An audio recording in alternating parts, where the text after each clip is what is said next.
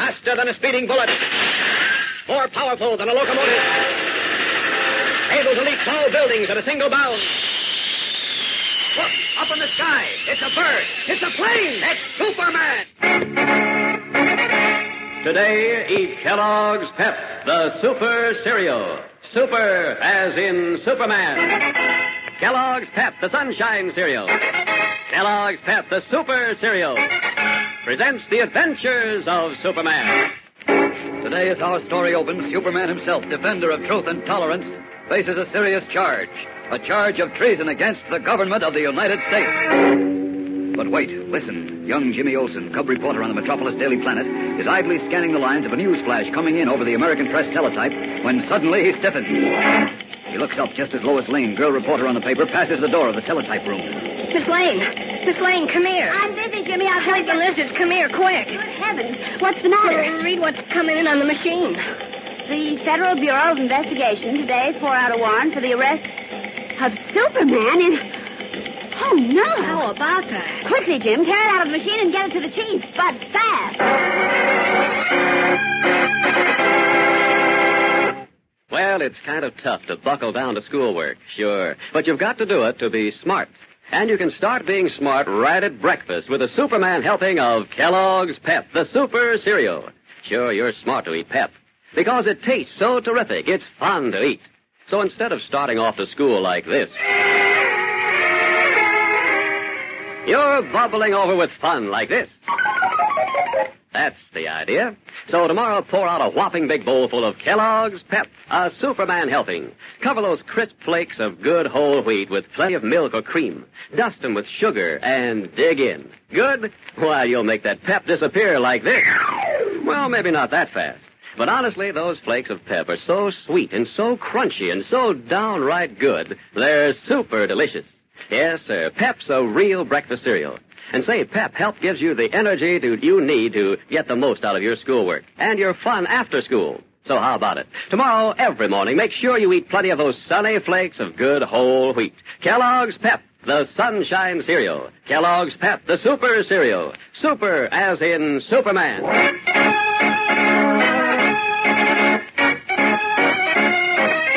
And now, the adventures of Superman. As we rejoin Lois and Jimmy now, they have just burst into the private office of Perry White, editor of the Daily Planet. Chief, read this. It just came in on the American Press teletype. What's the idea of barging into my office without knocking? Didn't There anybody wasn't time, Chief. Here, read Close this. that door. There's a draft. Close it, Jimmy, will you? Chief, will you read this, please? Read what? This wire flash. It just came in. Where are my glasses? Where'd you put them? If I knew where I put them, you dimwit, I'd know where to find them. Chief, you've got to read this quickly. There's no time to wait. How can I read it without my glasses? Well, don't shout at me. Who's shouting at you? You are. I am not. Why don't you read it to him, Miss Lane? Well, that's the first intelligent suggestion I've ever heard you make, Olson. Gee, thanks. Well, go ahead, read it, Lois. What to say? Well, hold on to your chair. Never mind about my chair. Read it. Okay. The Federal Bureau of Investigation today swore out a warrant for the arrest of Superman in connection with... If this is your idea of a gag, Lois. It's no gag, Honest, Chief. Chief, I saw it come in on the machine. A federal warrant for Superman's arrest? That's what it looks like. A warrant for the arrest of Superman in connection with an offense against national security. They're crazy. They're out of their minds. Whether they are or not, it's still a page one story. Oh, where's Kent? I saw him go out a little while ago. Oh, why is it he's never around when I need him? Why? What do you Why? need him for? I can handle it. Okay. Olson. Yes, sir? You get back to the teletype room and see if there's a follow-up on that flash. Right. And report to me as soon as you get something. You bet. Hi, Jim. Well, hi, Mr. Kent. Keep looking for you. Really? Something up? Yes, Mr. Kent. Something is Come up. in and close the door. Oh, what's all the excitement? Here, Clark, read this. Federal Bureau Investigation. Warrant for arrest of Superman. What? Oh, read the rest. Connection with offense against national security. Is this someone's idea of a gag? That's exactly what I said. And I repeat, it's no gag. Jimmy and I saw it come over the American Press wire. Offense against national security? Mm-hmm. I don't get it. Neither do we. Now, listen. You get on the phone to FBI headquarters in Washington. And no, never mind. Skip the phone. Get on the first plane out of Metropolis. I won't need a plane. What do you mean you won't need a plane? I want you to fly to Washington. Yeah, I know. I'll see you later. Now, wait a minute. Where do you think you're going? Find out what this is all about. So long. Striding swiftly through the editorial department, Clark Kent steps into an empty storeroom and locks the door behind him. Then, peeling off his street clothes and removing his horn-rimmed glasses, he stands revealed in the startling red cape and blue costume of Superman. Stepping to a window, he raises it quickly. And then... Up, and away!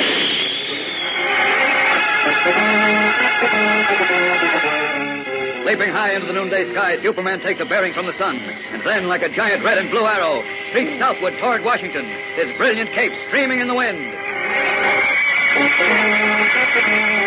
A short time later, he's in a private FBI office with Charles Miller, a special agent, and an unidentified Army officer wearing the wings of a colonel and the military intelligence insignia. Miller speaks. I want you to know, Superman, that we appreciate your having come in of your own accord. Serving a warrant on you might have been a little difficult. May I ask why you considered it necessary to issue a warrant at all? Whatever it is you want me for, don't you think a simple request for my appearance would have been enough? This happens to be a very serious matter. I don't think we've been introduced, Colonel. Oh, I'm sorry. This is Colonel Reed of Military Intelligence. Oh. How do you do, sir? How do you do? Now, as for the reason for issuing a warrant... Well, never mind that now. The damage, whatever it is, has been done. What do you want? Colonel Reed would like to ask I'm sure the Colonel can speak for himself, Mr. Miller. You're quite right. And the first thing I'd like to suggest is that you change your attitude. What?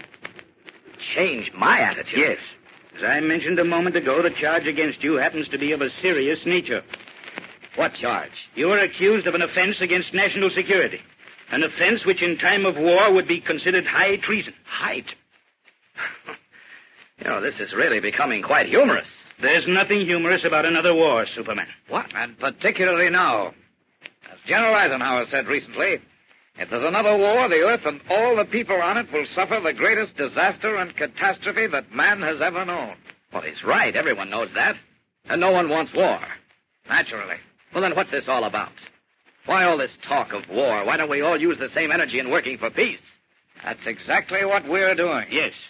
It's in an effort to guard against war that we find it necessary to question you, Superman. Me? What have I done? Suppose you tell us.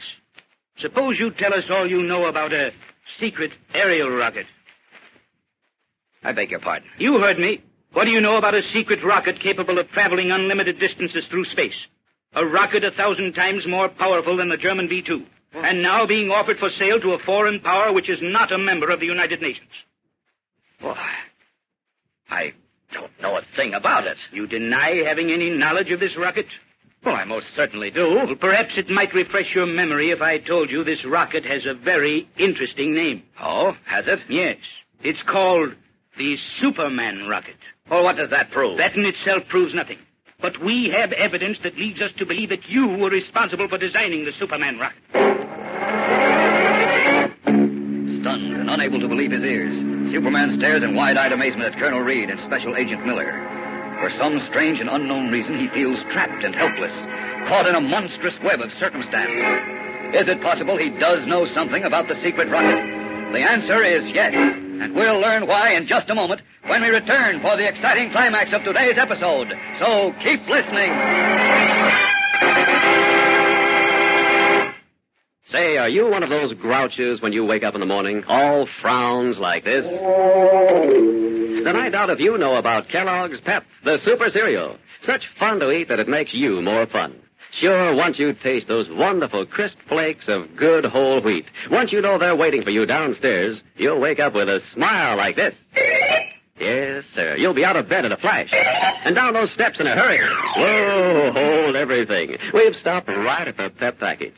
You fill up your bowl with those golden crisp flakes. A Superman helping. You float them in milk or cream. Crown them with sugar. And you've really got a breakfast treat. Just taste for yourself how every single bite is brimful of sweetness and flavor and crunchy goodness. Yes, Pep is super delicious. You'll give every spoonful a brand new welcome. Just the kind of breakfast cereal to start your day off right with a cheerful smile inside and out. And don't forget, Kellogg's Pep helps give you that energy you need. Enjoy energy that you will help make you shine at school. And energy to help you at play, because Pep is packed with get up and go. So tomorrow, every morning, make sure you eat plenty of those sunny flakes of good whole wheat. Kellogg's Pep, the sunshine cereal. Kellogg's Pep, the super cereal. Super as in Superman. And now, back to the exciting adventures of Superman. Accused by Colonel Reed of being responsible for the design of a new secret aerial rocket bearing his name, Superman, alone with Colonel Reed and Special Agent Miller in an office of the FBI, has been struck speechless. Colonel Reed finally breaks the tense silence. Superman, suppose you tell Mr. Miller and me all you know about it. You might just as well, Superman. But this is incredible. It's like a bad dream. Do you two men really believe I had anything to do with a rocket being offered for sale to a foreign government? Well, do you? Well, it doesn't seem possible. Well, in view of your previous service to the country, I must say it's a little hard to take. But we have the evidence. What evidence? The name of the rocket. Oh, anyone could have used my name. Plus a letter to a foreign agent in which it is stated that this rocket is based on an original design of a rocket belonging to you. Would you repeat that, please? We have a letter, or at least Mr. Miller has, written to a foreign agent offering the rocket for sale. In the letter, it is clearly stated that the rocket being offered is based on an original design of a rocket belonging to Superman. A rocket belonging to Superman? Did you ever design an aerial rocket? Design one? No, of course not. Well, you don't seem quite sure. Well, I'm trying to think. Well, certainly you'd know whether or not you designed a rocket. After all, things like that... Wait. Well? It could be. What could be? The rocket. The one you said was mentioned in the letter. Well, what about it? It could be my rocket. Then you did design one. No, but it could still be mine. It could still be the Superman rocket. Strangely, almost mysteriously, Superman admits that the rocket mentioned in the letter to the foreign agent might be his. What does he mean? Fellows and girls, this is only the beginning of one of Superman's most unusual adventures. Only the beginning of a puzzling mystery that day by day becomes more thrilling and more exciting. So don't miss a single episode. Tune in again tomorrow, same time, same station, when we learn what Superman meant when he said... It could still be mine. It could still be the Superman rocket. Don't miss tomorrow's exciting episode on The Adventures of Superman. And remember, for breakfast, it's Kellogg's Pep. For excitement, The Adventures of Superman.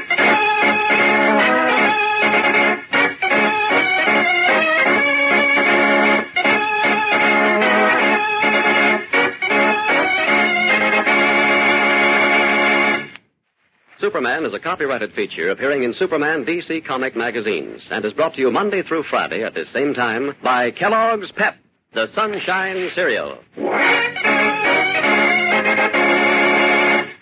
Say, how'd you like Harold Teen and Lillums or the Gumps tattooed on your shirt or blouse or jacket? Easy? You bet. There are color transfers, and you get them only as a prize with Kellogg's Shredded Wheat. Just press on with a hot iron, and they're on to stay through lots of washings. Fun to wear. No wonder they're the fad. 6 famous comic characters in this new series, each almost 4 inches high. You'll want them all. So get started right away. Just look for your prize in every package of Kellogg's Shredded Wheat. That's Kellogg's Shredded Wheat. This is the Mutual Broadcasting System.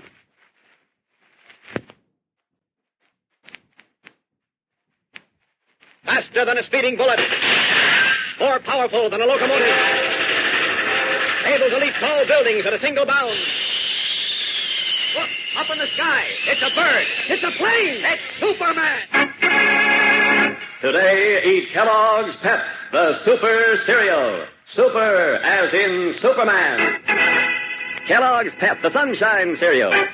Kellogg's Pep, the Super Cereal, presents The Adventures of Superman.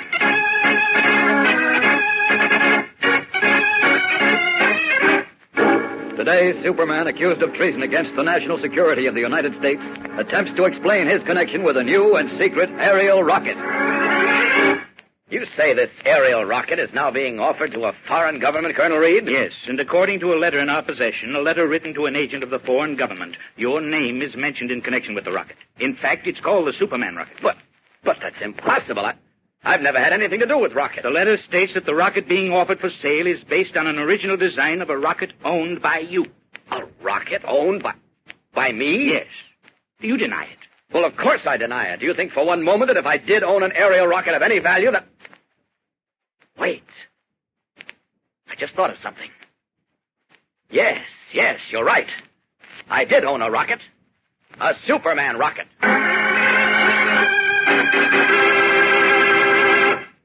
Now, before another minute passes, let's get the latest angle from a new quarter. You've all run foot races at school or with the gang, haven't you? But did you ever get off to a bad start? You tripped or something? Pretty big handicap, wasn't it? Well, it's the same way with your day if you have a breakfast that doesn't click in the taste department. Your day gets started wrong. But notice the difference when you sit down to a breakfast of Kellogg's Pep, the super cereal. It's such fun to eat that it makes you more fun. Notice how cheerful Pep looks. Crisp, sunny flakes of good whole wheat, golden in milk or cream and frosty with sugar. One look, and you'll be grabbing for your spoon. Then notice how swell that Pep tastes. Crunchy and sweet and loaded with catchy flavor. It's super delicious.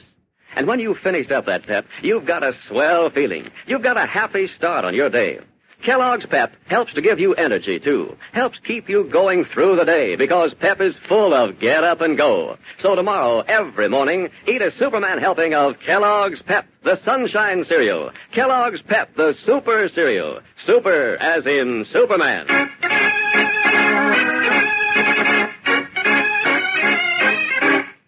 And now, the adventures of Superman. Appearing in Washington in response to a federal warrant for his arrest, Superman found himself being accused of negotiating with the foreign government for the sale of a new and secret aerial rocket known as the Superman rocket. At first, he denied the charge. But then, suddenly, a thought occurred to him. Turning to Colonel Reed, the military intelligence officer who had been questioning him, he said, Yes, Colonel Reed, you're right. I did own a rocket. A Superman rocket. Then you admit the charges against you. I admit nothing. You tell me a letter written to a foreign agent mentioned a Superman rocket. Yes, and you admitted owning such a rocket. Any attempt to deny it now Just will only... a minute, please. I'm not denying it, but I'm not admitting to any charges of treason. But if you admit owning the rocket... But I haven't seen it in 35 years. What was that? I said I haven't seen the rocket I'm talking about in 35 years. Well, I'm afraid I don't know what you mean. No, probably not. But I'm going to clear it all up for you by telling you a strange story. The story of how I happened to come to Earth. I'm going to ask you to make use of your imagination and come with me on a far journey, millions of miles from the Earth, where once the planet Krypton shone like a green star in the endless heavens. Here, civilization was far advanced.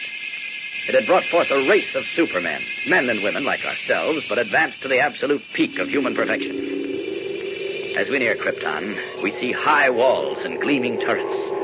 We approach the magnificent Temple of Wisdom with its dome of pure crystal shimmering like a diamond in the sun. Inside the temple, in a great marble hall, Jor-El, Krypton's leading man of science, is about to address a special meeting of the planet's governing council. White-bearded Roseanne, supreme leader of the council, is calling for order. Attention, gentlemen. Attention, please. Members of the governing council, you have been summoned here on urgent business. As you are well aware, Krypton has been experiencing some strange phenomena. Only last week on the full moon, a great tidal wave threatened to engulf this city. There have been mysterious quakes and eruptions, some of which have done great damage. Since the safety and welfare of our people is the responsibility of the council, I therefore, as your supreme leader, requested Jor-El, our brilliant young scientist, to investigate these phenomena and to determine, if possible, their cause. He is here with me on the platform, ready to deliver his report. Gentlemen, Jor-El speaks.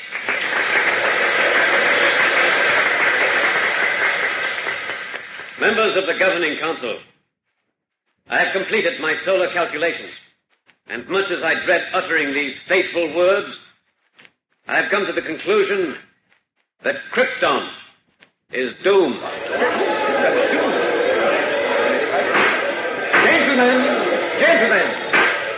Gentlemen, hear him out, please.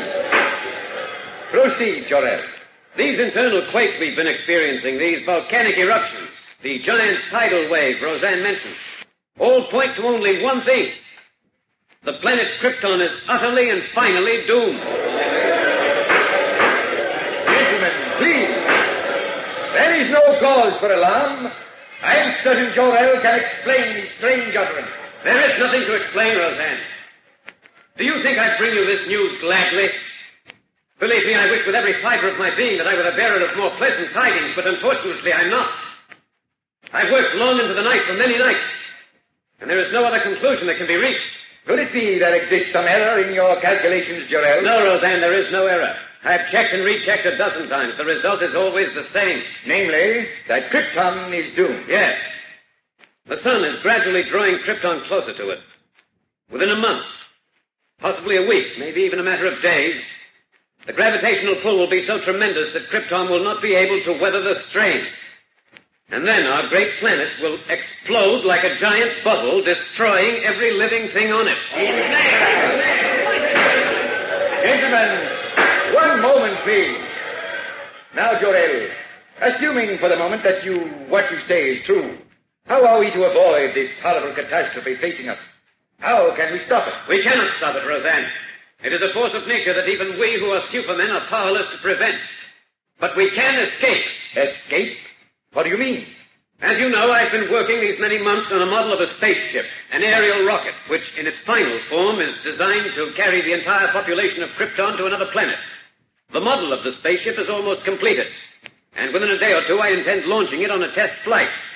If the flight is successful, which I am certain it will be, and if you will assign to me 1,000 skilled workmen, I will construct a full-size spaceship before the end comes. It is all well and good to speak of spaceships and aerial rockets, Jorel. But where would we go? To what planet would we transport the population of Krypton? To the planet Earth. My studies tell me this planet has an atmosphere almost identical with our own. Jorel, you have been working too hard. You need a rest. Believe me, we have the utmost respect for your knowledge and integrity. But this is too much. Planets as large as Krypton do not explode like bubbles. Wait, you hear that? I hear only a distant thunder. It's not thunder, Roseanne. It's an eternal eruption. Gas exploding in giant pockets. You're listening to the forewarning of doom. Quakes like that are sounding the death knell of Krypton. It will happen and happen soon. When the last great eruption comes... When it comes, Jorel, we will all be ready for it. Very well, laugh if you wish. Roseanne and you members of the council, I have no time to laugh. My Lara and my infant son are dear to me. It's not my intention to stand by and see them destroyed. Remember what I said, gentlemen, when Krypton is shattered into 1,000 million pieces. When the glorious civilization we've built is no more. When you and your families are swept from the face of Krypton like dust.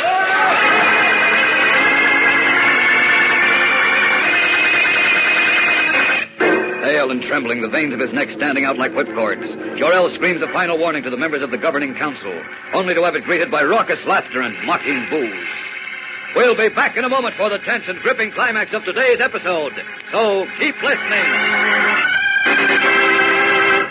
When you get home from school, you've got an afternoon of fun to look forward to. Now, you don't want to be left out of anything. You want to be right in there pitching. So listen. Before you go out for the afternoon, grab a snack of Kellogg's Pep, the super cereal. It'll help give you the energy you need to get the most out of your fun. So hop into the kitchen, pour out a helping of Pep, fill up the bowl with milk, sprinkle them with sugar, and shovel them down. Yes, sir. And you won't leave a single bite in that bowl either. Those crisp flakes of good whole wheat are just too swell tasting to leave. They're super delicious. Then go on out and see if that snack of Pep hasn't helped you to enjoy yourself more. Pep helps replace the energy you burn up so fast in games because it's chock full of get up and go. Yes, Pep is good for you with an extra amount of energy vitamin D1 plus sunshine vitamin D that helps build strong bones and teeth. And at every breakfast and after school, make sure you eat plenty of those golden whole wheat flakes. Kellogg's Pep, the sunshine cereal. Kellogg's Pep, the super cereal. Super, as in Superman. And now, back to the adventures of Superman. Telling the dramatic story of how he came to Earth, Superman has arrived at the point where Jor-El, his father, had issued a final warning to the members of the Krypton Governing Council, only to have it greeted by raucous laughter and booing. As we continue now, Roseanne, white-bearded leader of the council, is sounding the gavel for order. Order, gentlemen. Order, please. Members of the Governing Council, you've heard Jor-El speak. Is it your wish that we devote time and energy to build a spaceship in order, as Jor-El suggests, that the entire population of Krypton be transported to the planet known as Earth? No! Those in favor, say aye. The council has spoken, Jor-El. Yes. And signed the death warrant of every living thing on Krypton. There remains only one thing for me to do, prepare for the salvation of my wife, Lara, my infant son, and myself. As for the rest of you, may God have mercy on your souls. Stepping down from the platform, Jor-El leaves the Temple of Wisdom with the mocking laughter of the council members ringing in his ears. In tomorrow's exciting episode, we learn how he attempts to save the lives of his wife, his son, and himself, but fails. Don't miss tomorrow's episode to learn the amazing story of how Superman came to Earth. Be sure to tune in, same time, same station, for The Adventures of Superman. And remember, for breakfast, it's Kellogg's Pep. For excitement, The Adventures of Superman.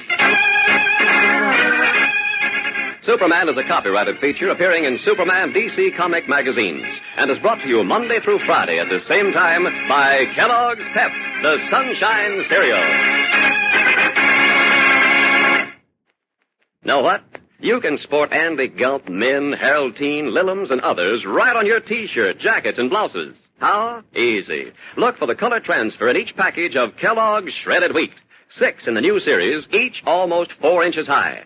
Simply press them on with a hot iron, and they'll stay on through lots of washings. Fun to wear, fun to trade. Start your collection today. There's nothing to send in. Just look for your prize in every package of that sweet-as-a-nut cereal, Kellogg's Shredded Wheat. This is the Mutual Broadcasting System. Faster than a speeding bullet. More powerful than a locomotive. Able to leap tall buildings at a single bound. Look, up in the sky. It's a bird. It's a plane. It's Superman. Today, eat Kellogg's Pep, the Super Cereal. Super, as in Superman. Kellogg's Pep, the Sunshine Cereal. Kellogg's Pep, the Super Cereal, presents The Adventures of Superman.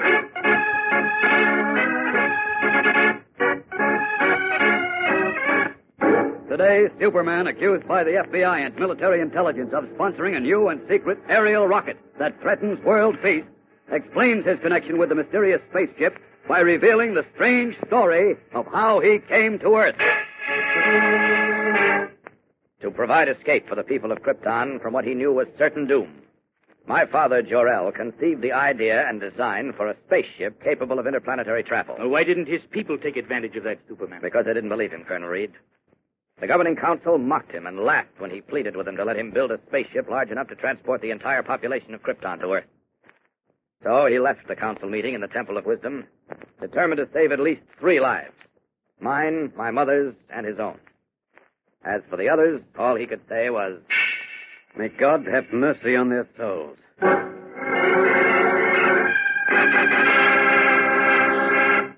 Now, before another minute passes, let's get the latest angle from a new quarter. Tonight, we're happy to have John Cuthbert, Eastern representative of the National Safety Council, as our guest. Mr. Cuthbert, I understand you have some good news for Superman, who is here to meet you right now. Yes, indeed I have, Mr. Paul. About a year ago, Superman, through the courtesy of Kellogg's Pep, contributed his services to the Green Cross for Safety, made a series of transcribed radio announcements on child safety. These announcements were so good that to date, 441 radio stations have given free time to them. Undoubtedly, they've helped save many a life. And so I'm happy to present this award of merit for exceptional service to safety to you, Superman. Right now, thousands of safety leaders throughout the nation are planning to tackle the accident problem again at our 35th National Safety Congress in Chicago next week. Thanks for a super job, Superman. Thank you, Mr. Cuthbert. We're glad to have been of help to the National Safety Council in its fine work. And I hope the Council's 35th Congress will be a big success. I know our listeners will pass along the word to be careful crossing streets, to be careful getting on buses or trains, and always play safe.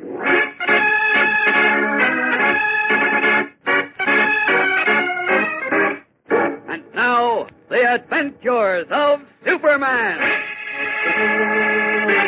Answering a warrant for his arrest on charges of treason against national security, Superman learned from Colonel Reed of military intelligence that an attempt was being made to sell a foreign nation a new and startling aerial rocket known as the Superman rocket. At first denying any connection with the rocket, the Man of Steel suddenly remembered something. Yes, Colonel Reed, you're right. I did have something to do with the Superman rocket. To explain his startling statement, Superman was forced to tell the story of how he came to Earth from the planet Krypton. Convinced that Krypton's destruction was imminent, Jor-El, my father, left the Temple of Zim and hurried to the terrace of our hilltop home and laboratory and set feverishly to work on the steel model of a small spaceship or aerial rocket which he planned to use in a test flight. Time was short, as he alone knew. A matter of days, possibly only hours. Driving home the last rivet, he stepped back to examine the bullet-shaped rocket, only to discover Lara, my mother, standing behind. Lara, I didn't hear you come out. You were too intent on your work. What did the council say, Jor-El? They laughed at me, Laura. Marked me for a fool. A fool? Yes. But no matter. The model is finished now. Tomorrow at dawn, I'll send it on its way and watch its flight through the high-powered telescope on the observatory roof. Once I've proved to myself that it will work, I'll begin building one large enough to carry all three of us to the planet Earth. Jor-El, you have often spoken of this planet you call Earth, but never have you described it to me. What is it like? Well, it's a planet similar to our own in many respects, except that it is inhabited by a race of people much inferior to us. Inferior? What do you mean, Jor-El? Earthmen are weak, Lara. For instance, we cover a distance of many miles with one step. An Earthman's step is only 3 feet. How queer. What else, Jor-El? Well, Earthmen do not always live in harmony. They sometimes wage what is known as war. War? I do not know the word. No, and better that you never knew it. It is a wicked thing. When war is waged, Earthmen destroy one another. How horrible. And is this the place you plan to take us? There is no choice, Lara. Of all the planets, only the Earth has an atmosphere similar to our own. It is the only other planet on which we can live. Lara, something wrong? I don't know. I feel faint. It seems to have grown oppressively hot. Is that because we're being drawn closer to the sun, Jor-El? Yes. Oh. There's a strange glow in the western sky. I don't like it. Where is Kal-El? Asleep. I had quite a time with him. He was restless all afternoon. Jor-El, what was that? An internal quake. A bad one. Jor-El, the house is shaking. It may pass over. You'd better go in. No, my place is with you. Jor-El, look. The sky, it's darkening. Jor-El! Lara, listen to me. This is the end. Krypton is breaking apart. What can we do, Jor-El? Nothing. I was a fool to wait this long. It wasn't your fault, Jor-El. The I council... should have built a spaceship large enough for all of us months ago. Now we've only a small model. But wait. It can carry one of us to safety. You, Lara. No. Oh, if only one of us can be saved, it should be our son. I'll get him. No, Lara. Lara, come back. Perhaps she's right. It should be the boy. Now, if I can only get this atomic generator working, build up enough pressure. There. Jor-El! Here he is. Still fast asleep. I'll open the door. Now, put him inside. Gently. Jor-El, are you sure this is the end? Hurry, Lara. He's injured. Good. Now, stand back, Lara. The pressure's building up. How long will it take? I don't know. Look! The Temple of Wisdom is on fire. The towers are crumbling. Come close to me, Lara. The end is not far off. The mountains are breaking apart. Jor-El, pressure. What's happening? Building up slowly. We may be too late. If it doesn't happen soon... Lara, he's gone. Our son. Our son is on his way to Earth.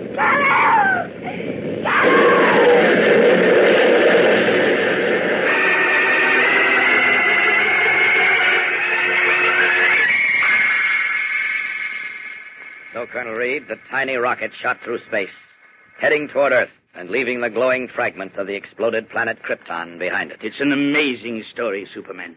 Simply amazing. Did the rocket reach the Earth? If it hadn't, I wouldn't be here. Oh, of course. How stupid of me. It landed in an Iowa cornfield. When it struck the ground, it burst into flames. The infant inside the rocket was rescued by a farmer and his wife. That infant, of course, was you. That's right. I was raised by that farmer and his wife, whose name, of course, I cannot tell you. They have both since passed on. But somewhere on their farm, I seem to remember having seen the charred and twisted shell of the rocket that brought me to Earth. The Superman rocket. Is that the rocket you referred to when you said you did have something to do with a rocket? Yes. Certainly, if it transported me millions of miles through space, the design of it should be of value. Oh, there's no question about that. Only I'm afraid we're too late. Why? That letter I mentioned, the letter to a foreign agent offering the rocket for sale, yes, it stated definitely that the rocket was based on the design of one originally owned by Superman. Evidently, someone else knew about the original rocket. But I don't see how that's possible. The people who brought me up never breathed a word of my origin. However, there's one good way to find out. What's that? I'll go back to the farm and search it. I'll go with you. No, you better let me handle this alone. It's almost noon. I'll be back here before dark. Why, that's impossible. You said the farm's in Iowa. Why, even by plane... You're forgetting something, Colonel. What? I'm Superman, remember? Of course. There I go again. However, there is one difficulty. What's that? Well, I'm still under arrest. Oh, don't worry about that. I'll have the warrant canceled. It never should have been issued in the first place. Thank you. Well, the sooner I get going, the better. I'll walk you to the elevator. I prefer the window, if you don't mind. You mean you're going to... Just watch. I'll either be back with the model of that rocket, Colonel, or information as to what happened to it. So long. So long, Superman. And good luck. Thanks. Up and away!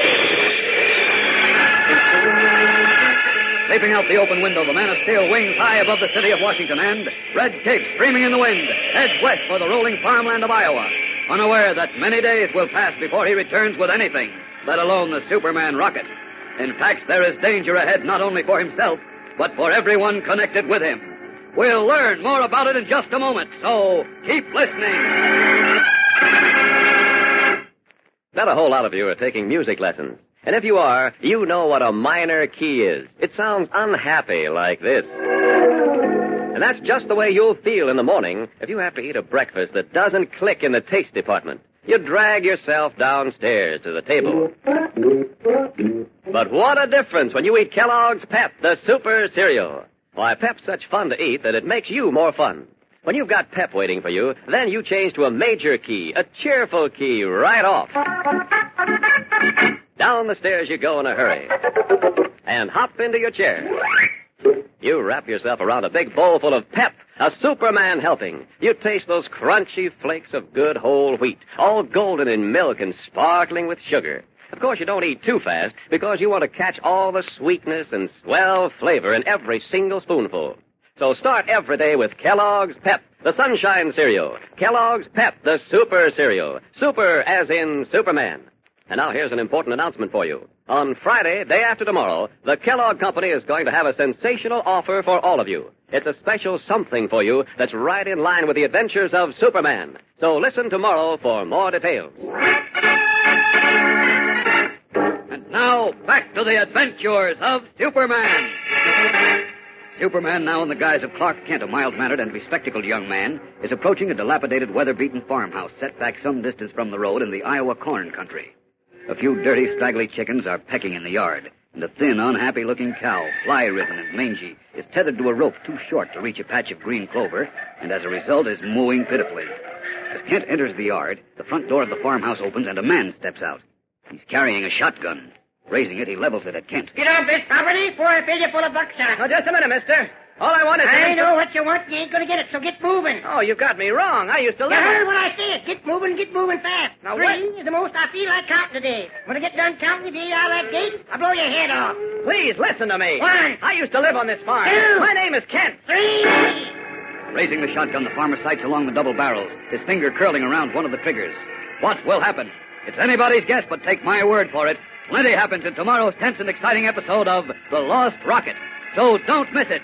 Tune in, same time, same station, and follow the adventures of Superman. And remember, for breakfast, it's Kellogg's Pep. For excitement, the adventures of Superman.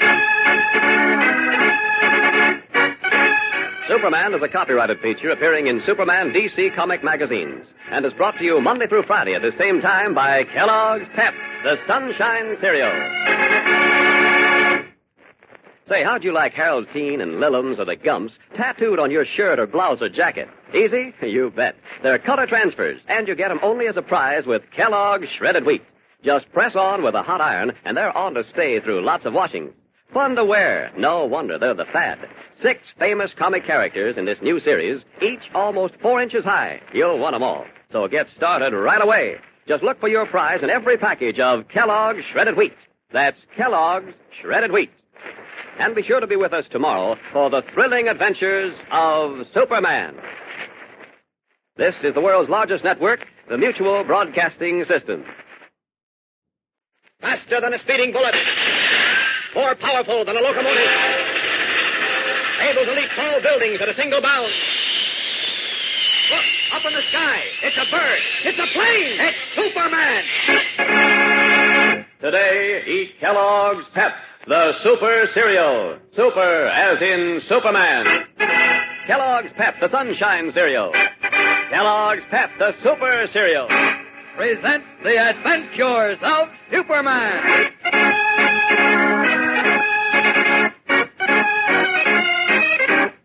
Today, Superman, in the guise of Clark Kent, revisits the Iowa farm where he was raised, only to be met by a man with a shotgun. Get off his property, or I fill you full of lead. But all I want is just I know what you want. You ain't gonna get it. I'm gonna count 3. Get out of that gate. Time I'm done, I'm gonna blow your head off. Oh, wait. Just a minute. 1. I used to live on this farm. 2. My name is Clark Kent. 3. And now, before another minute passes, let's get the latest angle from a new quarter. How many of you climbed mountains while you were at camp this summer? Really swell fun, wasn't it?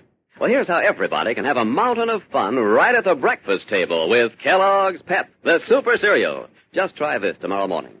Get a bowl, and right in the middle of it, pour out a big heap of pep. Then surround it with an ocean of good milk or cream.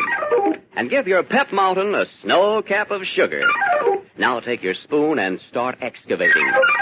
Yes, sir. It's a mountain of good eating. Those sunny flakes of good whole wheat have a flavor that keeps you coming back for more and more. Not only that, but Pep helps give you energy, too. Energy that helps you shine at school. Energy that helps you in games. So start every morning with Kellogg's Pep, the Sunshine Cereal. Kellogg's Pep, the Super Cereal. Super as in Superman. And now pay special attention to this. Tomorrow's the big day, the day you've got a big announcement coming from the Kellogg Company. It's a red-hot offer you won't want to miss under any circumstances. A special something for you connected directly with Superman's adventures. So listen tomorrow for further news.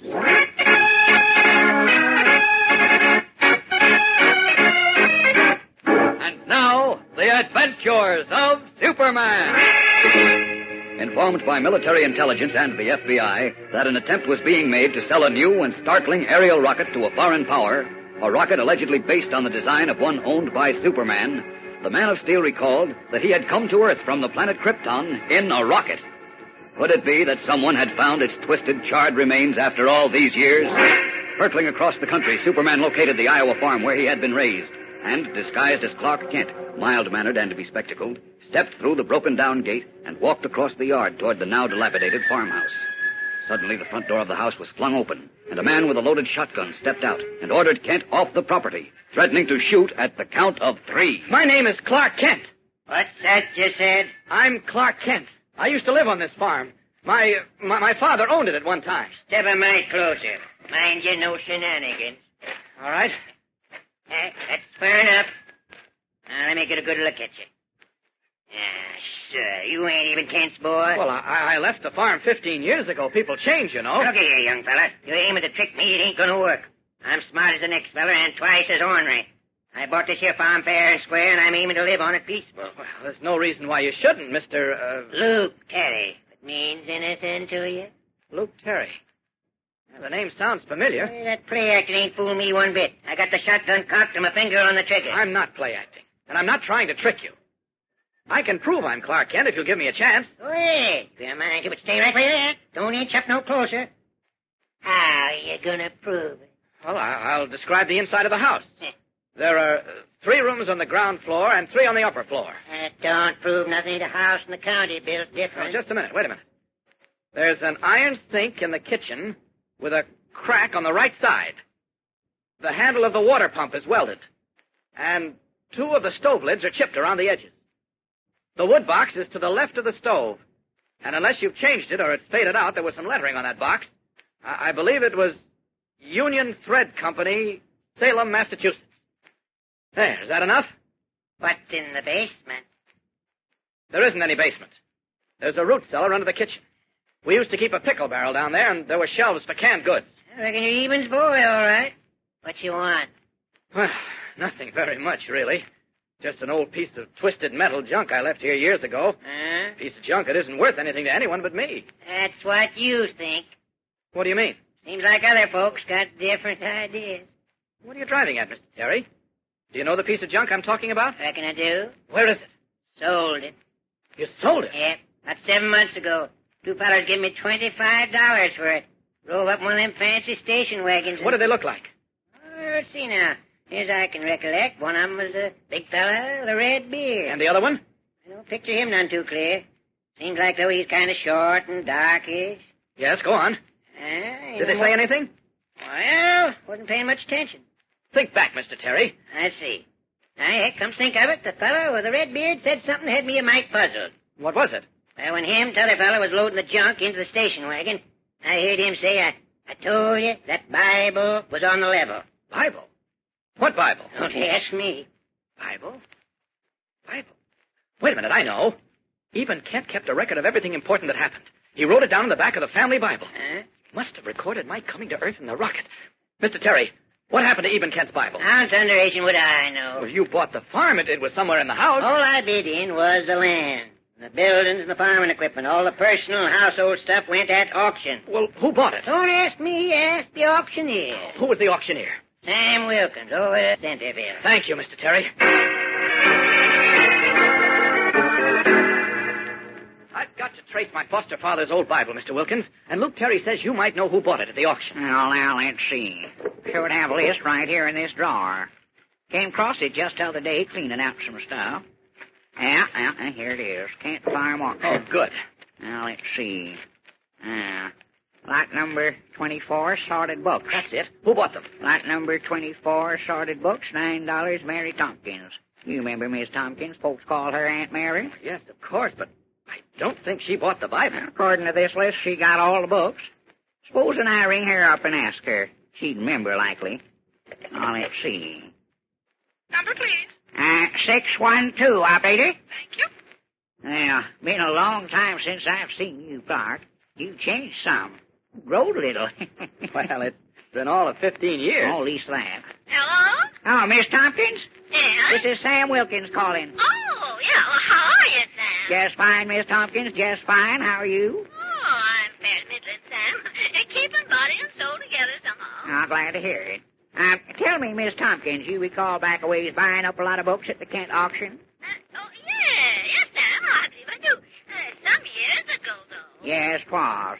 Miss Tompkins, do you recall Eben Kent's family Bible in that lot? Yes, I do, Sam. You do, eh? We call it Clark. Good. Yes. Well, I'll tell you, Miss Tompkins, Clark Kent is down here now. Clark Kent? Land sakes alive. How is he? He's fine, just fine. Tell you, Miss Tompkins, I'll drive Clark over to your place to get it. Fine, Sam. I'll be glad to see him. Followed by Sam Wilkins, Clark Kent leaves the auctioneer's office, puzzled and a little uncertain. And almost at the same moment, a strange scene is taking place at Mrs. Tompkins' home on the outskirts of Centerville. We'll be back in 60 seconds for a startling surprise, so keep listening. Say, who's the one on your block who's the most fun to be with and has the most fun on the way to school? Well, he's probably found out an important secret. That in the morning, nothing seems to taste quite as good as a big bowl of Kellogg's Pep, the super cereal. Such fun to eat that it makes you more fun. Here's how. When you get down to breakfast, you fill up your bowl with those good whole wheat flakes of Pep, a Superman helping. You float them in rich milk or cream, sprinkle them with sugar, and brother, your spoon practically dances out of your hand. So you start crunching faster and faster. Whoa, slow down now so you taste all that flavor and sweetness and crisp goodness in every single spoonful of Pep. Yes, Pep is such fun to eat that it starts your day off with a smile inside and out. And here's something else about Pep. All summer long, you get lots of sunshine to give you vitamin D. But back in school, you don't get as much sun. And Pep gives you Sunshine Vitamin D to help build strong bones and teeth. So start every morning with Kellogg's Pep, the Sunshine Cereal. Kellogg's Pep, the Super Cereal. Super as in Superman. And remember, tomorrow's the day for the sensational news on that exciting Pep offer. An offer so red hot you just can't afford to miss it. So be here for sure. And now, back to the adventures of Superman. Our scene is Mary Tompkins' home on the outskirts of the village. Mary Tompkins, a sweet, elderly, gray-haired lady, has been up in the attic looking through a small, old-fashioned trunk. We join her now as she hurries down to the porch where Ralph Tompkins, her nephew, is slouched in a chair, a cigarette dangling from his loose lips. Ralph? Ralph, was it you who got into my trunk? Oh, me? What are you talking about? You know right well what I'm talking about. The lock of that trunk was picked open. You're always blaming me for something. Well, I've got good reason to. Gambling and stealing and drinking. If you wasn't my own poor dead brother's son, I'd have turned you out long since. All right. Suppose I did look in the trunk. Nothing there but some old books. So happens they was books that I aimed to keep. One of them was a Bible bound up with silver. Old Eben Kemp's Bible. What did you do with it? I didn't do anything with it. Oh, that's a lie, Ralph Tompkins. I can tell by your face. What would I do with an old Bible? You'd sell it if you could. Now, you better tell me what you done with it. Clark Kent's on his way over here now Clark to get it. Kent's coming here? Yeah, he's on his way with Sam Wilkins. And you'd better tell me what you done with that Bible, else you'll be in a heap of trouble. You'll likely go to jail, you will. Where are you going? Just remembered I got something to do. Ralph Tompkins, you come back here. Get out of that car, Ralph. You hear me? Ralph, I gotta know about that Bible. Where are you going? Don't know, but I might be gone for quite a spell. Ralph! Come back, Ralph!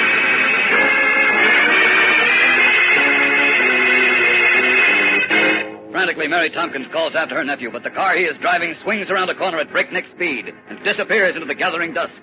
And with it, apparently, goes the secret of Eben Kent's Bible. The Bible is Clark Kent's only possible clue to the identity of the red-bearded man who bought the wreckage of his interplanetary rocket. How can he possibly trace it now? Fellows and girls, excitement piles on excitement in tomorrow's episode as Superman takes to the air to follow the trail.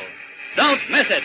Tune in, same time, same station, and listen to Chapter 5 of The Secret Rocket on The Adventures of Superman. And remember, for breakfast, it's Kellogg's Pep. For excitement, The Adventures of Superman.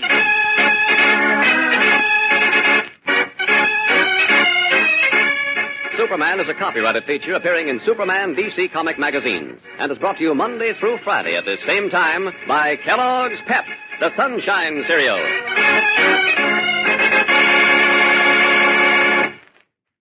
Know what?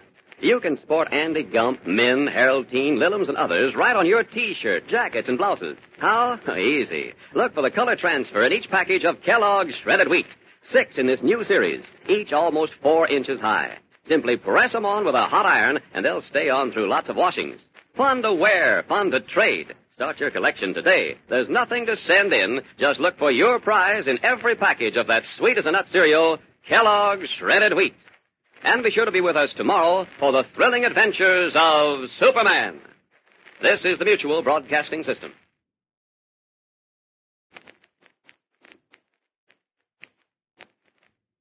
Faster than a speeding bullet. More powerful than a locomotive. Able to leap tall buildings at a single bound. Look, up in the sky. It's a bird. It's a plane. It's Superman. Today, eat Kellogg's Pep, the Super Cereal. Super as in Superman. Kellogg's Pep, the Sunshine Cereal. Kellogg's Pep, the Super Cereal presents The Adventures of Superman.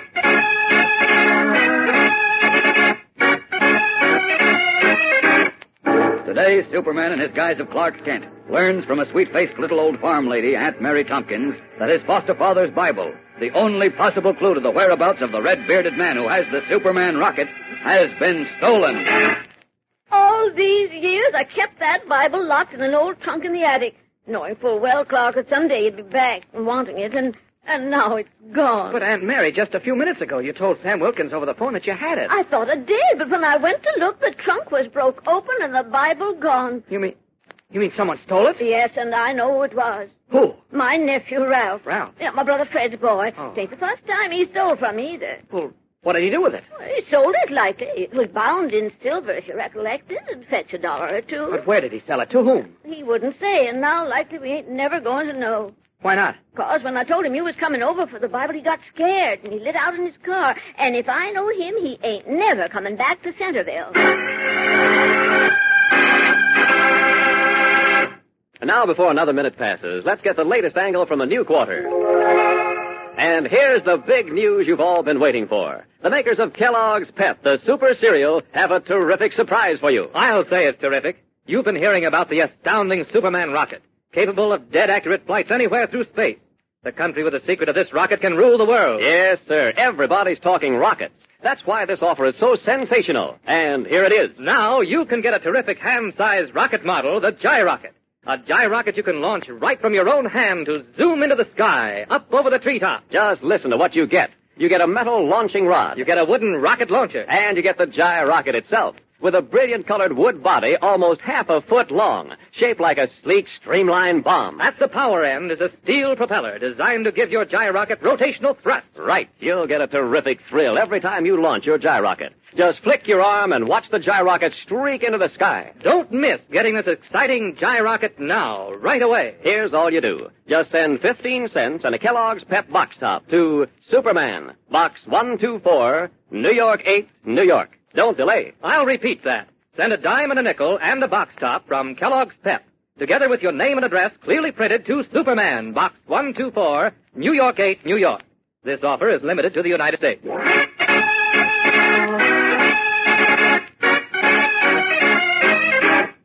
And now, the adventures of Superman.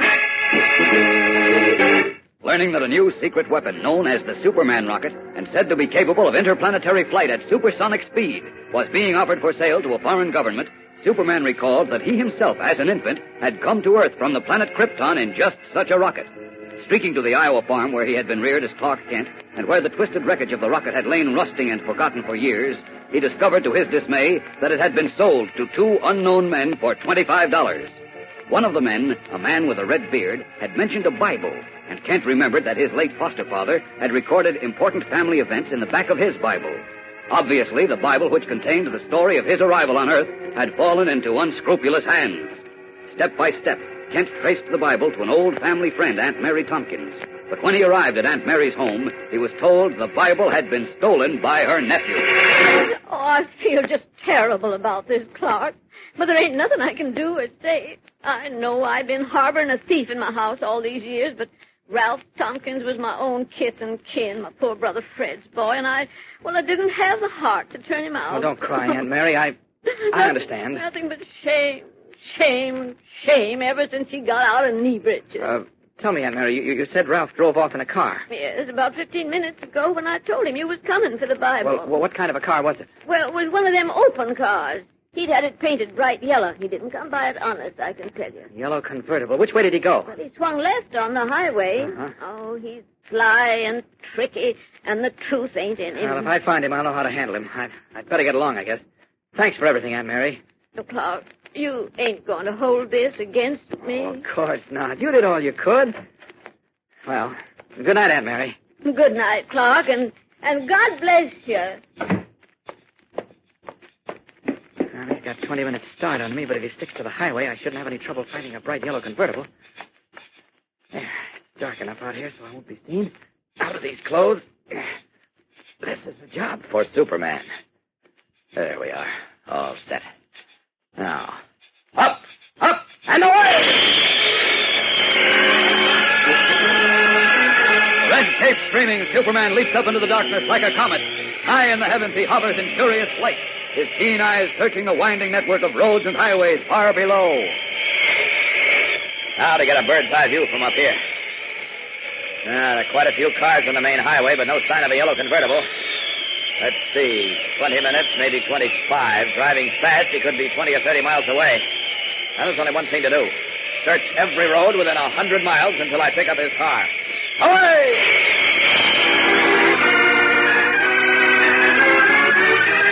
Meanwhile, on an east-west highway some 40 miles from Centerville, State Troopers Bill Sweets and Dan Taylor have just left their barracks and are stepping into their patrol car as a yellow convertible, top down, roars past them at high speed. Its only occupant, a bare-headed driver. Swiftly, Trooper Taylor, at the wheel of the patrol car, shifts into gear and sets out in pursuit. That guy's in an awful hurry, Danny. Too much of a hurry. Wait till I get rolling, Bill, and give him the siren. Right. These speedboats, they're hopped up jalopies cutting papers on public highways. They ought to have their heads examined. Most of their heads would show a blank on an X-ray plate. Okay, let's have that siren. And the little punk, he's stepping it up faster. He'll slow down when he hits that corkscrew turn on the cliff road. He'll be there in a minute unless he slows up. I know. He'll never be able to stay on the road. It's 500 feet down to the gully at the bottom of the cliff. Give him the siren again. Okay, but I don't think it'll do any good. What did I tell you? He's still doing 70. He'll slow down when he sees the signs for the corkscrew. He'd better. Keep the siren going, Bill.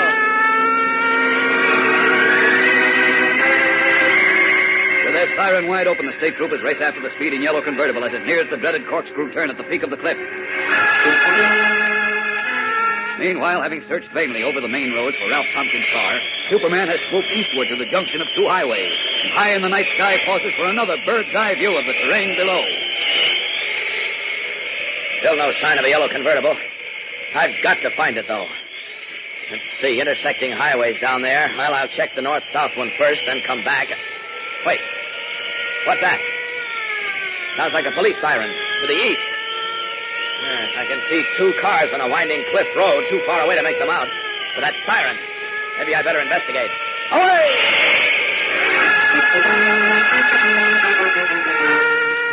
He's going into the turn, Dan. He'll never make it. Looks bad. Blow up, you crazy fool.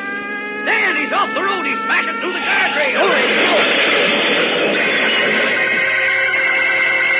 Bringing their patrol car to a skidding, screaming stop on the winding cliff road, the two state troopers see the yellow convertible careen out of a sharp turn and smash through the guardrail. Then plunge off into dark space and hurtle down toward the gully 500 feet below. Is Ralph Tompkins in that death-bound car? If he is, the secret of the Bible will die with him. We'll be back in a moment with the thrilling climax of today's episode. So keep listening. Maybe we can't tell Army intelligence where the Superman rocket is, but we do know this. Right here, offered to you by Kellogg's Pep, the super cereal, is, yes, a gyrocket, a terrific hand-sized rocket model. It's true, a real gyrocket. A gyrocket you launch yourself and send zooming into the sky. A slim, brilliantly colored gyrocket, almost half a foot long. And get this, your gyrocket comes to you complete. Right, you get a metal launching rod and a wooden rocket launcher. And the gyrocket itself, with its business-like rocket body shaped of gleaming wood, streamlined to the last inch. At the power end, the glittering steel propeller generates maximum thrust. Yes, a thrust too powerful for indoors. Be sure you launch your gyrocket only outside. Yet it's so simple and safe to operate that you can launch it right from your hand. A flick of your arm and off it streaks. Then just watch it knife into the sky, up over the treetop. Get in on the fun right away. Get several gyrockets. Be first on your street with a fleet. Now, here's how. For each gyrocket you want, send 15 cents on a Kellogg's Pep box top to Superman, Box 124, New York 8, New York. Remember, you can't buy this gyrocket anywhere. The only way to get it is to send a box top from Kellogg's Pep, together with 15 cents, a dime and a nickel, and your name and address, clearly printed, to Superman, Box 124, New York 8, New York. Do it today. This offer is limited to the United States.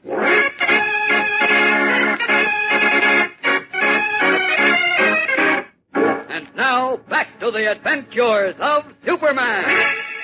As Ralph Tompkins' yellow convertible plunged off the road and dropped toward the gully 500 feet below, Superman, drawn by the patrol car siren, has been streaking through the sky toward the scene. As we continue now, the Man of Steel is a mile high in the air as he sees the yellow convertible spinning end over and through space, and a man's body thrown clear of the car, falling after it. Great Scott! Down! Down! Crashing down like a giant bird of prey, Superman snatches the falling body in midair, a scant yard above the jagged rocks at the bottom of the gully. Then, cradling the body in his arms, he is about to streak up again when he realizes that Ralph Tompkins has been seriously injured. The boy's face is bloodless and chalk white, and his mouth is twisted in pain. Dropping to the floor of the gully, Superman lays him gently on the ground. bending over him, it becomes obvious that the end is not far off. Ralph Tompkins' neck has been broken, but he is still conscious, his eyes staring up into the sky, his lips moving soundlessly. Superman leans closer. Ralph. Ralph, can you hear me? Yes. Yes, I can hear you. You've been seriously hurt, Ralph. I don't dare move you. I know. I'm dying. It's all over. Maybe not. I'm going to try to get a doctor and bring him here. No, please. It won't help. Anyway, it doesn't matter. I had it coming. All my life, nothing but bad. Ralph, tell me about the Bible. Eben Kent's Bible. What did you do with it? No good. Just no good. All my life. Ralph, you must tell me about the Bible. Did you sell it? Always trouble. Always doing wrong. Ralph, listen to me. Never good for anything. Ralph. I know I deserve it. I'm not complaining. It's coming The to Bible, me. Ralph, it's important. What did you do with it? To whom did you sell it? Ralph! You've got to tell me. Slowly, the dying boy's eyes close as though in great weariness. With each labored breath he draws, Superman can see the last possible clue to the whereabouts of the precious Bible, the last link with the mysterious red-bearded man who has the Superman rocket, fading into eternity. Fate has stepped in and raised a wall that even Superman cannot penetrate, the wall of death. This is where the trail of the secret rocket ends, unless a miracle happens. Be sure to listen Monday, same time, same station, when a miracle does happen. Tune in for Chapter 6 of The Secret Rocket on The Adventures of Superman. And remember, for breakfast, it's Kellogg's Pep. For excitement, The Adventures of Superman.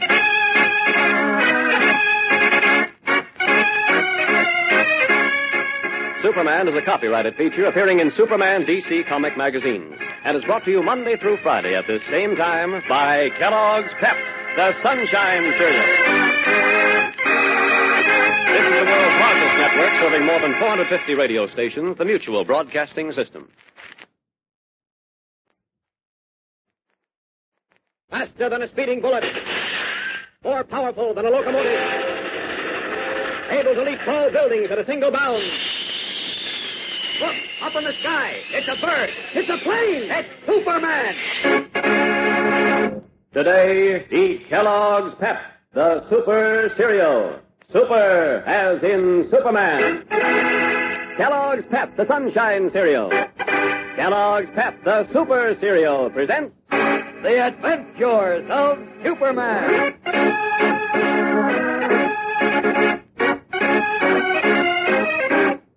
Today, Superman, on the trail of a family Bible, finds himself helpless as he faces the one force against which he has no power, the angel of death. I know I'm finished, but it's all right. I had it coming to me. Oh, Ralph, listen to me. The Bible. Eben Kent's Bible. To whom did you sell it? And Mary always said I'd come to a bad end, I guess this is what she meant. The Bible, Ralph. Where is it? It was never any good. Lied and stole and cheated. I wouldn't listen to Aunt Mary. I wanted the easy way, but it didn't work out. I seen now doing wrong never works out. Ralph. Like tonight, running away from those troopers and then ending up like this.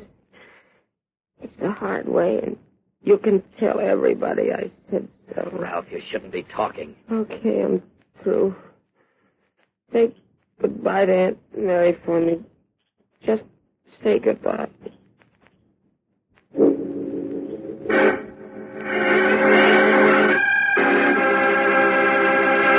Now, before another minute passes, let's get the latest angle from the new quarter. Say, how about taking a rocket ride? Are you game? Okay. Hang on tight. Here we go.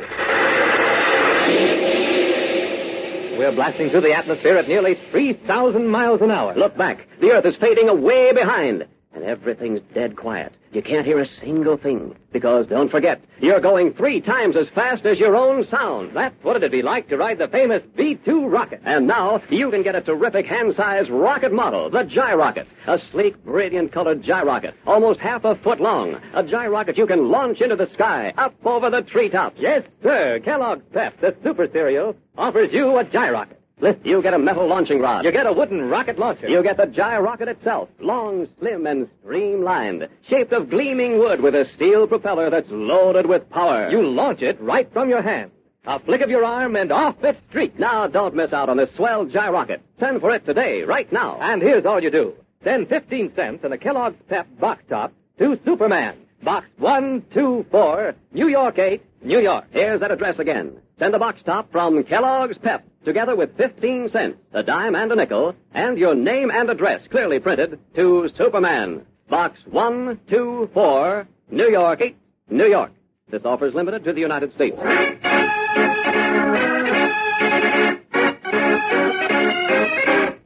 And now, the adventures of Superman.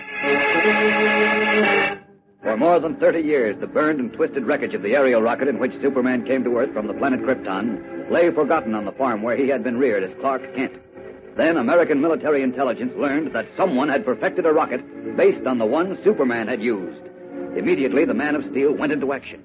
Back on the farm, he learned that the new owner had sold the twisted wreckage to a man with a red beard for $25. He learned also that Redbeard had become aware of the existence of the damaged rocket through a notation in the Bible of his late foster father, Eben Kent. Attempting to trace Redbeard through the Bible, Superman discovered it had been stolen and sold by a ne'er-do-well named Ralph Tompkins, who had fled town in a fast car. Giving chase, he caught young Tompkins in midair when the careening car went over a cliff. But it was too late. The boy had been mortally injured and was dying. Now, in the darkness of a deep gully below the edge of the cliff, Superman kneels beside the boy as life slowly ebbs from his broken body. Say goodbye to Aunt Mary for me. Just say goodbye and tell her I'm sorry for everything. Yes, I'll tell her. But what about the Bible, Ralph? To whom did you sell it? Tired. So tired. Ralph, you've got to tell me. The lives of millions of people may depend on it. Now, this is your chance to do something good, something really good. I never did anyone any good. Never. And this is your chance. Can you hear me, Ralph? Yes. Yes, I hear you. All right, listen carefully. That Bible is the only method we have of tracing some people who own an aerial rocket. A rocket capable of being used as a dangerous weapon. Powerful enough to destroy whole cities. You understand? Yes. Well, we've got to get to those people, Ralph. We've got to get to them before they can sell their rocket to a foreign power, or else this country and every living thing in it may be wiped out. Why are you telling me this? The Bible. Eben Kent's Bible. Remember you took it from your Aunt Mary's trunk? Yes. You sold it, didn't you? Yes. Where did you sell it? And to whom? Ralph, where did you sell the Bible? Metropolis. To whom? To whom, Ralph? Bookstore. Second hand. Do you remember the address? Yes. What is it? 8th and... Yes, 8th and where? Walnut. Goodbye. Going now. Goodbye, Ralph. Lifting the now limp and lifeless body of the boy in his arms, Superman carries up to the road where 2 state troopers are waiting. Then, like a red and blue arrow, he rockets upward and disappears into the night sky.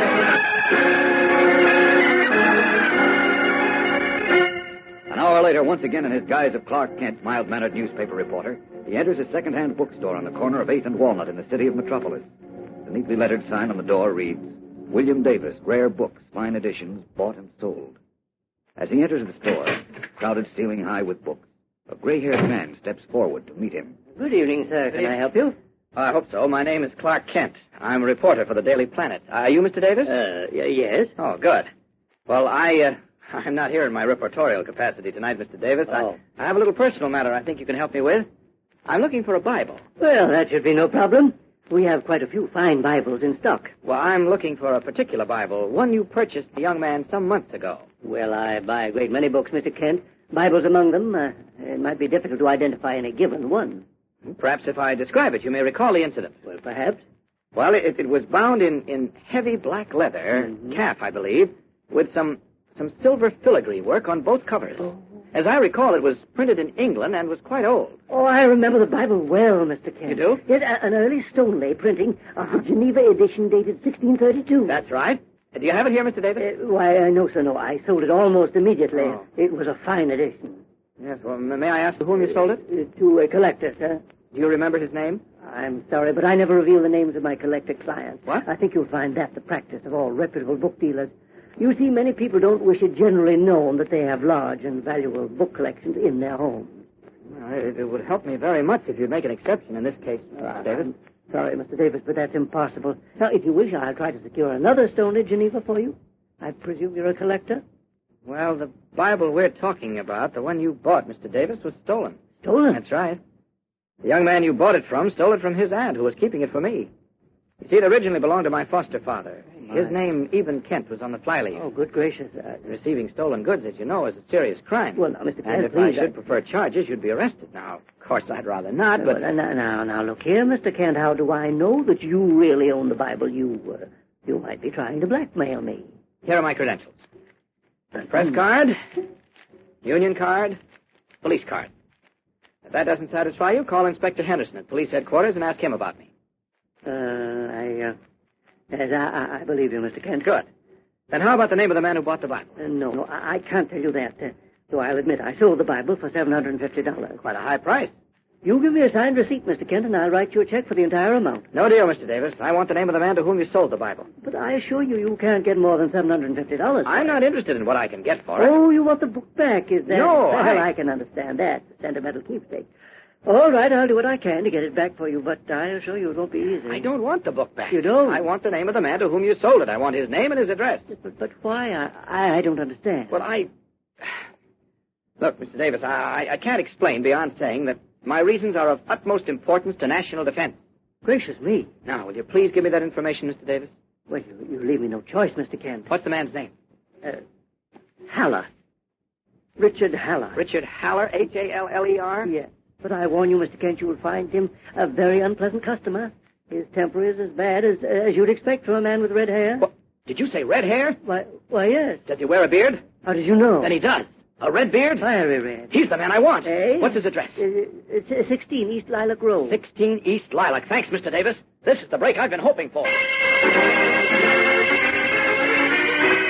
His eyes gleaming with excitement, Clark Kent hurries from the bookshop with the name and address of the mysterious red-bearded man who removed the wreckage of the Superman rocket from the old Kent farm. But Kent is in for a startling surprise and the shock of his life. We'll find out what it is in just a moment, so keep listening. Now, we're not spies. We don't have red beards. But we sure have a gyrocket for you. That's the terrific hand-sized rocket model you can get through Kellogg's Pep, the super cereal. Yes, sir. A brilliant colored gyrocket, almost half a foot long. A gyrocket you can send soaring into the sky, up over the treetop. And that's not all. You get a metal launching rod. You get a wooden rocket launcher. You get the gyrocket itself. Notice the sleek, gleaming wood body, slender and streamlined for minimum drag through the air. And the business end of the rocket has a steel propeller that develops rotational thrust. And say, think of the exciting gyrocket contest you can have with your friends. Send for several gyrockets. Adjust one propeller for speed, another one for altitude. Then practice up with your gyrocket so you can win the speed and distance contest and accuracy trials. It's a barrel of fun. Now is the time for you to get in on all the thrills. For your gyrocket, just send 15 cents and a Kellogg's Pep box top to Superman. Box 124, New York 8, New York. Remember, you can't buy this gyrocket anywhere. The only way to get it is to send a box top from Kellogg's Pep, together with 15 cents, a dime and a nickel, and your name and address clearly printed to Superman. Box 124, New York 8, New York. Do it now. This offer is limited to the United States. Now, back to the adventures of Superman. Learning that a man named Richard Haller is the mysterious red-bearded man who, posing as a junk dealer, removed the wreckage of the Superman rocket from the old Kent farm, Clark Kent hurried to 16 East Lilac Road, Haller's address. As we join him now, he is walking up the quiet, exclusive street lined with handsome town houses. Turning into the walk at number 16, an imposing limestone residence, Kent mounts two shallow stone steps and raises the bronze knocker on the thick oaken door. But before he can strike the knocker, the door opens. Good evening, Clark. Lois Lane. In person. Well, what are you doing here? Thunderstruck, Clark Kent stares at Lois Lane, girl reporter for the Daily Planet, who stands framed in the doorway of Richard Haller's house. Haller is the man Kent believes reconstructed the Superman rocket and is now negotiating for its sale to an unfriendly foreign power. And Lois Lane, Kent's close friend and co-worker, stands in his doorway. What does it mean?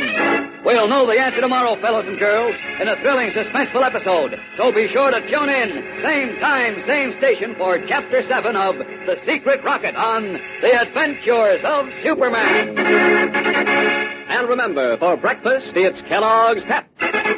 For excitement, The Adventures of Superman. Superman is a copyrighted feature appearing in Superman DC comic magazines and is brought to you Monday through Friday at the same time by Kellogg's Pep, the Sunshine Cereal. This is the Mutual Broadcasting System.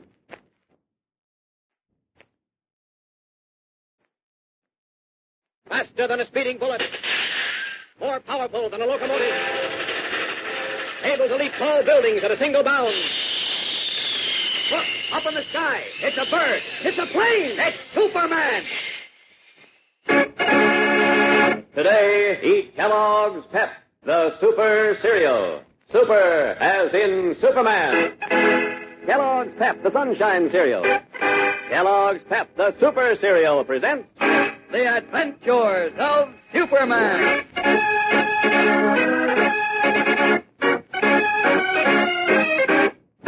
Today, Superman, in his guise of Clark Kent, on the trail of an aerial rocket in which he came to Earth from the planet Krypton, is about to ring the bell at the home of a man named Richard Haller, when suddenly the front door opens and Kent receives the shock of his life. Hello, Clark. Lois. Lois Lane. Do you mind backing up a bit so that I can close this door? Thank you. Lois, what are you doing here? Funny, I was about to ask you the same question. Never mind me. Do you know whose house this is? Why, of course. Richard Haller's. What? Do you mean to tell me you know Haller? Well, that depends, Clark. Lois, stop kidding around. This is serious business. Do you know Haller or don't you? Sorry, Clark. I refuse to answer without advice of counsel.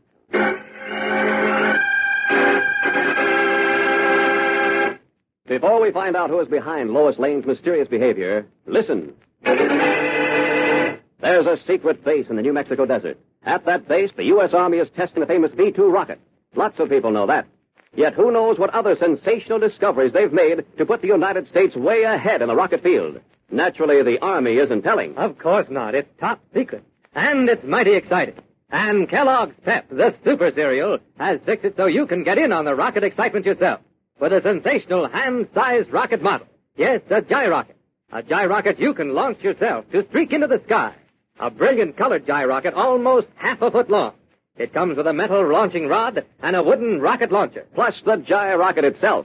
Every inch of it means business. The long, sleek body is shaped like a slender bomb, streamlined to cut down air resistance. And the metal propeller on the stern end of the rocket packs it with power. Yes, with a flick of your wrist, you can zoom it into the air, up over the treetops. Don't put it off. Send for your gyrocket today, right now. And here's all you do. Send 15 cents and a box top from Kellogg's Pep to Superman. Box 124, New York 8, New York. Do it today. I'll repeat that. Send a box top from Kellogg's Pep plus 15 cents, a dime and a nickel, and your name and address clearly printed to Superman. Box 124, New York 8, New York. This offer is limited to the United States.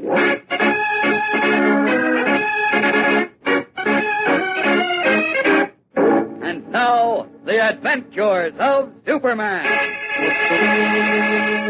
Arriving at the palatial metropolis home of Richard Haller, the mysterious red-bearded man he suspects of having some connection with the secret aerial rocket being offered for sale to a foreign power, Clark Kent met Lois Lane, star girl reporter for the Daily Planet, coming out the front door. Now, minutes later, Kent has drawn Lois into the shadow of some trees on the lawn and is continuing his questioning. Lois, don't joke about this. If you know Haller, for heaven's sake, tell me. Now, just a minute, Clark. At 10 o'clock this morning, after we got the news flash that a federal warrant had been issued for Superman's arrest, you bolted out of the office without telling anyone where you were going or why. And now, 12 hours later, you show up here and start questioning me as though I were a criminal. After all, Clark, Clark... the last person I expected to see coming out of Richard Haller's house. The last person. Really? Yes. When that door opened and I saw you, I couldn't believe my eyes. Why not? Because Haller is the most dangerous man in the world. Lois. Oh, Clark, you kill me. Please, Lois, keep your voice down. Lois. Talk about making mountains out of molehills. You make volcanoes out of puffs of smoke. Oh, I do. Well, you do. All right, listen. I've been trailing the man who lives in that house ever since I left the office this morning. He's negotiating with a foreign government, trying to sell an aerial rocket 100 times more deadly than the German V-2 rocket. Now, is this one of your usual pipe dreams, Clark? No, it's I happen to know what business Richard Haller is in. Yes, so do I. He poses as a collector of rare books. That's how I traced him, to an old family Bible. You see, Lois, this rocket Haller has is based on the design of the rocket that brought Superman to Earth. What? Yes.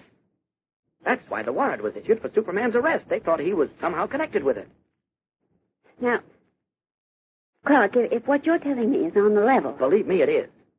That's why I was so shocked when I saw you walk out of that door. Now, tell me, how do you happen to know Haller? I don't know him. I just came out here on a routine assignment. McElroy, the editor of the Sunday magazine section, asked me to interview Haller for a feature story on rare book collecting.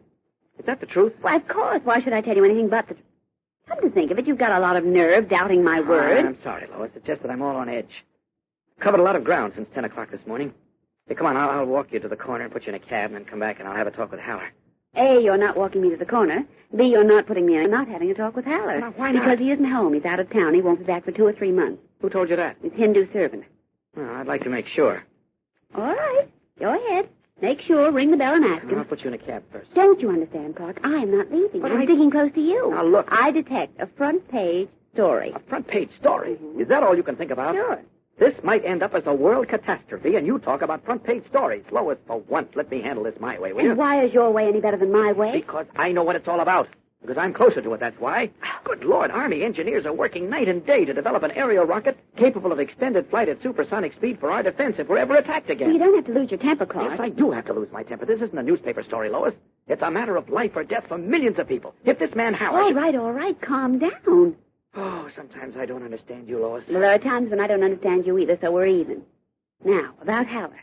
Since it is so important, I'm certainly not going to let you tackle it alone. But, Lois... Now, don't argue, Clark. If you don't believe Haller isn't home, just ring the bell again and make sure. Come on. Lois, wait. You're not getting rid of me, so don't even try. Come on. Oh, if it isn't one thing, it's another. What was that? Nothing. Go ahead, ring the bell. What on earth are you staring at? Just looking the house over, inside and out.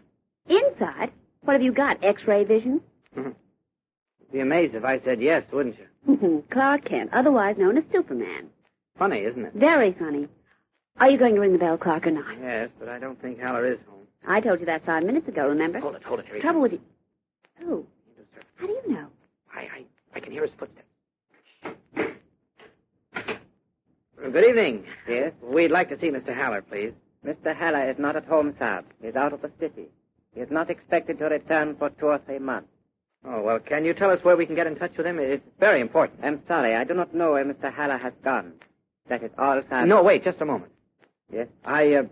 You see, I have an extremely rare book I'm interested in selling, but I need the money, and I can't possibly wait 2 or 3 months. I thought perhaps if there was any way of getting in touch with Mr. Haller that... May I inquire your name, please? Kent. Clark Kent. This young lady is Miss Lane. The ma'am, sir, presented herself earlier. Yes. Is there any way of contacting Mr. Haller? I'm sure he wouldn't want to miss this opportunity. The book I have to sell is the only one of its kind in the world. Will you step inside, please? Well, yes, certainly. After you, Lois. Thank you. Proceed to the trophy room on your right, please. I will be with you shortly. Thank you. He knows where Haller is, Clark. No doubt about it. Yeah, I guess this is the trophy room. You guess. Golly, look at those heads on the wall. A tiger, a lion, and what's that horrible thing over there? It's a rhinoceros. Haller seems to be a big game hunter as well as a book collector. And rocket. Hold it. I beg your pardon. Yes? Could you tell me what rare book you wish to offer Mr. Haller? Well, I'd rather discuss the matter with Mr. Haller directly. I must first know the name of the book, sir. Well, it's a Shakespeare folio, a first folio of one of Shakespeare's plays. It's very rare. And how much are you asking for it? Well, I'm willing to let Mr. Haller set the price.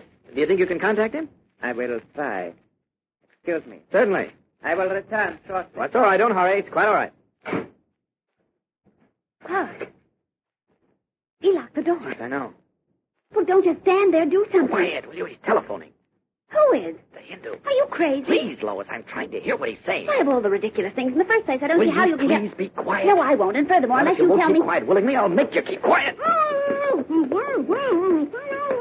All right, I've heard enough. Why, you insolent boor. What right do you have to clap your hand over my mouth? To keep it shut. I had to get some information, and I got it. What information? I know where Richard Haller is. Startled, Lois stares at Clark Kent, unaware that he is, in reality, Superman, who possesses X-ray vision and super hearing, and has pierced the walls of the room in which they are locked to learn the whereabouts of the mysterious man with the red beard. We'll be back to find out what he does with the information in just a moment. So keep listening. Who will pay the most money for the Superman rocket? We don't know. But listen to this. Kellogg's Pep, the super cereal, has fixed it so that just 15 cents can bring you a sensational hand-sized rocket model. The Gyrocket. Yes, sir. A gyrocket you can launch yourself and send flashing in the air up over the treetops. A brilliant colored gyrocket, almost half a foot long, and complete for launching. Listen. You get a metal launching rod, a wooden rocket launcher, and the gyrocket itself with a gleaming wood body, slender and businesslike. Streamlined to the last inch. At the power end is a glittering metal propeller designed to give your gyrocket loads of thrust. Remember, this gyrocket is not a flimsy cardboard cutout, but a rugged steel and wood model to stand hundreds of launches. Right. Yet it's so simple to operate, you can launch it right from your hand. Zoom it into the sky. Up, up, up, and away. Now's the time to get in on the excitement and fun. Get several gyrockets. Start your fleet of the future right now. Then have thrill-a-minute games with your friends, speed and distance contests. There's no end to the fun. Listen carefully. For each gyrocket you want, send 15 cents and a Kellogg's Pep box top to Superman. Box 124, New York 8, New York. Remember, you can't buy this gyrocket anywhere. The only way to get it is to send a box top from Kellogg's Pep, together with 15 cents, a dime and a nickel, and your name and address clearly printed to Superman. Box 124, New York 8, New York. Do it now. This offer is limited to the United States. And now, back to the adventures of Superman. Making use of Superman's X-ray vision and super hearing, Clark Kent watched and listened to Richard Haller's Hindu servant make a telephone call in the room adjacent to the big game trophy room in which he and Lois Lane are locked. As we continue now, Kent has just made the statement that he knows where Richard Haller is, and Lois is staring at him in amazement. What did you just say, Clark? I know where Haller is. I heard the Hindu put through a long-distance call to... What was that? What was what? I heard a peculiar hissing sound. There it is again. Hear it? Yes. Where's it coming from? Stopped. Stay where you are, Lois. I'll have a look around. Wait a minute, Clark. I feel strange. What? I can't breathe. Lois! Lois, what happened? Great Scott, she's unconscious.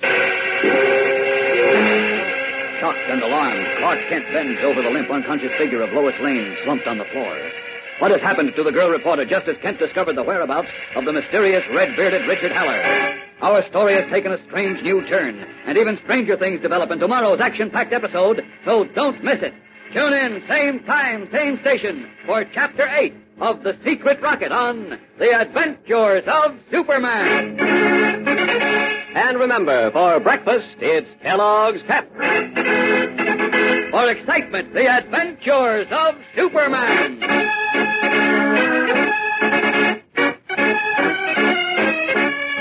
Superman is a copyrighted feature appearing in Superman DC comic magazines and is brought to you Monday through Friday at the same time by Kellogg's Pep, the Sunshine Cereal.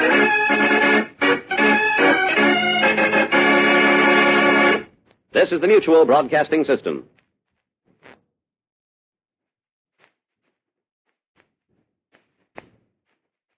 Faster than a speeding bullet. More powerful than a locomotive. Able to leap tall buildings at a single bound. Look, up in the sky. It's a bird. It's a plane. It's Superman. Today, eat Kellogg's Pep, the Super Cereal. Super, as in Superman. Kellogg's Pep, the Sunshine Cereal. Kellogg's Pep, the Super Cereal, presents The Adventures of Superman.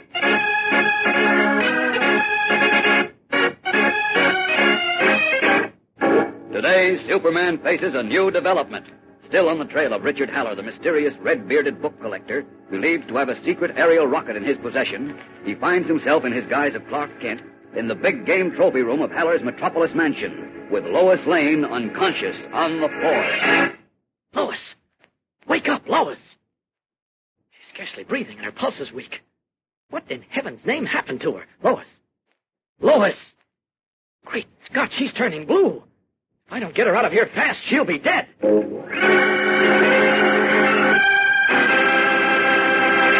What will happen to Lois Lane? We'll know after you hear what's coming next. Think of the spaceships of tomorrow.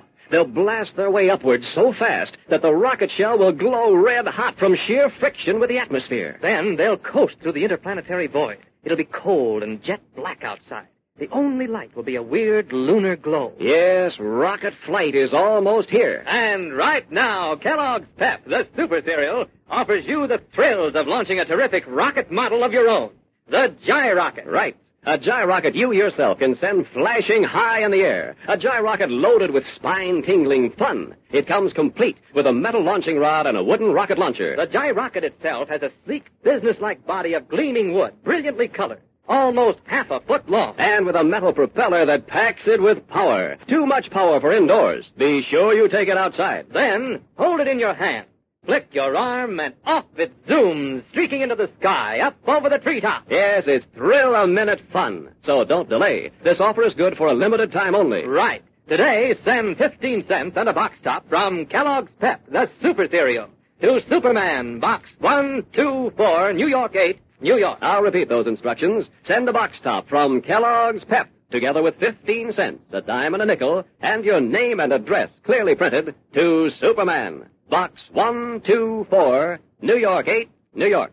This offer is limited to the United States.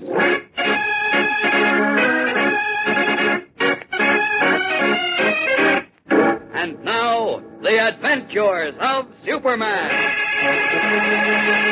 A new and secret aerial rocket capable of spanning the Earth and flying at supersonic speed, and supposedly based on the design of the interplanetary rocket that brought Superman from the planet Krypton to the Earth, is said to be in the hands of Richard Haller, a mysterious red-bearded book collector who is offering it for sale to a foreign power. On the trail of Haller and the rocket, Clark Kent and Lois Lane visited Haller's Metropolis mansion, where Lois has suddenly collapsed and seems to be turning blue from strangulation. Lifting her in his arms, Kent starts for the door of the room. Suddenly it opens, and Haller's Hindu servant enters. Something is wrong, Saab. Out of my way. But, Saab, you cannot leave now. Out of my way, I said, and open the front door. If the Mem Saab is ill, I will call a doctor. There isn't time. Are you going to open that front door? Oh, never mind. I'll do it myself. But, Saab. I'll see you again. Saab, come back. I have a message. I'll come back when I'm good and ready. Now to strip down to my Superman outfit before that bird comes poking out here after me. There, this should be as good a place as any behind this bush. I'll just put Lois down for a moment. Better work fast. She looks bad. There we are. There, does it. Poor kid's fighting for breath. I think maybe the best thing is to take her up 1,000 feet where the air is cooler, as Superman. Up with her. There we are. Now, up and away!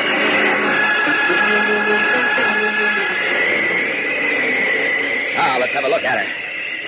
Ah, she's breathing more easily up here. Guess I better take her up a little higher. Up! Yes, this cold air seems to be doing the trick. She's not fighting for breath now. The color's better, too. And her pulse is stronger.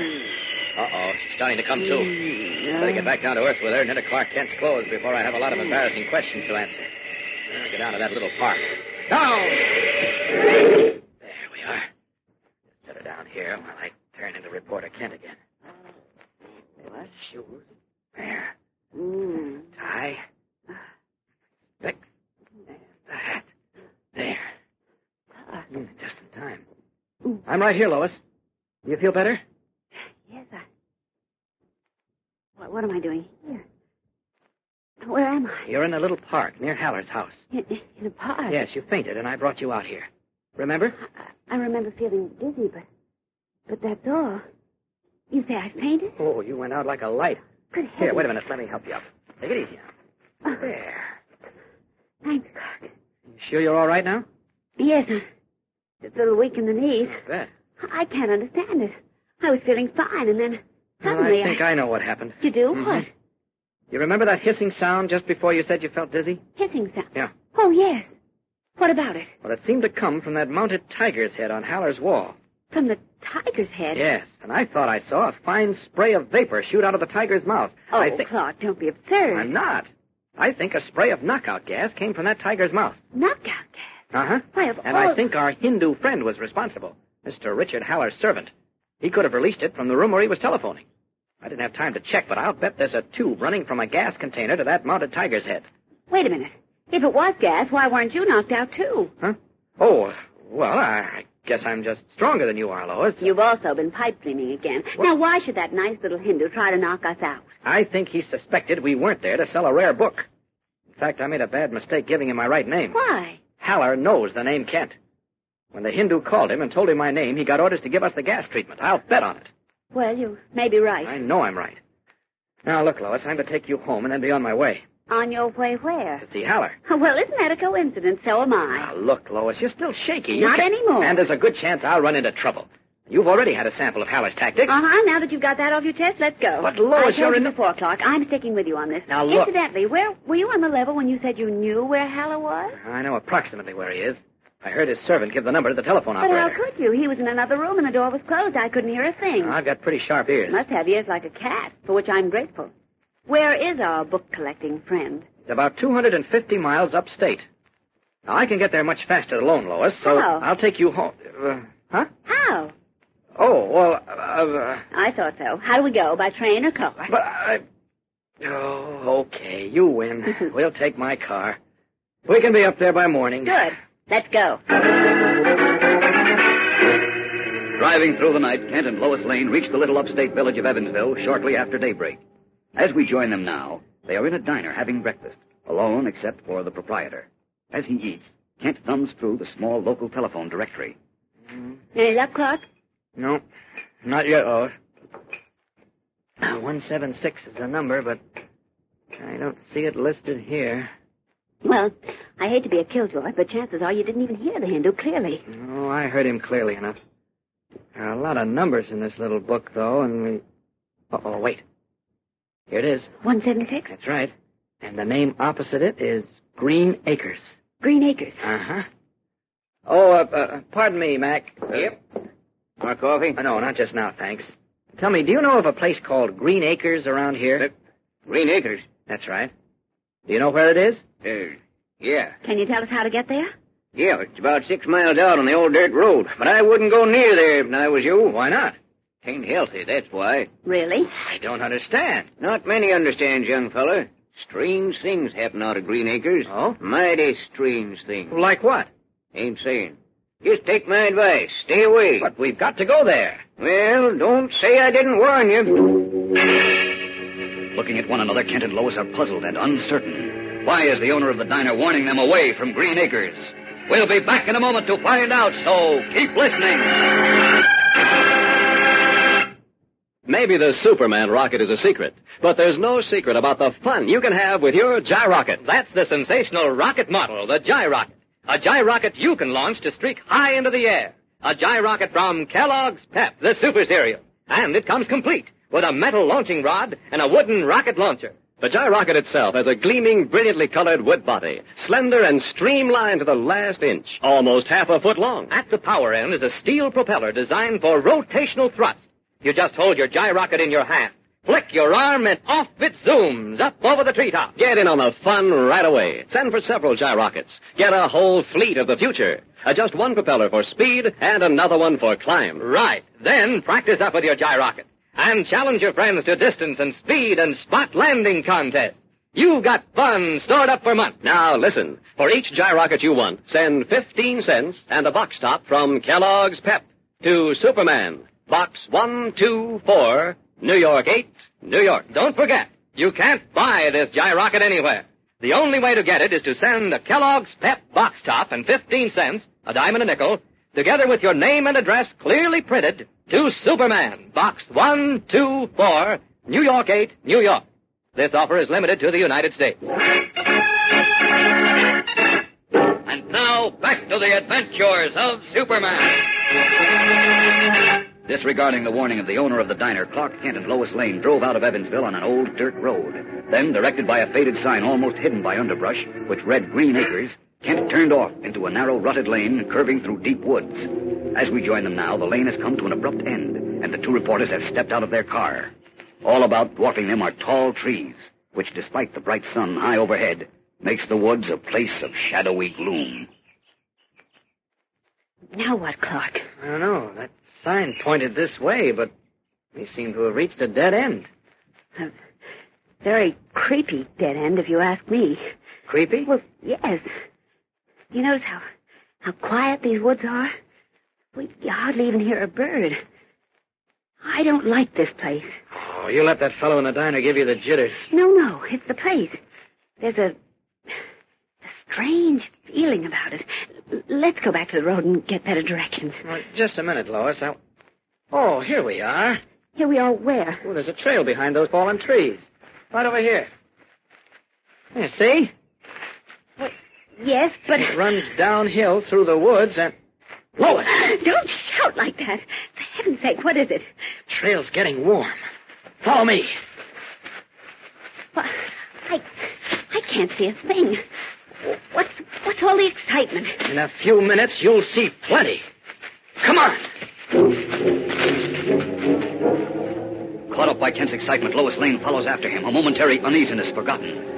The winding, half-hidden trail demands all her attention, and the noise of their steps in the brush hides from Kent's sharp ears what they might otherwise have perceived, a slight rustling sound above and behind Lois. Through the lower branches of two trees on either side of the trail, a pair of lean, strangely spotted animals are watching Lois's approach, their gleaming yellow eyes fastening on her back as she passes beneath them.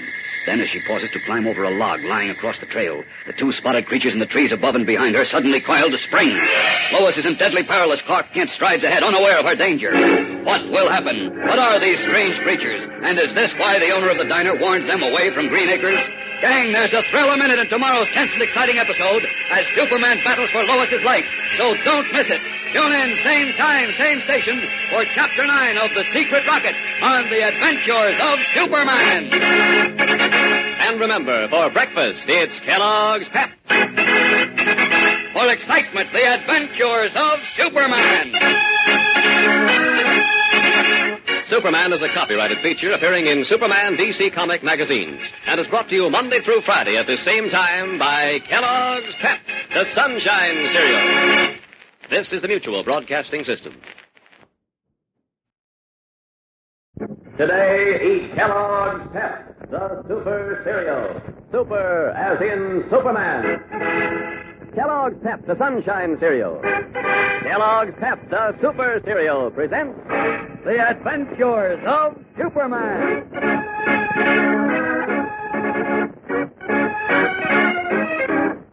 Today, Superman, as Clark Kent and Lois Lane, have arrived at Green Acres in search of a secret aerial rocket. Sensing great danger, Kent tries to send Lois back to Metropolis. You'd better take the car and drive back to town, Lois. This place is dangerous. No more dangerous for me than it is for you. Yes, it is. If necessary, I can... You can what? Wave a magic wand and turn into Superman? That amuses you, doesn't it? Now, please, Clark, let's not discuss it. I've come this far, and I am not turning back now. Well, all right. But I'm warning you, even with Superman's help, you may never get out of these woods alive. Is it life or death for Lois Lane? We'll know right after what's coming next. Spaceship now leaving from Tower 3. Rocket Express for Saturn with stops at Mars and Jupiter. All visitors will please leave the launching tower for... That's a short preview of a rocket terminal of the future. And not so far in the future either. Rocket flight is just around the corner. Right. But now Kellogg's Pep, the Super Cereal, offers you a terrific hand-sized rocket model, the Gyrocket. A Gyrocket you can send streaking into the air, up over the treetops. The Gyrocket itself is sleek and businesslike, with its streamlined body brilliantly colored, almost half a foot long. Plus a steel propeller at the stern that packs rotational thrust. And the gyrocket comes complete with a metal launching rod and a wooden rocket launcher. Right. You hold it in your hand, flick your arm, and off it zooms, flashing into the sky. Every launching's a new thrill. Now be sure you send for your gyrocket right away. Get yours while the getting's still good. For each gyrocket you want, send 15 cents and a box top from Kellogg's Pep to Superman, Box 124, New York 8, New York. Remember, you can't buy this gyrocket anywhere. The only way to get it is to send a box top from Kellogg's Pep, plus 15 cents, a dime and a nickel, and your name and address clearly printed to Superman, Box 124, New York 8, New York. This offer is limited to the United States.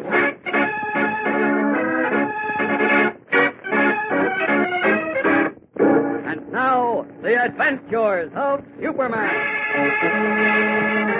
As you remember, Superman believes that a mysterious red-bearded man named Richard Haller has gained possession of the wrecked aerial rocket in which the Man of Steel came to Earth from the planet Krypton many years ago.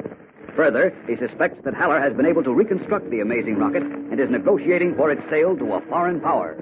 Tracing Haller far upstate, Superman and his guys of Clark Kent and Lois Lane, girl reporter, were following a winding foot trail through deep woods when suddenly Kent spied two large, tawny, strangely spotted creatures, crouching half-hidden on the lower limbs of the trees adjoining the trail, their haunches coiled and prepared to spring. At that instant, a horrible question flashed through Clark Kent's mind. How can I save Lois without revealing that I'm Superman? But even as the question flashes through his mind, the answer races with it, and he leaps into action, swifter than the human eye can follow, swifter than the spotted killers. There's a blur through the air as he lands beside Lois. One hand sweeps her flat on the ground, stunning her, and with the same motion, he turns to face the snarling creature circling down on him. Catching them in midair and locking his steel fingers in the thick fur of their throats, Kent holds them aloft, oblivious of their sharp, slashing fangs and great ripping claws. Then swiftly, as the furious beasts snarl and roar their rage, the Man of Steel crushes the breath out of them. Feels the vicious, tawny bodies go limp and lifeless in his hands. Then, with a mighty heave, he hurls them high over the towering trees and far into the woods. Once again, the woods are silent, save for the lone chirping of a bird off in the distance. Then Kent steps to Lois's side as the girl reporter rises unsteadily to her feet. Dazed, she stares back fearfully at the empty trail, her eyes bright with nameless terror. Clark. What happened? Well, you took a bad spill climbing over that log. No, there was something else. I saw two animals leap out of the trees. They were spotted. Yellow and black. Just take it easy, Lois. You'll be all right. I tell you, I did see them. They looked like... I know. They were cheetahs. Lois. They use them for hunting in India. They do. They look something like leopards. We're a long way from India. They had collars around their necks, and you were fighting with them. God, what am I talking about? It all sounds so crazy. Sure, the chances are you blacked out for a moment when you fell. Yes, of course. I'm sorry. Guess I'll be seeing pink elephants next. Look, Lois, why don't you go back to the car, huh? This is really no place for you. Now stop it, Clark. I'm all right now. Let's go.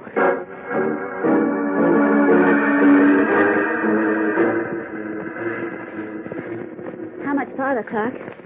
These shoes weren't made for hiking in the woods. Okay, hold up. I can see it from here. See what? Look down that little hill to your left. Here, wait, I'll spread the bushes apart. There. See it? Well, I see a little farm hemmed in by the woods and several men. Clark, that big man. He has a red beard. Richard Haller. Now, our problem is... Great Scott! Clark, you frightened me. The rocket. The original Superman rocket. It's in the barn to the right of the farmhouse in a concrete pit under the floor. What are you talking about? Clark, stop staring. Yes, it's the original rocket, and it's been reconstructed. We got here just in time. In time for what?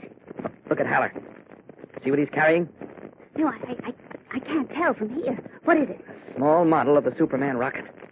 He's going to launch it. There it goes. Good heavens. Look at that shoot up. Colonel Reed and the FBI were right. Haller knows the secret.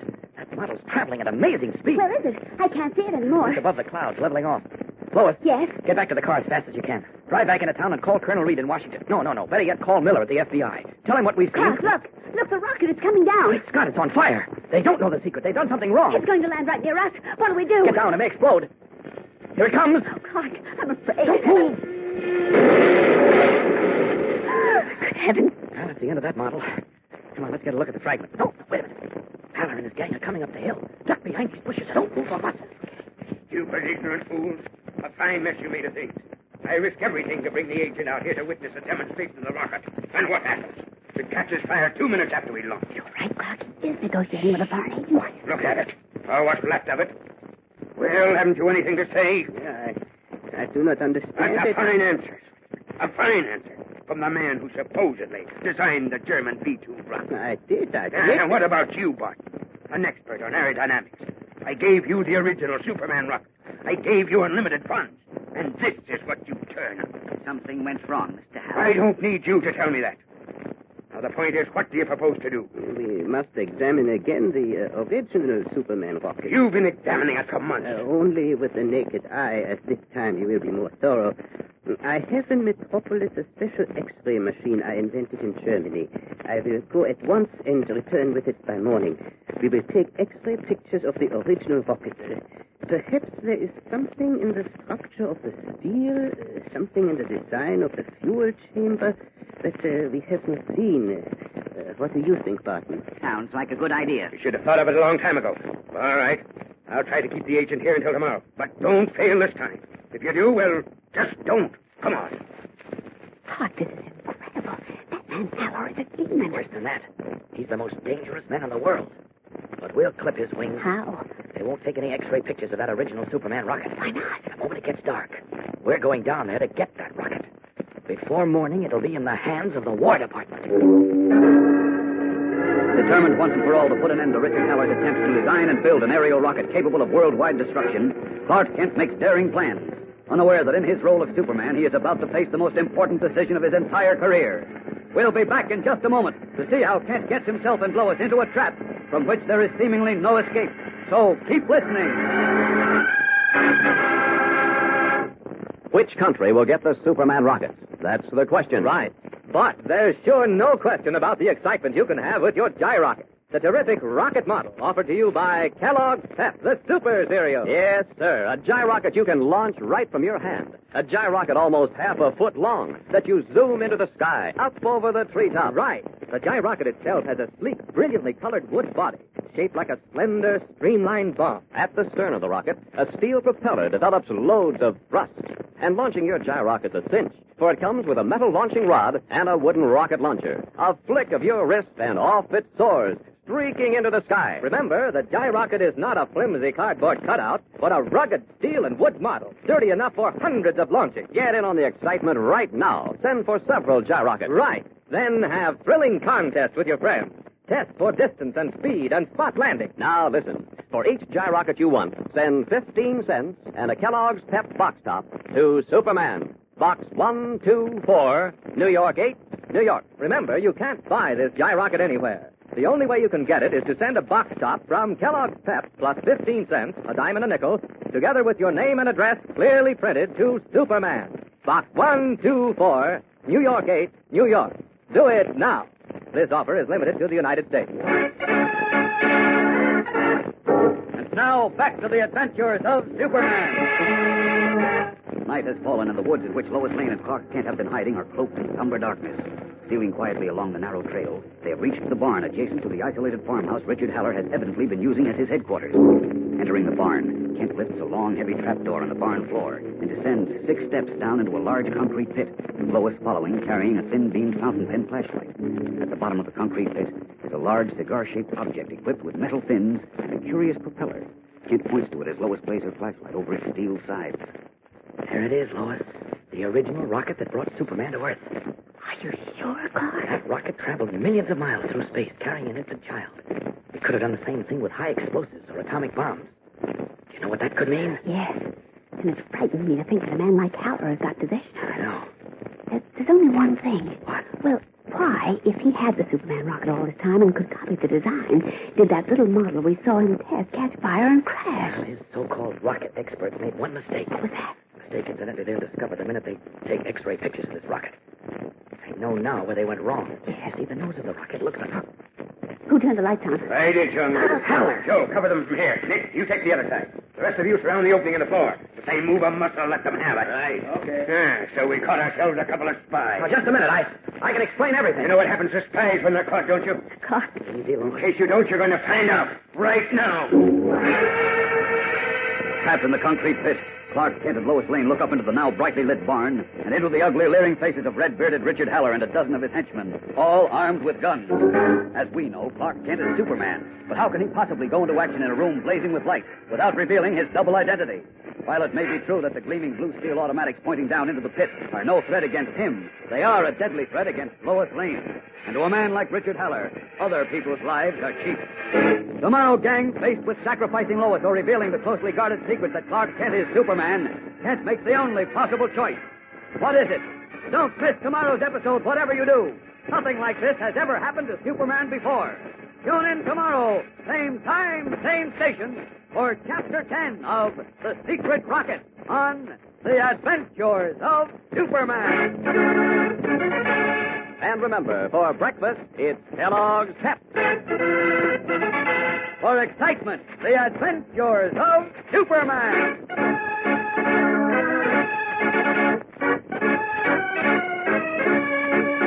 Superman is a copyrighted feature appearing in Superman DC comic magazines and is brought to you Monday through Friday at the same time by Kellogg's Pep, the Sunshine Cereal.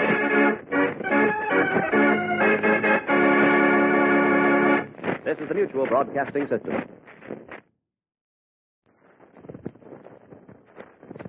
Faster than a speeding bullet. More powerful than a locomotive. Able to leap tall buildings at a single bound. Look, up in the sky. It's a bird. It's a plane. It's Superman. Today, eat Kellogg's Pep, the Super Cereal. Super as in Superman. Kellogg's Pep, the Sunshine Cereal. Kellogg's Pep, the Super Cereal, presents The Adventures of Superman.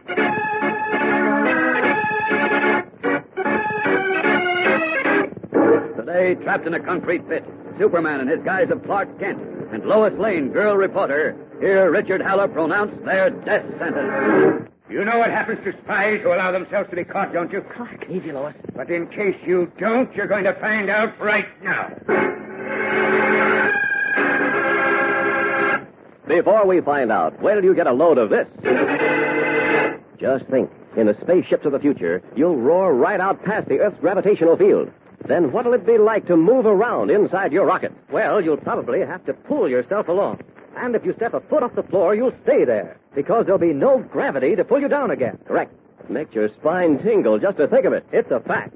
And right now, Kellogg's Pep, the Super Cereal, brings you a terrific rocket model of your own. The Gyrocket.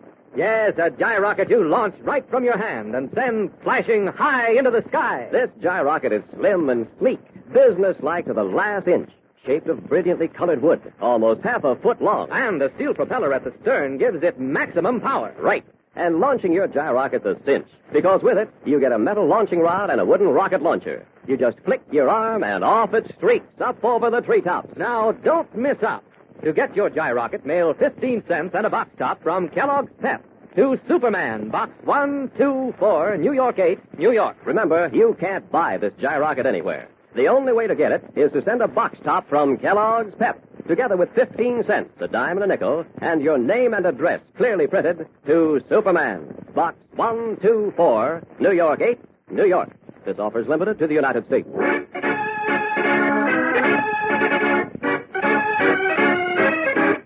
And now, The Adventures of Superman. Discovering the hideout of Richard Haller, the mysterious red-bearded book collector who managed to get possession of the original aerial rocket in which Superman came to Earth, Clark Kent and Lois Lane waited until nightfall and then slipped into Haller's barn, where in a concrete pit beneath the floor, they found the Superman rocket.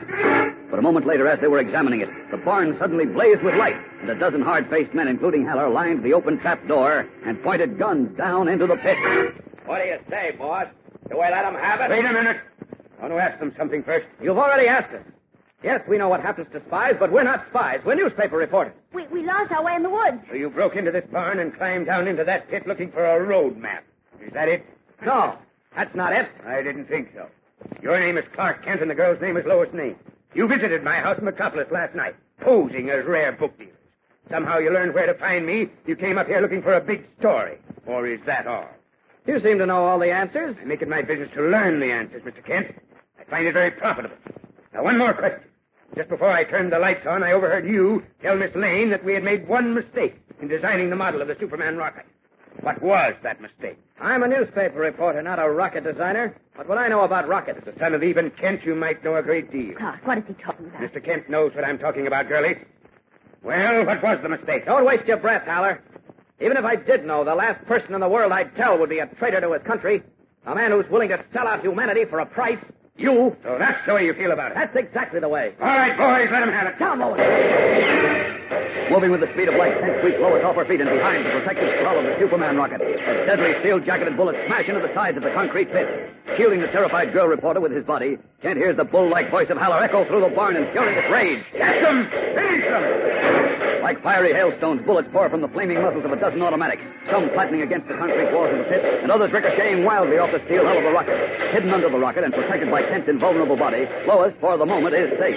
But as Kent well knows, it may only be for a moment.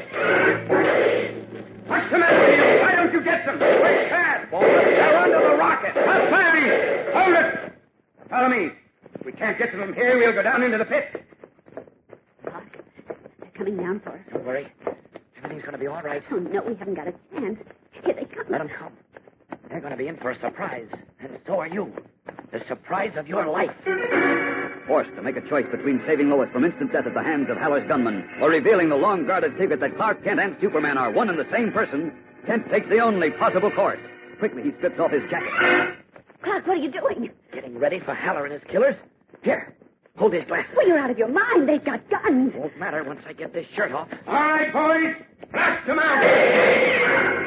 Spitting blue flame, the automatics in the hands of Haller's men send a hail of deadly whining bullets to the now unprotected spot, where Lois Lane, terror-stricken, crouches behind Clark Kent, expecting each moment to be her last. Kent moves quickly from side to side, protecting her against the death-dealing steel-jacketed slugs.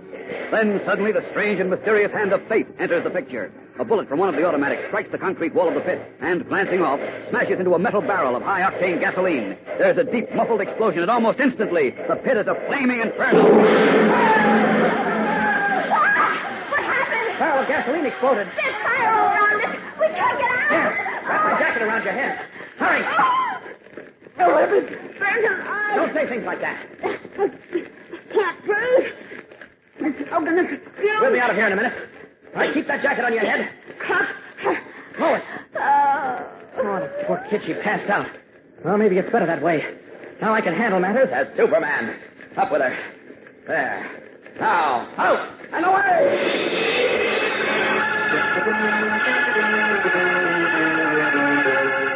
Cradling the now unconscious girl reporter in his powerful arms, Superman streaks through the roaring fire and blinding black smoke and flashes out through the open barn doors above the heads of Richard Haller's panic-stricken gunmen, who clawed one another in attempting to escape the deadly inferno.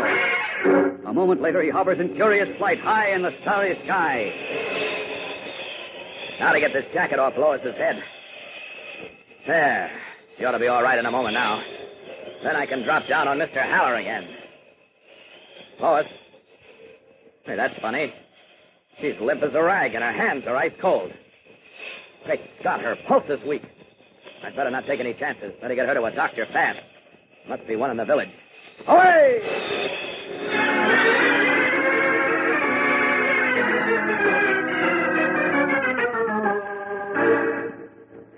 You're sure Miss Lane's going to be all right, Doctor? Quite sure, Superman. She evidently inhaled some burning gasoline fumes and became partially asphyxiated.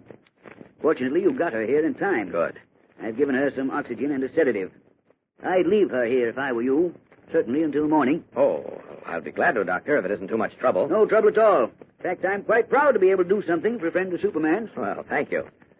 I've got to leave now. Well, you go right ahead, and don't you worry about the young lady. Thanks again, Doc. Oh, yes, one thing. Would you please tell Miss Lane that Clark Kent is all right? Tell her he escaped without injury. Be glad to. Good night. Thanks for everything. You're more than welcome. Good night. Now, to get back to Richard Haller and his gang. Up and away!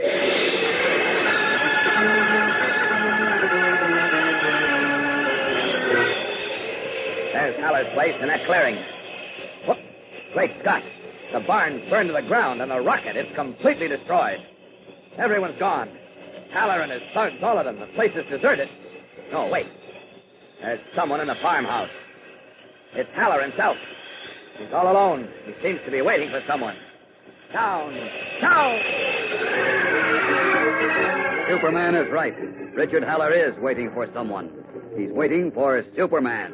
Because Richard Haller believes he has a weapon against which Superman cannot fight. Gang, there's a startling, shocking surprise coming up in just a minute. So don't miss the climax of today's episode. Keep listening. The Superman rocket means world power. And the Gyrocket, the sensational rocket model, means thrill-a-minute fun. Yes, sir. And Kellogg's Pep, the super cereal, offers you a Gyrocket. A Gyrocket that you yourself can launch to zoom into the sky, up over the treetops. This terrific Gyrocket has a brilliantly colored wood body. It's streamlined and sleek, almost half a foot long. And a steel propeller at the stern loads the Gyrocket with rotational thrust. Yet launching's a cinch, because with your Gyrocket, you get a metal launching rod and a wooden rocket launcher. You hold the launching rod in your hand, flick your arm, and up it streaks high in the sky. Now's the time to get in on the fun. Get several Gyrockets. You can be captain of a whole fleet of the future. Right. Then have thrilling contests with your friends. Trials for speed and accuracy and distance. Practice so you can be the rocket champ of your neighborhood. Now listen carefully.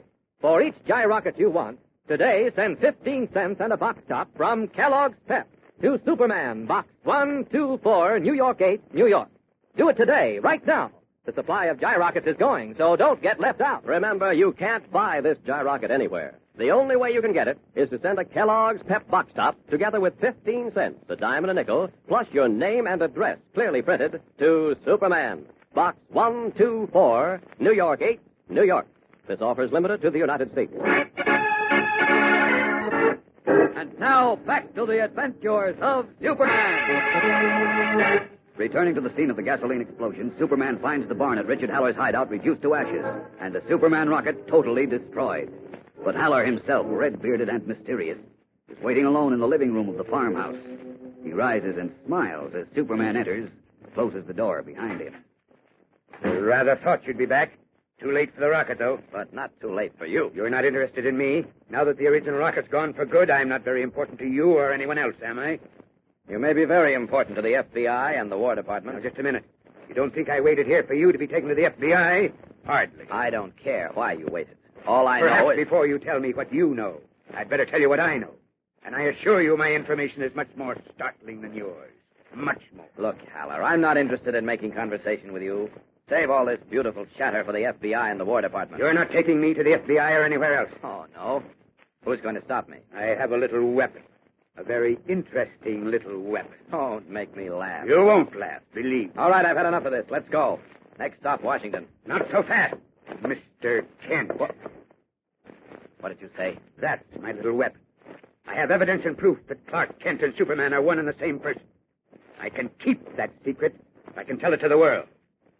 Take your choice. Shocked beyond belief, Superman stares at Richard Haller in speechless amazement. A sick, empty feeling at the pit of his stomach. In his heart of hearts, he realizes that the red-bearded Haller has somehow stumbled on the only weapon that could be used against him. The secret of his double identity, the knowledge that Clark Kent is Superman. Because once he is revealed as Superman, Clark Kent can no longer be effective as a champion of justice. For a fleeting moment, a wild and daring thought flashes through his mind. He's alone with Haller. In an instant, he could crush the slimy, red-bearded enemy of decency and end forever Haller's threat against humanity and himself. But that would be murder. Cold-blooded murder. What can Superman do? What would you do? Gang, don't miss Monday's episode for the thrill of your life. Nothing like this has ever happened to Superman before, and you'll want to hear what decision he makes. So tune in Monday, same time, same station, for Chapter 11 of The Secret Rocket on The Adventures of Superman. And remember, for breakfast, it's Kellogg's Pep. For excitement, The Adventures of Superman.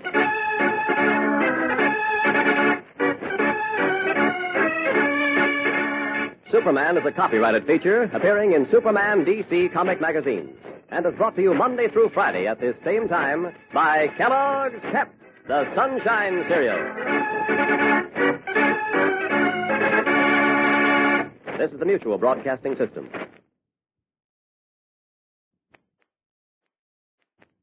Faster than a speeding bullet. More powerful than a locomotive.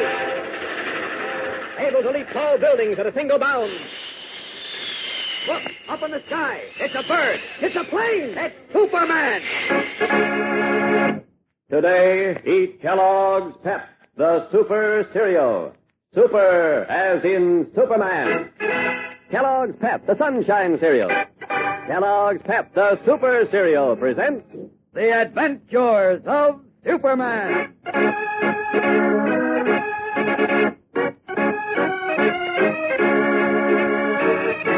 Today, Superman gets the shock of his life when he returns to Richard Haller's hideout to find the red-bearded traitor waiting for him. I had a hunch you'd be back sooner or later, Mr. Kent. What did you call me? Kent. Your other name is Clark Kent, and don't bother to deny it, because I have evidence and proof that Clark Kent and Superman are one and the same person. Before you get that proof, get this angle. Let's say you're riding in a rocket ship. Your pilot's about to land you on the moon. He flies straight up, away from the moon's surface, so the moon's gravity can pull the rocket down stern first. Then he speeds up the motors. Just enough so the upward thrust balances the downward gravity pull. Eases you down backwards. A beautiful landing. Exciting? I'll say it is. Like the excitement when you get your rocket model from Kellogg's Pep, the Super Cereal. Yes, a gyrocket that you launch right from your hand. A gyrocket that slashes into the air, up over the treetops. A sleek, brilliant-colored gyrocket, almost half a foot long, with a slim, gleaming, streamlined wooden body. The steel propeller at the stern bites into the air with maximum power. With your gyrocket, you get a metal launching rod and a wooden rocket launcher. You just snap your arm up and watch the rocket streak off. Send for a whole fleet of gyrockets right now. For each gyrocket you want, send 15 cents and a Kellogg's Pep box top to Superman, Box 124, New York 8, New York. Remember, you can't buy this gyrocket anywhere. The only way to get it is to send a box top from Kellogg's Pep, plus a dime and a nickel and your name and address clearly printed to Superman, Box 124, New York 8, New York. This offer is limited to the United States.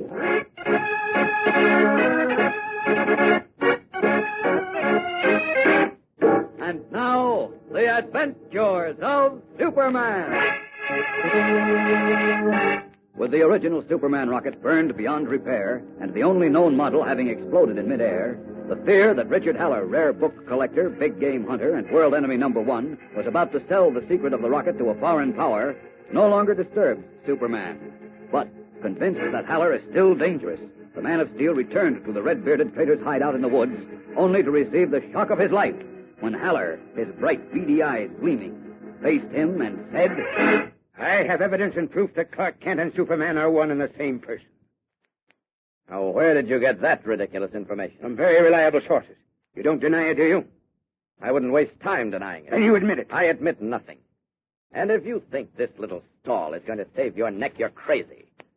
I'm delivering you to the FBI in Washington if it's the last thing I do. Of course, you know the first thing I'll tell them and the world is that Clark Kent is Superman. They'll laugh at you. Not when I show them the proof. What proof? For one thing, even Kent's Bible. Your foster father's Bible. My foster father? What are you talking about? No use, Superman. I've got it in black and white. There were several entries in the back of Eben Kent's Bible. One had to do with a rocket that fell from the sky. A rocket with an infant boy in it. There was another entry about how Kent's adopted the child. How they named him Clark and brought him up. About how big and strong he was. Stronger than any other boy in the county. It was simple for me to put 2 and 2 together. Only this time, 2 and 2 don't make 4. You're barking up the wrong tree, Haller. Am I? What about this? Tonight, before the fire, I emptied my automatic at Clark Kent. Now, I'm a cracked pistol shot, and I couldn't possibly have missed with all 8 bullets. And yet, Mr. Kent wasn't hit. Do you know why? Because the bullets bounced off his body. All through? Yes, I think that's enough. But don't let it worry you, Superman. I'll keep your secret if you keep mine. Do you think even if your fantastic story were true that I'd make a deal with you? If you don't, you're washed up. You'll never be able to work undercover again. Now get this straight, Haller. I don't care what evidence you think you've got. I don't care whether it means the finish of me. I'm taking you to the FBI without any deals and without any bargains. And I'm taking you now.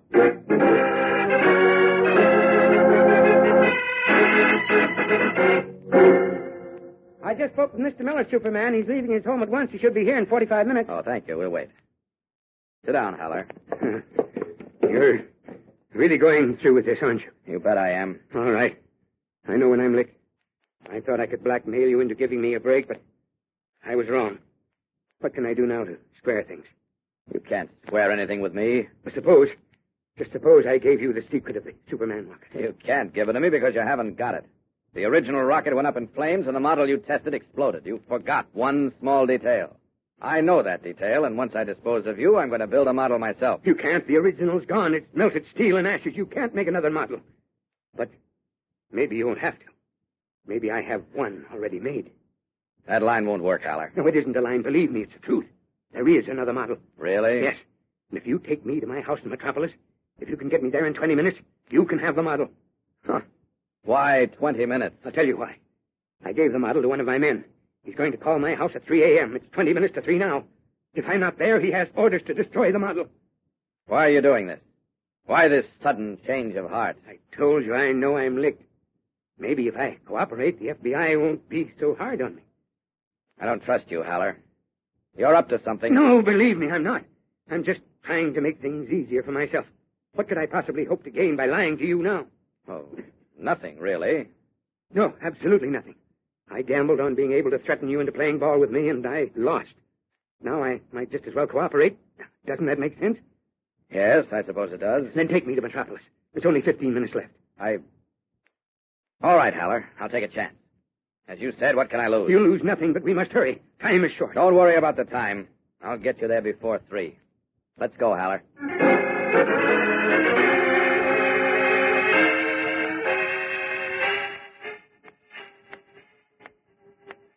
A minute and a half to go, Haller. Where's your pal's phone call? He'll call, don't worry. He'd better. For your sake, more than mine. Why won't you trust me? Didn't I give you even Kemp's Bible? When a man like you gives something away, especially something as valuable as you think that Bible is, I really get suspicious. I'm smart enough to know when I'm licked. When you wouldn't play ball with me, even to save the secret of your double identity, I knew I was through. Less than a minute left now. Joe will call. I can depend on him. 25 seconds. He'll call, I tell you. 20 seconds. Joe never let me down. He won't now. 15 seconds. 14. 13. 12.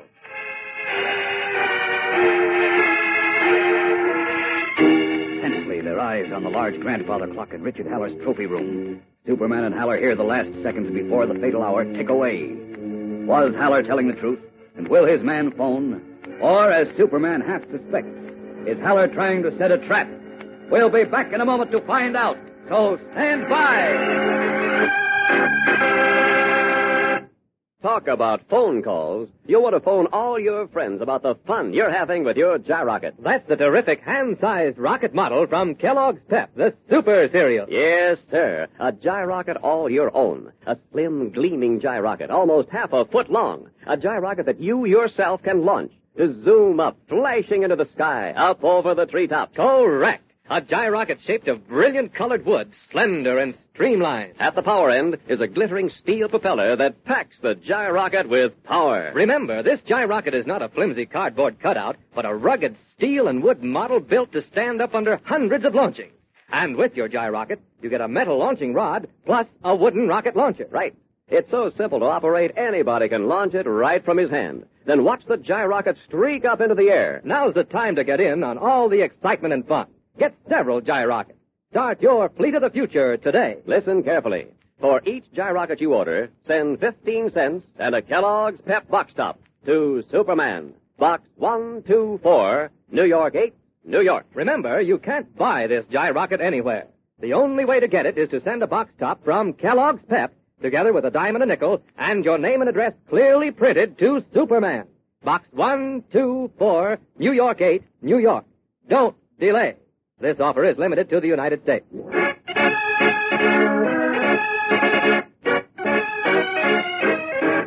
And now, back to the adventures of Superman. In Richard Haller's trophy room, where Superman and Haller are awaiting a phone call from one of Haller's henchmen, the long hand of a large grandfather clock has just closed on the hour. 3 o'clock. Your man didn't call, Haller. Maybe the clock's fast. We checked it with both of our watches. Remember? Oh, yeah. All right. Come on, Haller, open up. You knew there wasn't going to be any phone call. You're up to some trick. What is it? No, it's no trick. I swear it's Superman. Maybe something happened to Joe. Something's going to happen to you and no maybes unless you tell me the truth. There isn't another model of the rocket, is there? Yes, there is. There is, eh?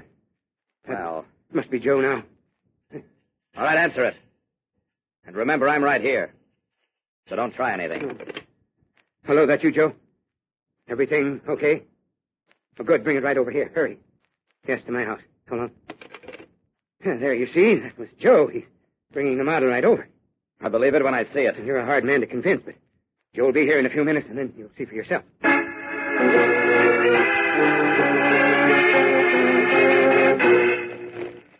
I wrapped it in this paper, boss. Okay, Joe, here. Here's your model, Superman. Do you believe now I'm shooting straight with you? Oh. Looks like the right model, but... It is the right model. We made it the same time we made the other one, from the same designs and the same dyes. There seems to be a slight difference. I can't quite put my finger on it. Well, there can't be any difference. It's a perfect scale duplicate of the original Superman rocket. Well, I'll find out soon enough.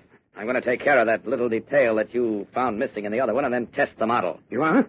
Where? When? That's my business, Heller. I'm going to get to work right now. Oh, by the way, don't either of you try to leave this house. The police squad I called for is on the grounds now. No, we won't try to leave. Good. Oh, Superman. Yes? If the model works, and I'm sure it will, the FBI ought to appreciate my cooperation, huh? That's up to them. Good night. Good night. Good night. Gee, boss, I don't know what you're up to, but I don't like it. Monkeying around with Superman. He's too big. The bigger they are, Joe, the harder they fall. And Superman's going to fall like a ton of bricks. Rubbing his hands gleefully, red-bearded Richard Haller looks quite pleased with himself. What is he up to? Has he set a trap? And has Superman fallen into it? Yes, fellows and girls, Haller has set a cunning trap, which may prove to be too much for even Superman. We'll find out more about it tomorrow, when Superman tests the model of the amazing rocket which brought him to Earth, and which he now hopes may be used to preserve peace. So be sure to listen. Tune in tomorrow, same time, same station, for Chapter 12 of The Secret Rocket. And remember, for breakfast, it's Kellogg's Pep. For excitement, the adventures of Superman.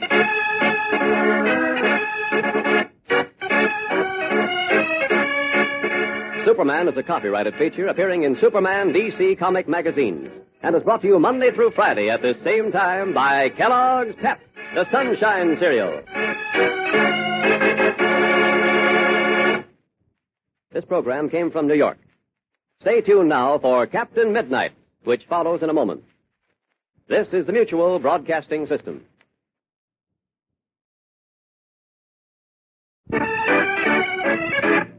And now, the adventures of Superman.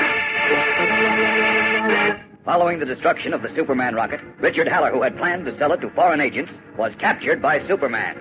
But Haller was defiant, threatening that unless he was freed, he would reveal to the world that Superman and Clark Kent were one and the same person.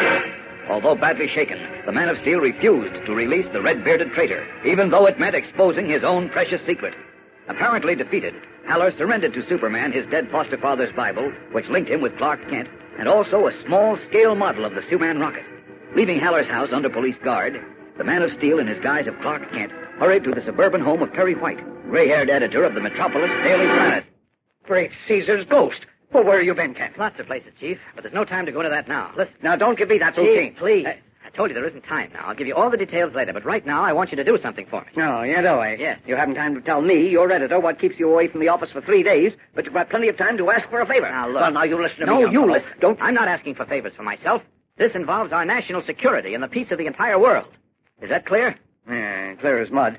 Well, go ahead. I'm listening. It's about time. John Carter, president of that big jewelry shop on the avenue, is a friend of yours, isn't he? A very good friend. What about it? I want you to phone him right now and ask him to meet me at his store at once. Tell him to give me whatever I want and to charge it to the Daily Planet. To the Planet? Now, wait. What do you want? Oh, will you stop wasting precious time and do as I say, Chief? Now, take my word for it. The Planet will be repaid in full by the government of the United States. Well, all right, Kent. But I wish you'd tell... Everything later at the office. Now, get on the phone and call Carter, please. Tell him I'll be waiting for him at his store. So long, Chief, and thanks.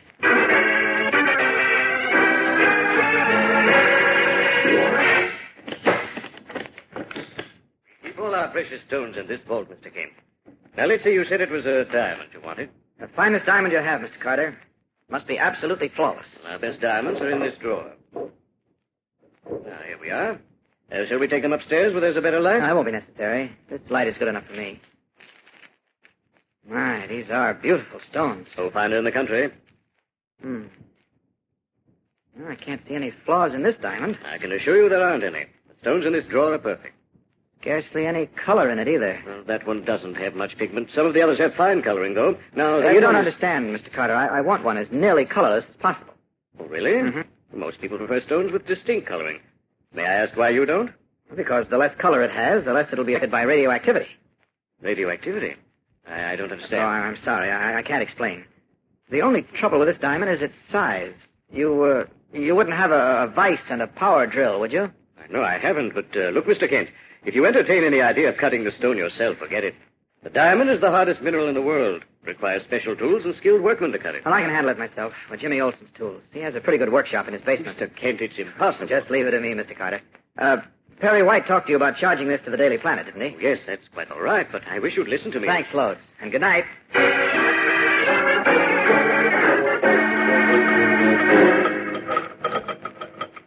Now, I'll just set the model in the vise here, Jim, like this. Well, it looks like a little rocket, Mr. Kent. That's exactly what it is.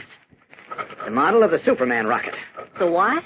The Superman rocket. The one in which Superman came to Earth from the planet Krypton a long time ago. What? You're kidding. No, I'm not. There, that ought to hold. Well, you are. How could you have a model of Superman's rocket? Well, it's a long story, but take my word for it. This is it. Now, get me your power drill, will you, Jim? The one I gave you for Christmas. Oh, now, wait a minute. Tell me There's what... no time, Jim. I've got to find out if I'm right about this and if Haller played square with me.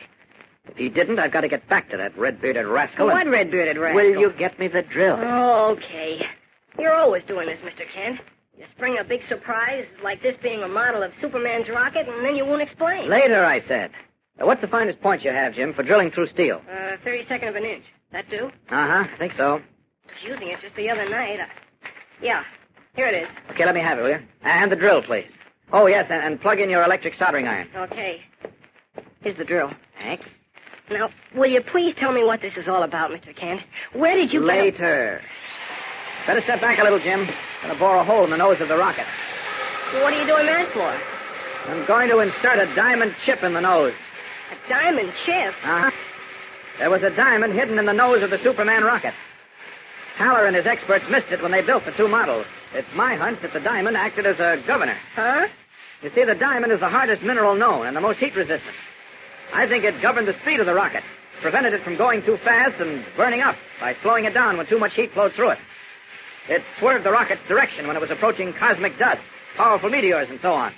You follow? Well, not exactly, but... There, that ought to do it. Now, let's see if I squeeze the diamond small enough. What do you mean, squeeze the diamond? Just a figure of speech, Jim. Here we are. I think it'll do. That's the smallest diamond I ever saw. You're going to put it in the rocket's nose, huh? Uh-huh, and I hope it does the trick. There, I can push it into place with the drill. That does it. Now let's have the soldering iron, Jim. I want to seal the opening in the nose. Coming up. Here you are. Thanks. Golly, you think that little diamond chip will do the trick, huh? Keep your fingers crossed. Jeepers. There, it's sealed. Now we just take the model out of the vise. I wonder. What, Mr. Kent? I can't put my finger on it, Jim, but this model seems different in some way. Different? What do you mean? From the first model and the original Superman rocket. Different? How? I don't know. It seems to be identical, and yet... Well, maybe I'm just imagining it because I don't trust Haller. Sure, that's probably all it is. All right, let's go. Oh, where? To Metropolis Park, to find out if I've solved the secret of the Superman rocket. Followed by Jimmy Olsen, eager and excited, Clark Kent heads for Metropolis Park to test the tiny rocket. What will happen? We'll be back in a moment for the amazing climax of today's episode. So keep listening. Say, don't think everything around here is secret, because we're coming right out with news that's sensational. Yes, news about your gyrocket. A real gyrocket, a terrific hand-sized rocket model. A gyrocket from Kellogg's Pep, the Super Cereal. It's a fact. A gyrocket that you can launch right from your hand to zoom into the sky, a flashing streak of brilliant color. Yes, a gyrocket with a gleaming, brightly colored wooden body, slender and streamlined to the last inch. Almost half a foot long. At the power end is a steel propeller designed for rotational thrust. And the launching's a cinch, because with your gyrocket, you get a metal launching rod and a wooden rocket launcher. You just hold the launching rod in your hand, flick your arm, and then off it goes, knifing its way through the air up over the treetops. Get in on the fun right away. Send for several gyrockets. Get a whole rocket fleet of the future. Right. Then practice up with your gyrocket and challenge your friends to distance and speed contests and spot landing. Now listen. For each gyrocket you order, today send 15 cents and a Kellogg's Pep box top to Superman, Box 124, New York 8, New York. Don't forget, you can't buy this gyrocket anywhere. The only way to get it is to send a box top from Kellogg's Pep, plus a dime and a nickel, and your name and address clearly printed to Superman, Box 124, New York 8, New York. This offer is limited to the United States.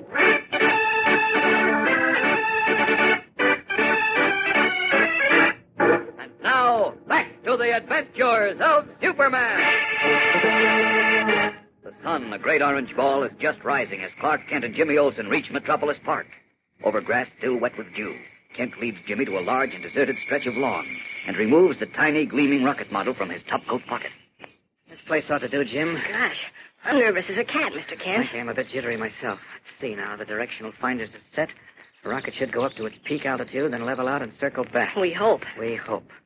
Well, here goes. Hey, wait. What about the fuel? Oh, the chambers have enough gas and liquid oxygen to get the rocket started. When it's underway, it draws its own fuel out of the air. Oh. All right, Jim, take a deep breath now. Here it goes.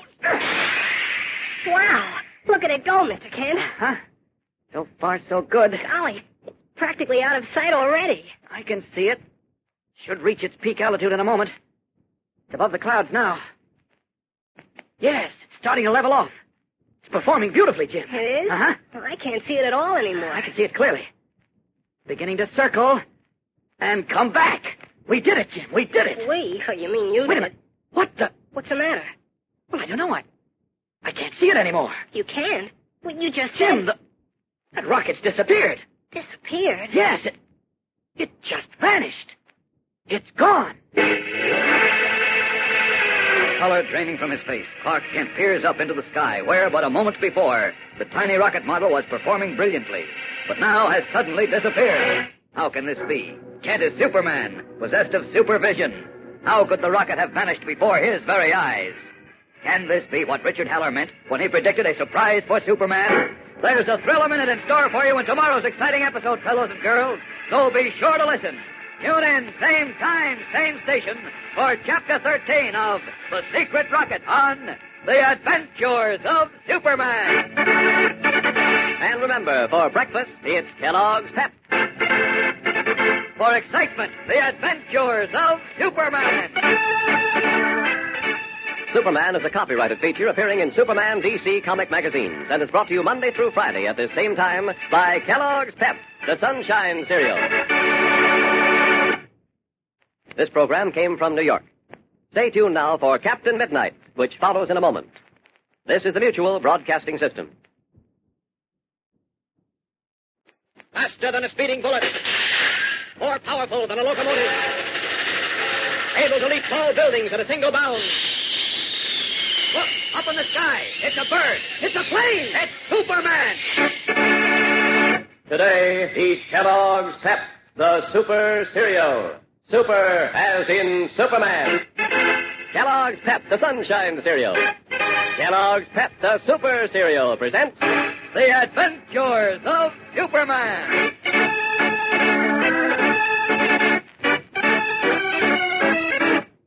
Today, Clark Kent, accompanied by Cub reporter Jimmy Olsen, launches the tiny model of the Superman rocket in Metropolis Park. And something amazing occurs. Model's reached its peak altitude now, Jim. It's leveling off. Starting to circle back. It is? Uh-huh. So high up, I can't see it anymore, Mr. Kent. I can. Wait.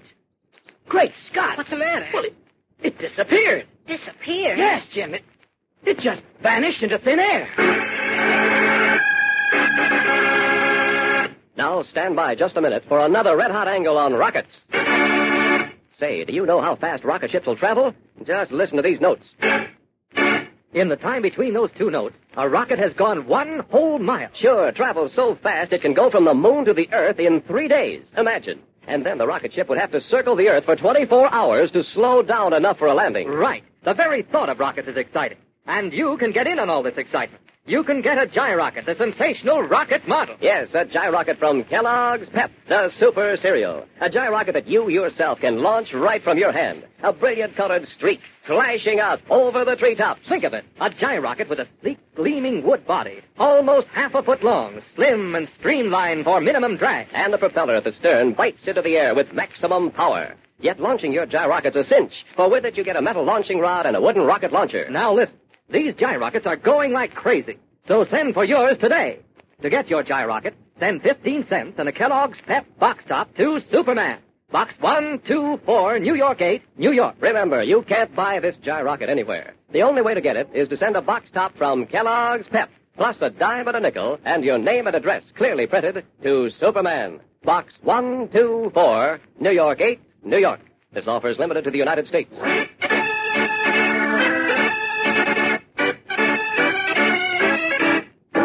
Now, the adventures of Superman. When Richard Haller, a cunning, red-bearded adventurer, secured the wreckage of the amazing rocket in which Superman had come to Earth from the planet Krypton, he made 2 small-scale models for test purposes, intending to sell the secret to foreign agents. The first model caught fire and burned in the air, but Superman, who witnessed that test unseen, was able to see a slight but important difference between the model and the original Superman rocket. That night, the original was destroyed by fire, but Superman captured Haller and received from him the second little model. Boring a hole in the nose, he inserted a flawless diamond chip, and at dawn, in his guise of Clark Kent, and accompanied by cub reporter Jimmy Olsen, he took the model to Metropolis Park, where he launched it.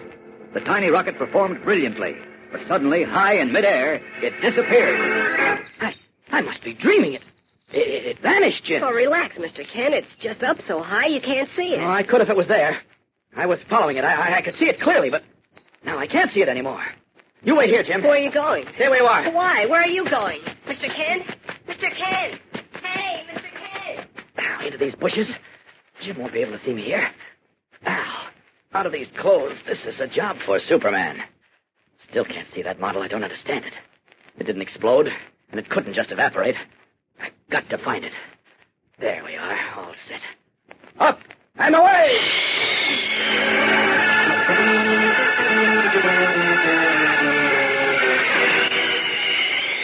Just about up here, over the ball field when it disappeared. Now, let's see. It started to circle to the west. Away! No, still don't see it. Up! Way up for a bird's eye view. There's the whole park below me. There's Jim. What did happen to that model? It couldn't have fallen. I would have seen it. And yet, what else could have happened to it? There's the lagoon down there. All right, I'll search that and then every inch of the park. Away!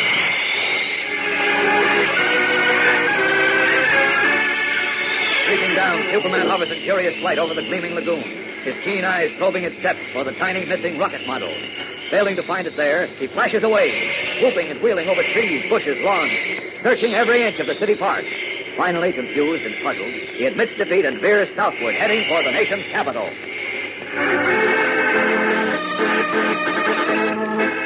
A short time later, the Man of Steel is in conference with John Miller of the Federal Bureau of Investigation and Colonel Reed of Military Intelligence. The model was directly over the ball field, Mr. Miller, in the center of the park, when I lost sight of it.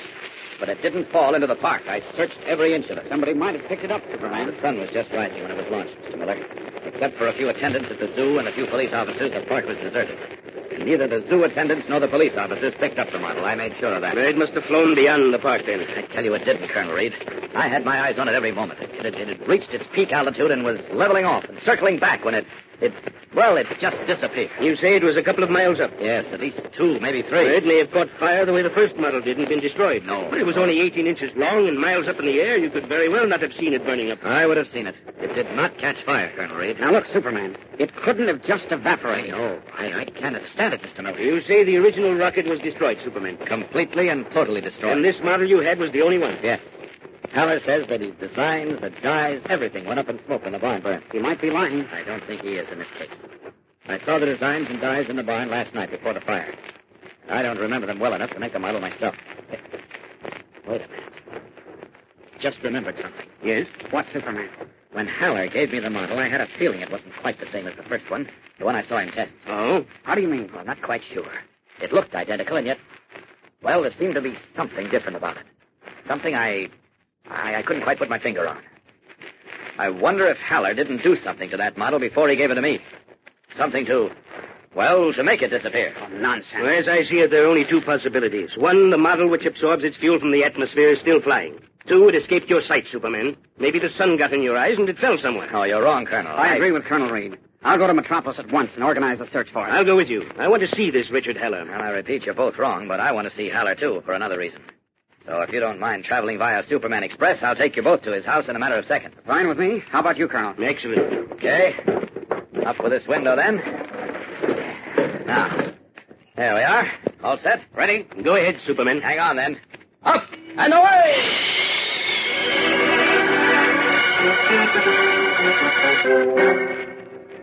Sergeant Healy, this is Colonel Reed of Military Intelligence. How do you do? How do you do, This Sergeant? is Mr. Miller of the FBI. Pleased to meet you, sir. Hello, Sergeant. I understand you've got Haller waiting for us inside. He's waiting all right, just as Superman left him. That's what you think. Come inside, all of you. Yeah? What's happened? You'll see for yourselves. Hurry. Well, how do you like that? He got away. Right, Sergeant, and he took his Hindu servant and a gunman named Joe with him. I thought you and your men were watching this house, Sergeant. We were, sir. Nobody came out of it. I can't understand this. It's simple, Sergeant. Tragically simple. The garage is connected to the house, and the garage doors lead out into the alley. Well, he didn't get out through the garage. I've got a man stationed in the alley. Yes, you'll find your man lying there with a bullet in his back. What's that? Chances are he was shot from the garage window with a silencer-equipped revolver. Holy mackerel, I've got to see about this. Well, Superman, now what? I'm afraid Haller outsmarted me, Colonel. It's my hunch that he has the rocket model, which I completed for him. And unless we can work a miracle, the next time we see it, a full-scale version of it may endanger all our lives. Grimly, Superman makes a dread statement to Colonel Reed and FBI Agent Miller. Is he right? We'll be back in a moment to find out and to discover what happened to the tiny rocket. So stand by. Looks like everybody's itching to get hands on the Superman rocket. Yes, and everybody in your neighborhood will be itching to fly your Gyrocket, the terrific hand-sized rocket model. That's right. A Gyrocket offered to you by Kellogg's Pep, the super cereal. A Gyrocket you yourself can send streaking into the sky. A brilliant colored Gyrocket almost half a foot long, packed full of rocket thrills. Yes, sir, a Gyrocket that's sleek, slim, and businesslike. Shaped of gleaming wood and streamlined to the last inch. At the power end, a steel propeller develops rotational thrust. And with your Gyrocket, you get a metal launching rod and a wooden rocket launcher. Right. With just a flick of your arm, you send your Gyrocket flashing into the sky, up over the treetop. Get in on the fun right away. Send for several Gyrockets. Be captain of a whole rocket fleet of the future. Then you're all set to have exciting games with your friends. Speed and distance and accuracy landing contests. But you may miss out on the fun unless you order your Gyrocket today. For each Gyrocket you order, send 15 cents in a Kellogg's Pep box top to Superman, Box 124, New York 8, New York. Remember, you can't buy this Gyrocket anywhere. The only way to get it is send a Kellogg's Pep box top together with a dime and a nickel and your name and address clearly printed to Superman, Box 124, New York 8, New York. This offer is limited to the United States.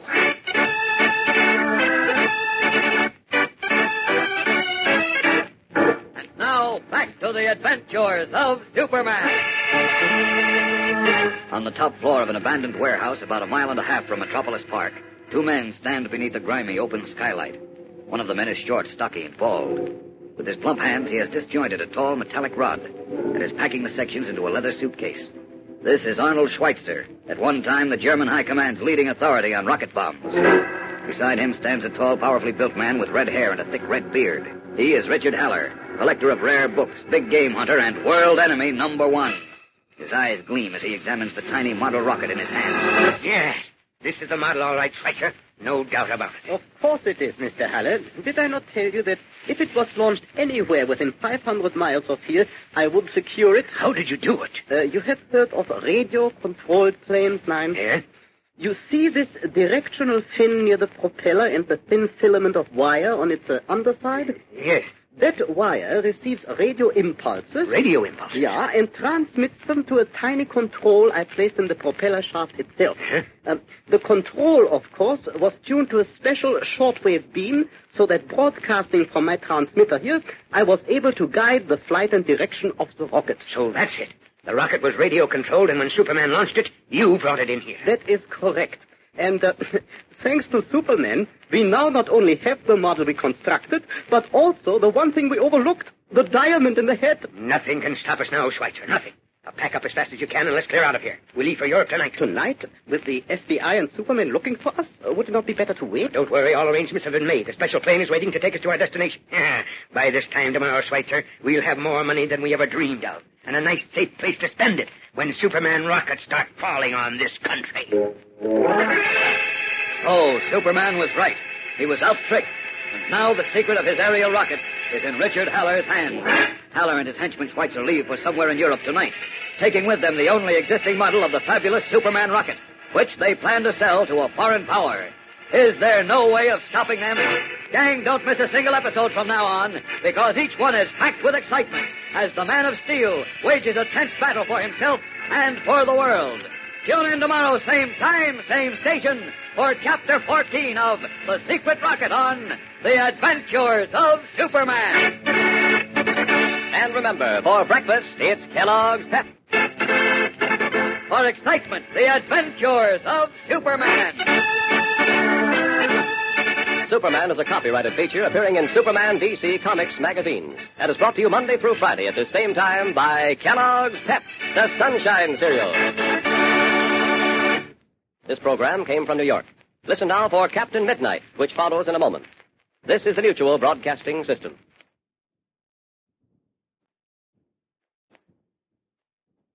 Faster than a speeding bullet. More powerful than a locomotive. Able to leap tall buildings at a single bound. Look, up in the sky. It's a bird. It's a plane. It's Superman. Today, eat Kellogg's Pep, the Super Cereal. Super as in Superman. Kellogg's Pep, the Sunshine Cereal. Kellogg's Pep, the Super Cereal presents The Adventures of Superman.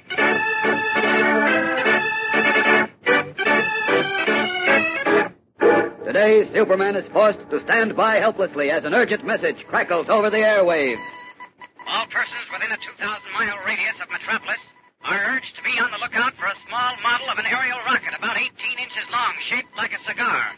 Anyone finding or seeing this rocket will please report at once to Colonel Reed of Military Intelligence in Washington or local police authorities. But even as the message blankets the country, two men hold a conversation in an abandoned Metropolis warehouse. Now that we have the model, Mr. Haller, what do we do? It's like holding dynamite in our hands. Everything is taken care of, Schweitzer. A plane is waiting to take us out of the country tonight. Tomorrow we'll have more money than we ever dreamed of. And we'll be in a safe place when Superman rockets blow the United States off the map. But first, for a new rocket angle, there's this. Let's suppose you've just landed your rocket ship on the moon. Of course, you want to get out and explore. So you put on your spacesuit. With it, you carry oxygen tanks so you can breathe. Because there's not a bit of air on the moon. And you'll find you can easily jump 30 feet in the air, because gravity on the moon is only 1/5 of what you're used to. Is rocket flight exciting? It's terrific. And now you can get in on the excitement of rockets and space travel. You can get a gyrocket, the thrilling, hand-sized rocket model. Yes, a gyrocket from Kellogg's Pep, the Super Cereal. A gyrocket you can launch right from your hand. A zipping, zooming, flashing gyrocket that you send streaking into the sky up over the treetops. Think of it. A gyrocket with a sleek, brilliant-colored wooden body. Almost half a foot long, slim and streamlined. The propeller at the stern develops maximum thrust. And launching's a cinch, because your gyrocket comes complete with a metal launching rod and a wooden rocket launcher. But these gyrockets are just about gone, so send for yours today. For each gyrocket, mail 15 cents and a Kellogg's Pep box top to Superman, Box 124, New York 8, New York. Remember, you can't buy this gyrocket anywhere. The only way to get it is to send a Kellogg's Pep box top, plus a dime and a nickel, and your name and address, clearly printed, to Superman, Box 124, New York 8, New York. This offer is limited to the United States.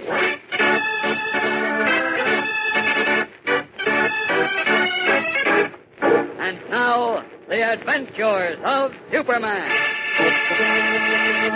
By inserting a diamond chip in the nose of a tiny rocket, the only existing model of the aerial rocket in which he had come to Earth from the planet Krypton, Superman recreated a weapon which could either be the greatest power in the world for peace or an instrument of unbelievable destruction.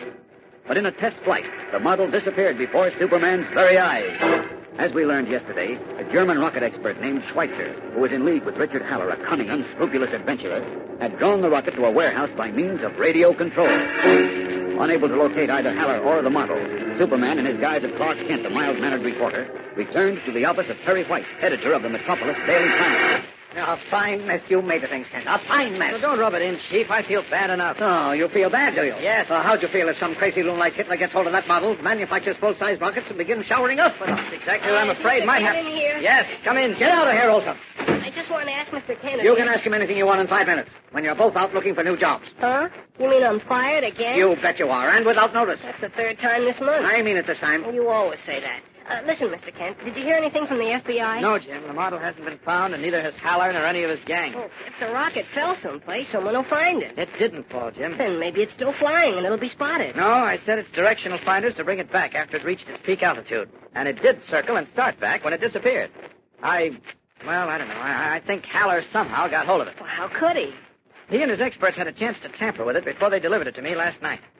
I know it sounds fantastic, but, well, what, mastermind? I think what might have happened is that... Just a minute. Hello? Who? Oh, yes, he's here. For you, Kent. Oh, thanks. Oh, Kent speaking. This is John Miller, Kent, FBI. Oh, yes, Mr. Miller. Superman said I could contact him through you. Well, yes, that's right. Well, get in touch with him then and tell him to come to 121 West 18th Street. Something's just broken on this case. 121 West 18th? Right. He'll be there in a few minutes, Mr. Miller. I've got to run. See you two later. Now, wait a minute. Where are you going, Kent? No time to explain it now, Chief. So long. Leaving Perry White's office, Clark Kent hurries to a deserted storeroom where he quickly strips off his business suit to reveal the blue costume and brilliant red cape of Superman. Then, raising a window, up and away!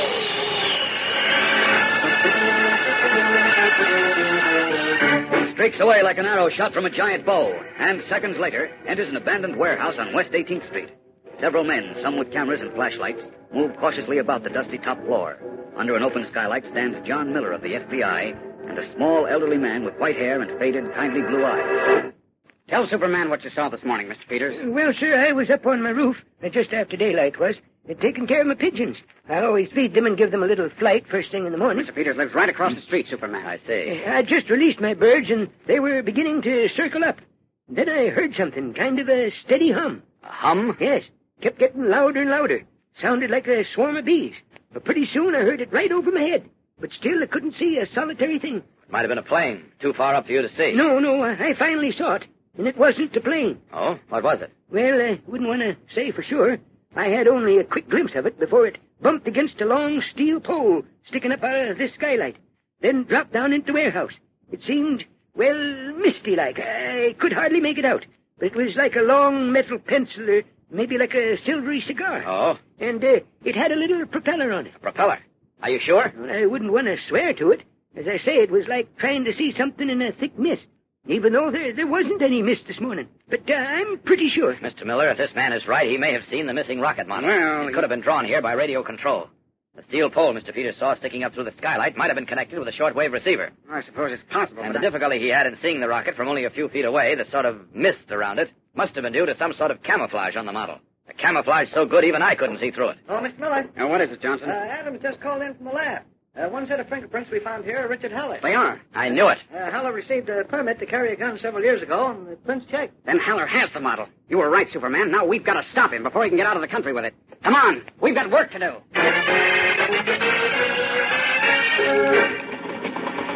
Emergency order to all state, city, township, and village enforcement officers.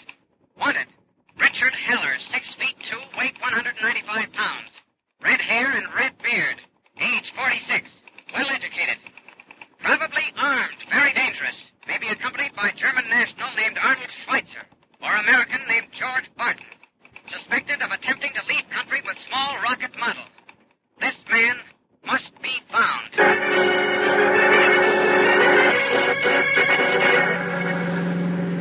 Look on the main highway. That's not safe, Mr. Haller.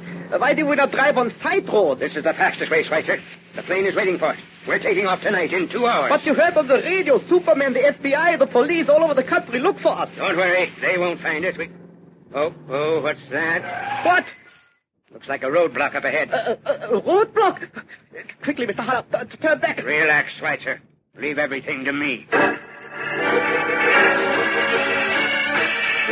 His big hands steady on the wheel, Richard Haller drives toward where a car blocks the highway. And 3 men in high boots, coatless, one with a star on his vest, stand ready with rifles resting in the crooks of their arms. What will happen? We'll be back in a moment to find out, so stand by. Seems as though everyone's chasing after the Superman rocket. Right. And when everyone in your neighborhood sees your gyrocket, they'll be chasing after one themselves. Because the gyrocket is your sensational flying rocket model. A gyrocket you yourself can launch right from your hand to go zooming up in the sky, a brilliant streak of flashing color. A gyrocket from Kellogg's Pep, the Super Cereal.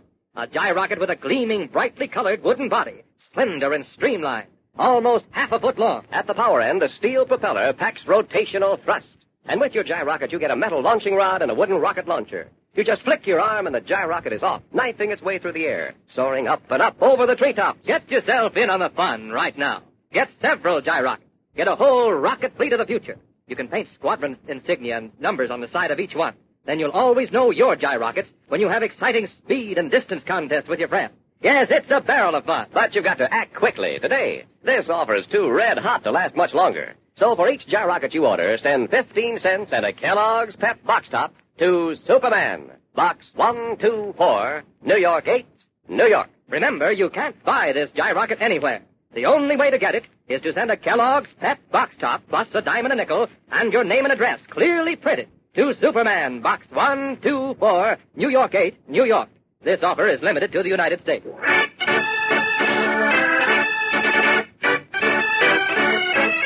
And now, back to the adventures of Superman. Driving to a rendezvous with the plane, which is to take them out of the country with the precious model of the Superman rocket, Richard Haller and Arnold Schweitzer have been stopped at a roadblock on a country highway. As 2 men stand by with rifles, a tall man with a star on his vest approaches the car, covering it with the broad beam of a flashlight. What's the trouble, officer? Just sit where you are. I want to have a look at you. At us? Why? Got my reasons? Your flashlight hurts my eyes. Don't see no red beard nor red hair neither on you or your partner. Of course not. What do you mean? We're looking for a feller with red hair and a red beard. Okay, you can get going. Thanks, and I hope you find your man. Good night, officer.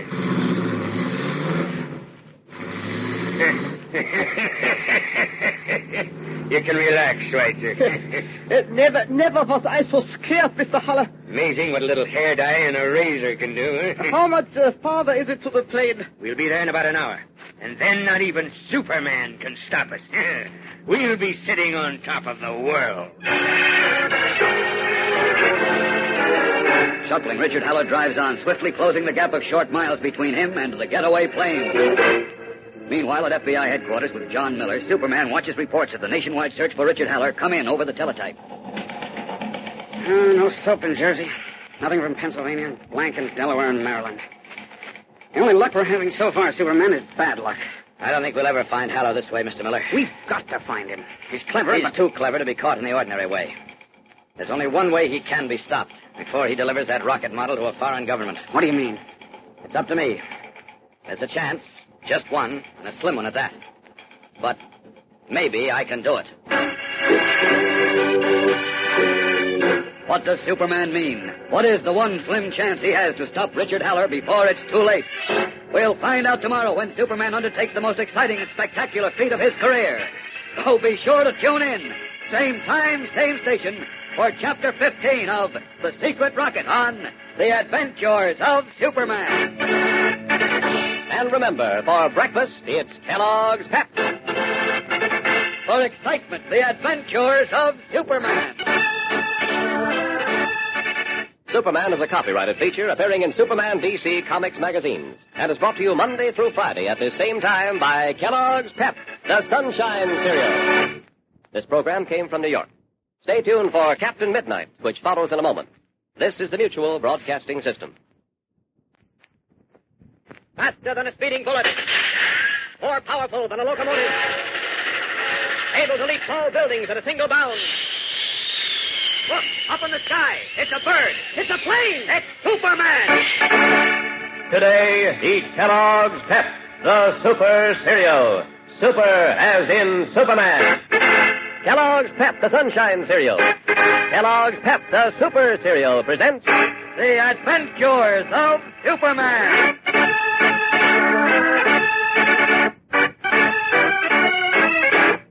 Today, having eluded a vast police dragnet, Richard Haller and Arnold Schweitzer arrive at a dark cove some 300 miles below Metropolis. A huge four-motored flying boat showing no lights rests on the black water, a dim looming shadow in the moonless night. And shortly, Haller and Schweitzer are aboard.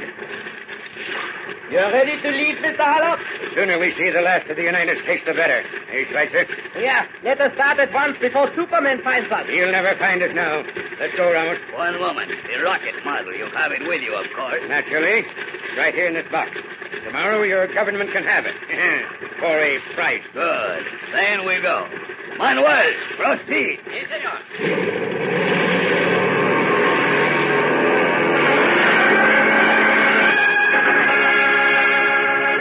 Now, let's proceed to another rocket angle. Just listen. Suppose you're in your rocket ship. You blast your way up past the Earth's atmosphere. But you've used a lot of fuel to overcome gravity, so before you continue further, you stop at a filling station right in space. This space station is about 500 miles up. Keeps making circles round the Earth like a small moon. That's the kind of excitement you may see in the rocket age. But right at the present, you can share all this rocket excitement. Now you can get a terrific hand-sized rocket model, the Gyrocket. Yes, sir, a Gyrocket from Kellogg's Pep, the Super Cereal. A Gyrocket that streaks right out of your hand, goes soaring into the sky. Think of it, a Gyrocket almost half a foot long, with a slim wooden body in red or blue or yellow. The propeller at the stern bites into the air with rotational power, yet launching your rocket's a cinch, because with it you get a metal launching rod and a wooden rocket launcher. You snap your arm up and watch the rocket streak off up over the treetops. Now, don't get left out of all the excitement. Send for your Gyrocket right now. For each Gyrocket you order, mail 15 cents and a Kellogg's Pep box top to Superman, Box 124, New York 8, New York. Remember, you can't buy this Gyrocket anywhere. The only way to get it is to send a box top from Kellogg's Pep, plus a dime and a nickel and your name and address clearly printed to Superman, Box 124, New York 8, New York. This offer is limited to the United States.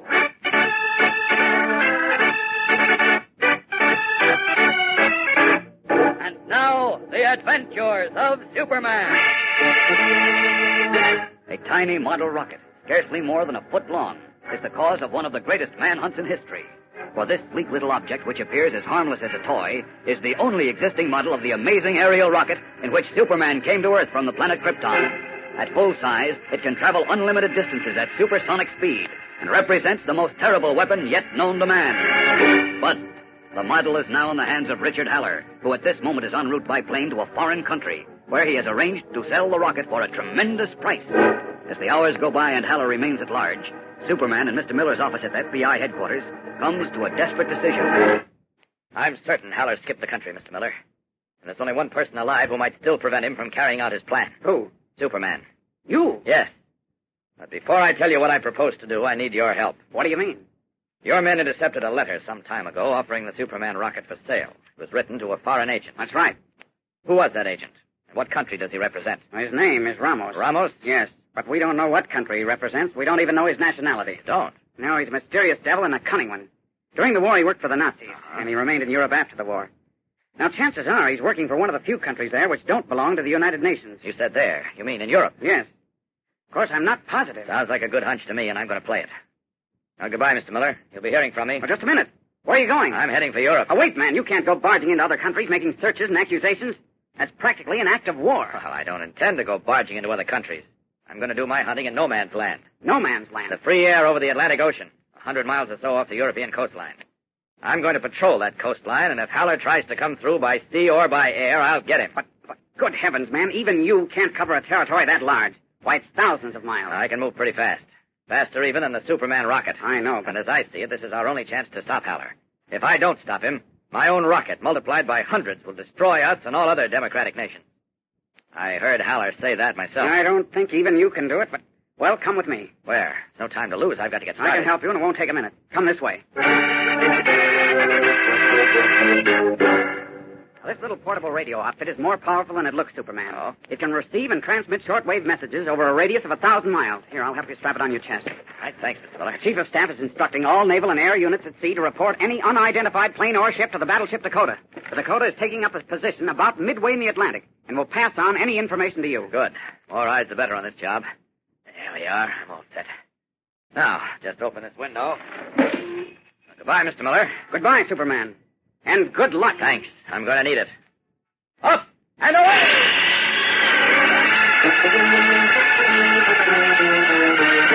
Leaping high above FBI headquarters, Superman takes a bearing from the stars, then streaks away to the east like a rushing comet, flashing through the heavens of night. High above the heaving black Atlantic, he hovers for a moment to peer in at a majestic clipper plane winging eastward. Then onward he streaks, only to check suddenly in a great rush of air and plummet downward like some giant bird of prey, toward where a long, sleek yacht slides through the dark waves. Wheeling above it in furious flight, the man of steel satisfies himself that his quarry is not aboard. And then, on again he bolts into the east, toward where the sky is lightening, and the long, dim coastlines of Europe and Africa wind far below. The storm is building, thunder and flashing rain and pounding winds. But like a red and blue bolt, Superman flashes northward through the heightening storm, his keen eyes searching the lightning-shot air and salty sea below. High to the uppermost tip of Norway, and then back along the coast of Europe and 1,000 miles of Africa. Moving far faster than the speed of sound, the man of steel veers and bolts northward again, dashing the rain from his eyes, unafraid of the lightning which crackles about him like mighty whips of fire, keeping tirelessly to his incredible patrol. Away! Faster! For hours he cruises as the fury of the storm increases, and then, suddenly, he hears a voice. Superman? Dakota calling Superman. Come in, please. Superman to Dakota. Go ahead. Our radar picked up an unknown plane. At least we think it's a plane. About 2 hours ago. It was flying east, heading toward your first position at about 35,000 feet. We held it on the screen for 400 miles. It was holding the same position, due east, 3961. That would put it a bit south of dead mid-continent. Over. I'll look into it and let you know. Wait. I think I hear a plane now. Over and out. Yes, that does sound like a plane. Above me and coming this way. Up, up. It's a plane, all right. I'm sure of it. I can't see it yet, though. Wouldn't answer our ships and planes, eh? Well, maybe this is Mr. Haller coming right into my hands. Let's find out. Away!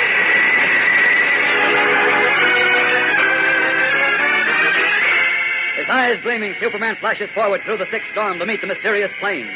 Is it the plane carrying Richard Haller and the tiny rocket model? We'll be back in a moment to find out, so stand by. Looks like Superman may finally get his rocket back again. Sure, but right now's the time you can get your hands on a Gyrocket, the sensational hand-sized rocket model. Right. A Gyrocket from Kellogg's Pep, the super cereal. A terrific Gyrocket that you yourself can send streaking into the air, up over the treetops. A Gyrocket almost half a foot long, with a slim, gleaming wood body, slender and streamlined, blue or red or yellow. At the power end, a steel propeller packs the Gyrocket with power. And launching's easy as anything, because you get a metal launching rod and a wooden rocket launcher. You hold the launching rod in your hand, flick your arm, and your rocket goes knifing into the sky, a brilliant streak of flashing color. Remember, this is a rugged steel and wood model that's built to take it for hundreds of launchings. Now, don't miss out on getting your Gyrocket. Send for several Gyrockets while the getting's good. Then you can play exciting rocket games with your friends, speed and distance and spot landings contests. Talk about fun. But you've got to act right now. These terrific Gyrockets are just about gone. For each Gyrocket you order, send 15 cents and a Kellogg's Pep box top to Superman, Box 124, New York 8, New York. Remember, you can't buy this Gyrocket anywhere. The only way to get it is to send a Kellogg's Pep box top, plus a dime and a nickel, and your name and address, clearly printed, to Superman, Box 124, New York 8, New York. This offer is limited to the United States.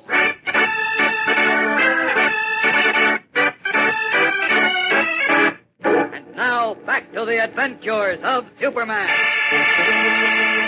High in the sky near the coast of Europe, Superman has heard the droning motors of an approaching plane above a raging storm. Flashing through driving rain and crackling lightning, he approaches it. This storm is getting worse. I can hear that plane clearly now, but I can't see it. Seems to be ahead and to the right. Hooray!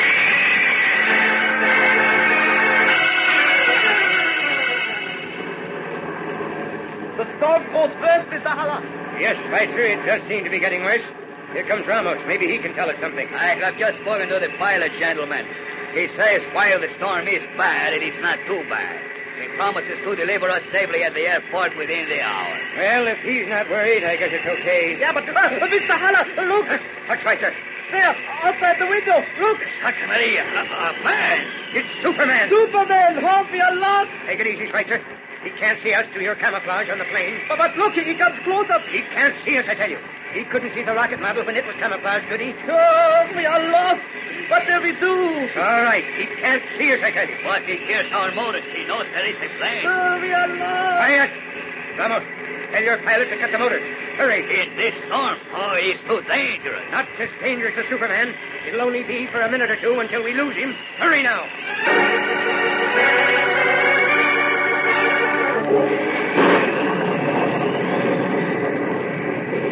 Start saying your prayers, Haller.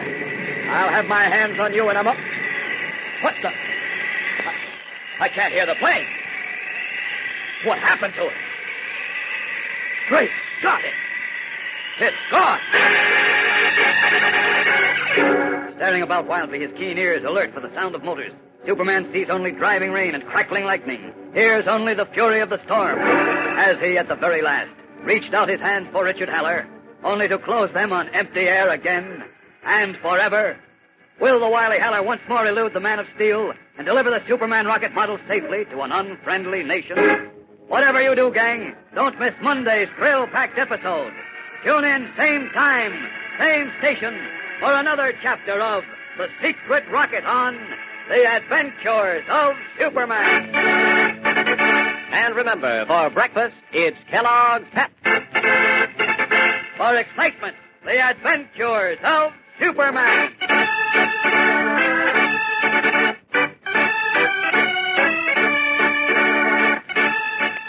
Superman is a copyrighted feature appearing in Superman DC Comics magazines and is brought to you Monday through Friday at this same time by Kellogg's Pep, the Super Cereal.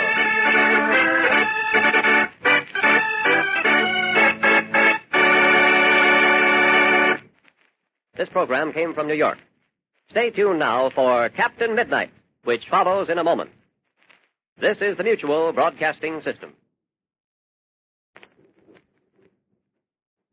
Faster than a speeding bullet.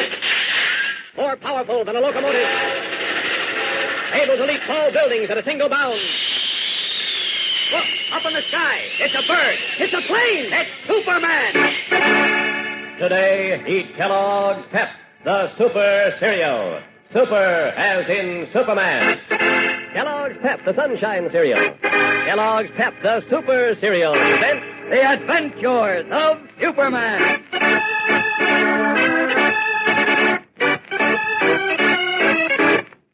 Today, high over the Atlantic Ocean, Superman gropes through a raging storm for the cleverly camouflaged plane in which Richard Haller, world enemy number one, is escaping with the Superman rocket model.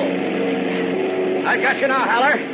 I can't see your plane, but I can hear it. I'll have my hands on it in a moment, and then I'll turn you over to... What the... I can't hear the plane anymore. Haller must have shut off the engines. She'll get away. Great Scott, what'll I do? Now get set for the hottest offer you ever heard. Yes, sir, Kellogg's Pep, the Super Cereal, has a something for you. A something that tops anything you've ever seen for sheer spine-tingling excitement. Right. Hang on tight, everybody, because we're telling you about a gyrocket, a sensational flying rocket model. That's a fact. A gyrocket that streaks right out of your hand, high into the sky. Think of it, a gyrocket almost half a foot long, with a slender, streamlined body of sturdy wood, brilliant red or blue or yellow. And get this. At the stern of your gyrocket, a steel propeller packs your gyrocket with power. Yet launching's a cinch, for with your gyrocket, you get a metal launching rod and a wooden rocket launcher. You just hold the rod in your hand, flick your arm, and the gyrocket streaks into the air higher and higher up over the treetops. Every launching's a brand new thrill. Send for several gyrockets today. You can be captain of the whole rocket fleet of the future. You can paint squadron numbers and insignia on each one, so you'll know yours when you have speed and distance contests with your friends. But you've got to act right now, because in a few days, this offer goes off the air forever. So for each gyrocket you order, send a Kellogg's Pep box top plus 15 cents to Superman. Box 124, New York 8, New York. Remember, you can't buy this gyrocket anywhere. The only way to get it is to send a box top from Kellogg's Pep, plus a dime and a nickel, and your name and address, clearly printed, to Superman. Box 124, New York 8, New York. This offer is limited to the United States.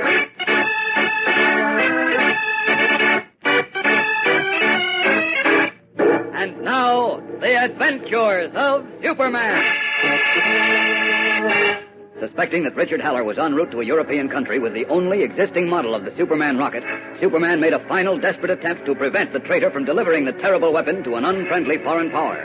Streaking across the Atlantic, the Man of Steel patrolled the coast of Europe, and during a violent rain and electrical storm, he heard an unidentified plane approaching, but was unable to see it. Realizing that the plane was camouflaged, and that it probably carried Haller, Superman, guided by the roar of its four motors, groped his way toward it. But seeing the Man of Steel approach, Haller ordered the plane's engine halt. We did it. We lost Superman. Look back, Schweitzer.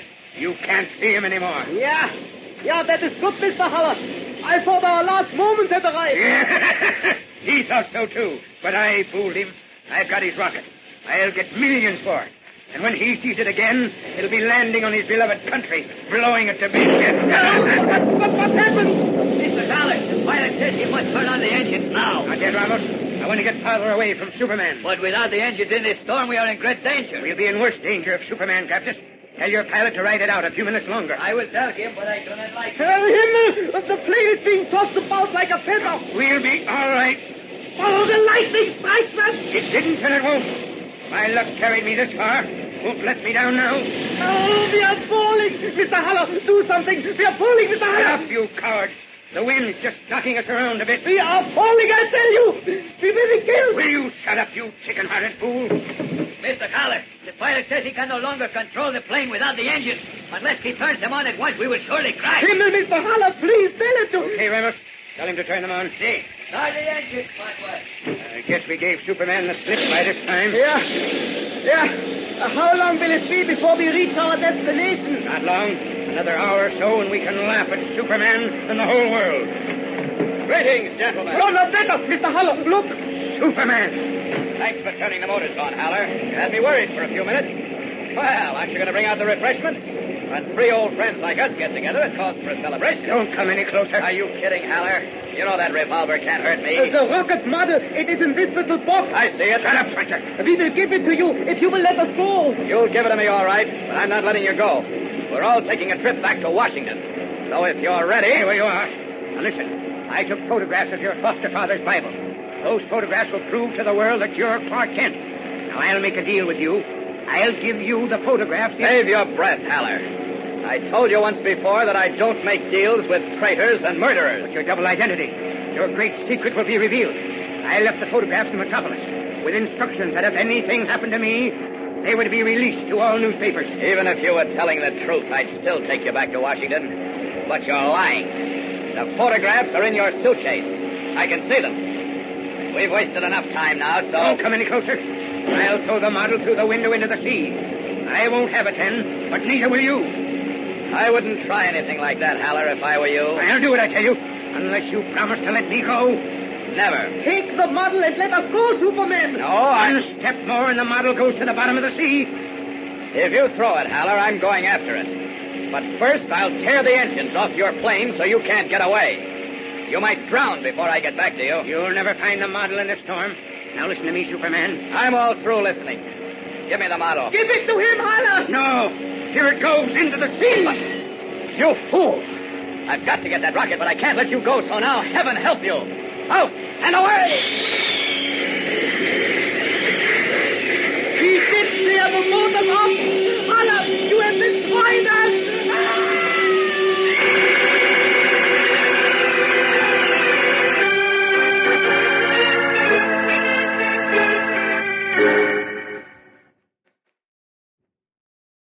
Speaking for the FBI, Goodbye, Superman.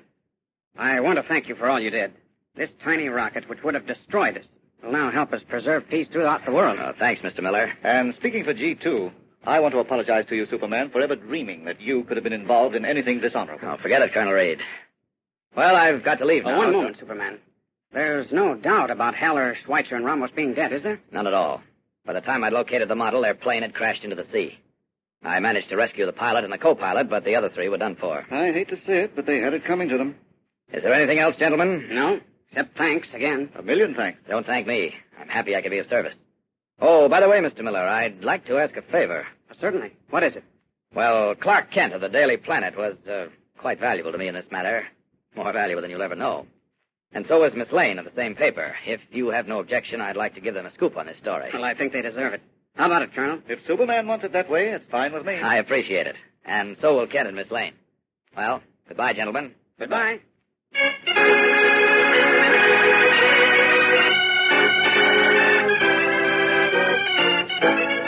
Smiling for the first time in weeks, Superman leaves Washington, believing all his troubles are at an end. But unknown to him, his troubles are only beginning. A startling surprise is awaiting him in Metropolis at this very moment. We'll be back in a moment to find out about it, so keep listening. Talk about surprises. You're in for a terrific surprise when you see the fun you can have with your Gyrocket. That's right, I said Gyrocket, the exciting rocket model offered to you by Kellogg's Pep, the super cereal. Yes, sir, a Gyrocket that flies and zooms and streaks right out of your hand, high into the air. A Gyrocket almost half a foot long. Correct. Almost half a foot of sleek, streamlined body, made of gleaming wood in brilliant blue or red or yellow. And get this, your Gyrocket has a steel propeller at the stern. A propeller that sends it biting into the air. Yet launching's a snap. Because with your Gyrocket, you get a metal launching rod and a wooden rocket launcher. You flick your arm and your rocket soars off, streaking into the sky, up over the treetops. Remember, this Gyrocket is not a flimsy cardboard cutout, but solid steel and wood built for hundreds of launchings. Send for several Gyrockets today. Then have thrilling contests with your friends.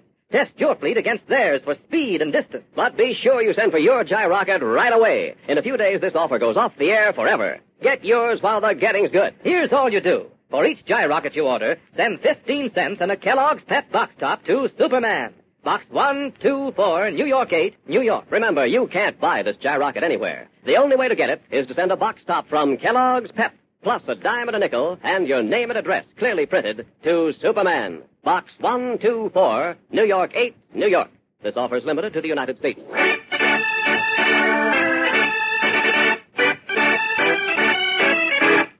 And now, back to the adventures of Superman. Returning to the Metropolis Daily Planet in his guise of Clark Kent, the mild-mannered, bespectacled reporter, Superman swiftly typed the story of the secret rocket and placed it on Editor Perry White's desk. As we join him now, he is in his own office as the gray-haired editor enters. Congratulations, Ken, congratulations. Why, this is the finest piece of work you've ever done. Why, it's the finest piece of work any reporter has ever done. Well, thanks, Yes, and it's all ours. The scoop of the year. Here, give me your hand, Ken, give me your hand. I was pretty rough on you the other day. I want to apologize. Oh, forget it, Chief. Listen, what about Lois? Well, what about Lois? Well, I mean, I suppose she's entirely recovered by now, isn't she? Recovered? Uh-huh. Recovered from what? From her injury, of course. What injury? What are you talking about? Now, wait a minute. You mean she didn't tell you about being hurt at Haller's place? Well, how could she? I haven't seen her since she left with you. You haven't seen her? Well, that's what I said. Now, what's this about her being hurt? Where is she? Hey, now, just a minute, Chief. Let me get this straight.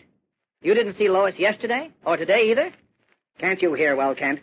How could I see Lois? She was away with you, wasn't she? Well, not since the night before last when she was hurt.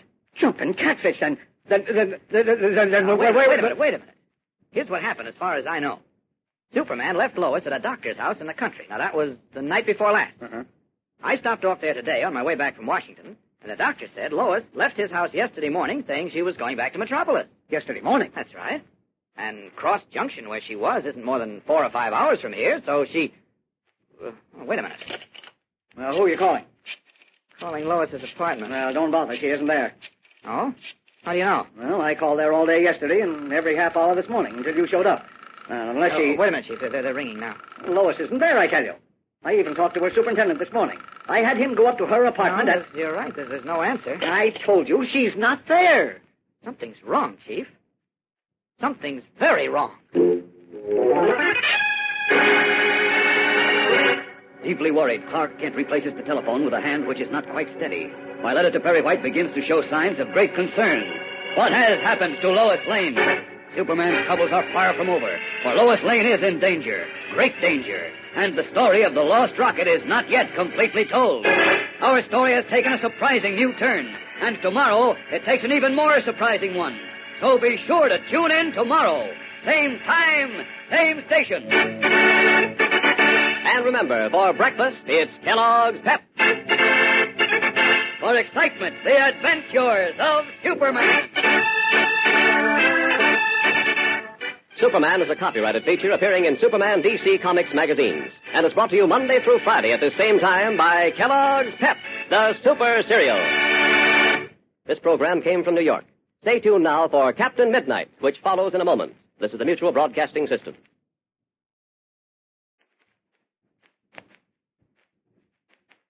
Faster than a speeding bullet. More powerful than a locomotive. Able to leap tall buildings at a single bound. Look, up in the sky. It's a bird. It's a plane. It's Superman. Today, eat Kellogg's Pep, the Super Cereal. Super as in Superman. Kellogg's Pep, the Sunshine Cereal. Kellogg's Pep, the Super Cereal presents The Adventures of Superman.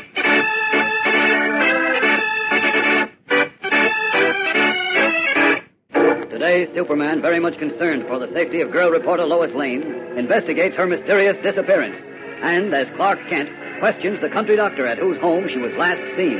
Listen. Tell me, Dr. Morrison, was Miss Lane well when she left your house? Yes, Mr. Kent. She'd fully recovered from the effects of her experience in that fire with you. You're sure she couldn't have had some mild form of amnesia, perhaps? But of course, I can't be certain of anything like that. Isn't it just barely possible that she may have just gone off to some quiet place for a rest? Oh, that isn't like Miss Lane, Doctor. I've checked all her friends. I've even checked all hospitals within a radius of 100 miles, and the police records of accidents between here and Metropolis. No, Doctor, she's disappeared. Vanished into thin air.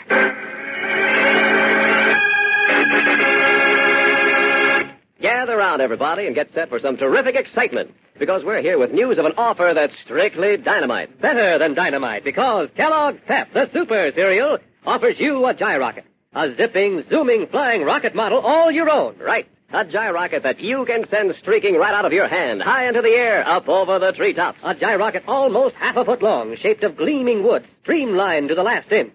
Brilliant red or blue or yellow. Plus a steel propeller at the stern that bites into the air, driving your gyrocket like a flash into the sky. And it comes complete with a metal launching rod, plus a wooden rocket launcher. Remember, this gyrocket is not a flimsy cardboard cutout, but a model of rugged steel and wood, built to take it for hundreds of launchings. But you've got to act now, because on Friday, this terrific offer ends forever. So don't get left out of the excitement. For each gyrocket you want, just mail 15 cents and a Kellogg's Pep box top to Superman, Box 124, New York 8, New York. Don't delay. Remember, you can't buy this gyrocket anywhere. The only way to get it is to send a box top from Kellogg's Pep, plus a dime and a nickel, and your name and address clearly printed to Superman, Box 124, New York 8, New York. This offer is limited to the United States.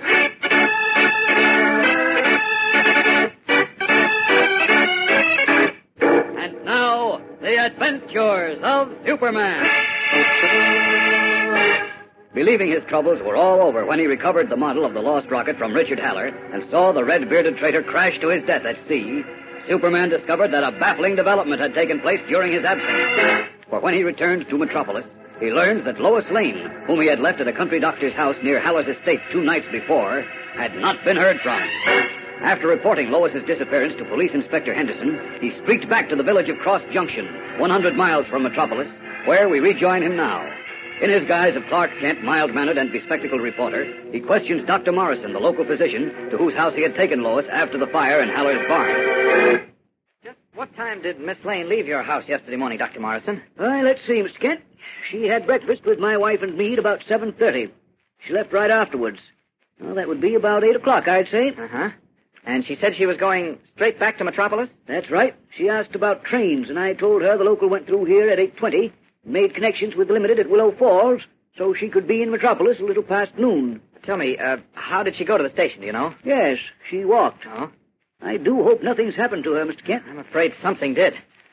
Well, thanks very much, Dr. Morrison. I'm going over to the railroad station to see what I can find out there.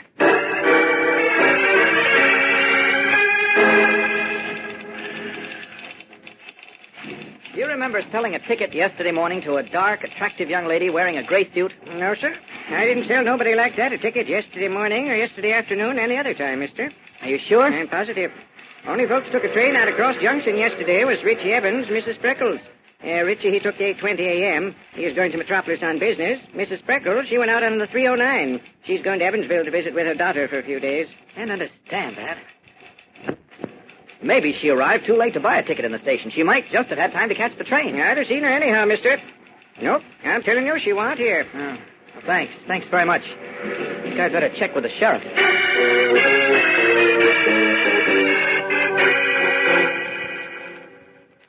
The station agent seems positive Miss Lane didn't leave here by train yesterday, Sheriff, If Peter says she didn't take a train, she didn't, Mr. Kent.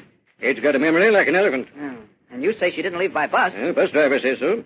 His chart shows he picked up 2 passengers in Cross Junction yesterday. He remembers they were Sam and Sally Pruitt. That was the 11:30 bus southbound.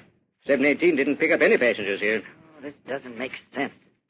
Look, what about a hired car or a taxi? There ain't no place here she could hire a car, but Herb Nichols over to the garage. He sometimes take folks in his car when he's got time. They ain't got any other way to go. Suppose we walk over and ask him. Good idea, Sheriff. Let's go.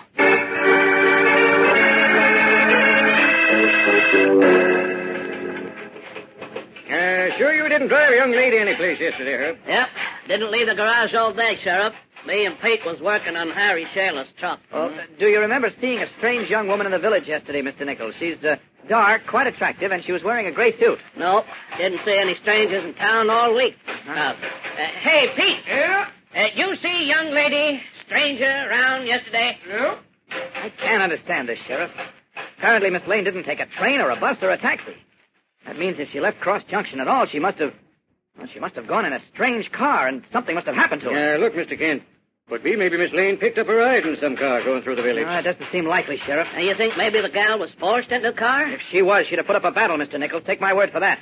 And certainly somebody would have hurt her. Yes, that seems likely. There's houses all along Elm Street. If she didn't leave in a car, in a train or bus, what do you suppose did happen to her? I wish I knew, Sheriff. I'm worried. Badly worried.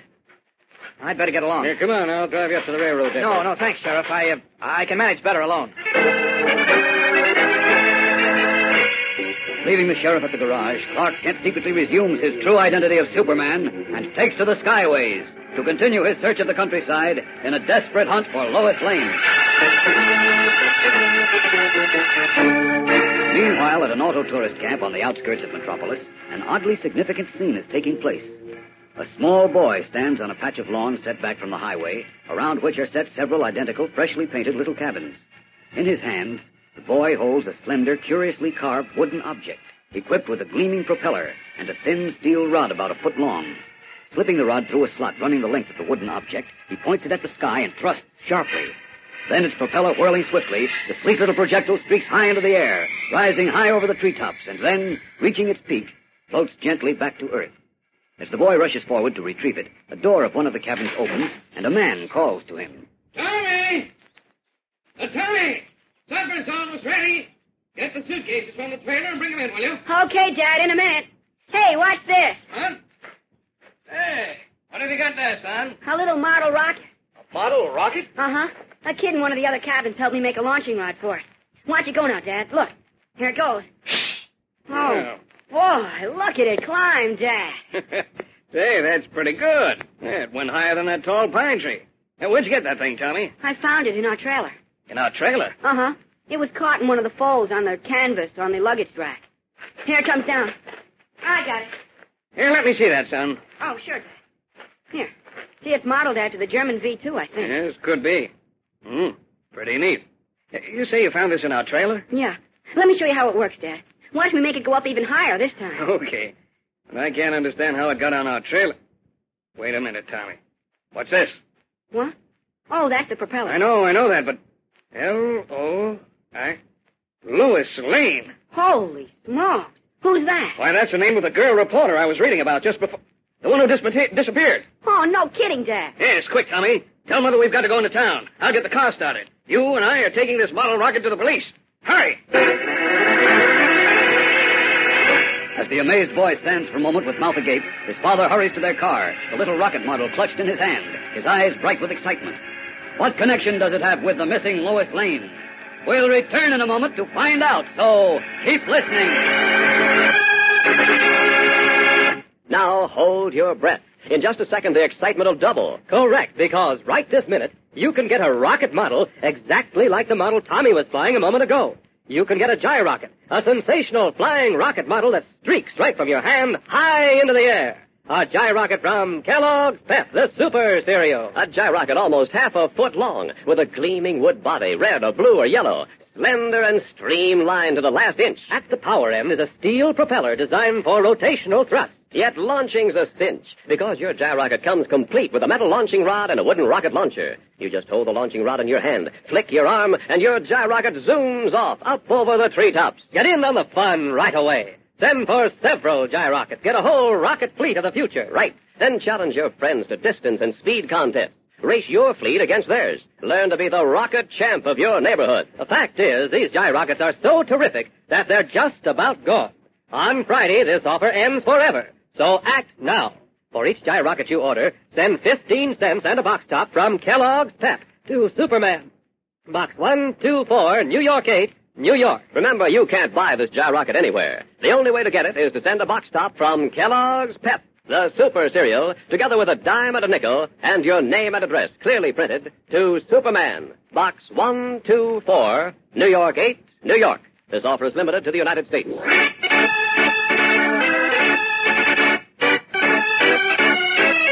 And now, back to the adventures of Superman. Unable to find the slightest clue to Lois Lane in the countryside around Cross Junction, Superman returned to Metropolis, puzzled and heavy-hearted. But at police headquarters, once more in his familiar guise of reporter Clark Kent, he found a surprise awaiting him in the office of Inspector Henderson. Oh, there you are, Kent. Oh, Inspector. I was just trying to phone you. Is that so? Anything about Miss Lane? Yeah. Oh, shake hands with Mr. Harris and his son, Tommy. Harris? Hello, Mr. Kent. Oh, Tommy. What about Miss Lane, Inspector? Take a look at this. Another rocket model. But what's that got? Wait a minute. There's something written on the propeller. Right. It's hard to see, but you can make it out, can't you? Wait, let's see. In great danger. Call police. Lois Lane.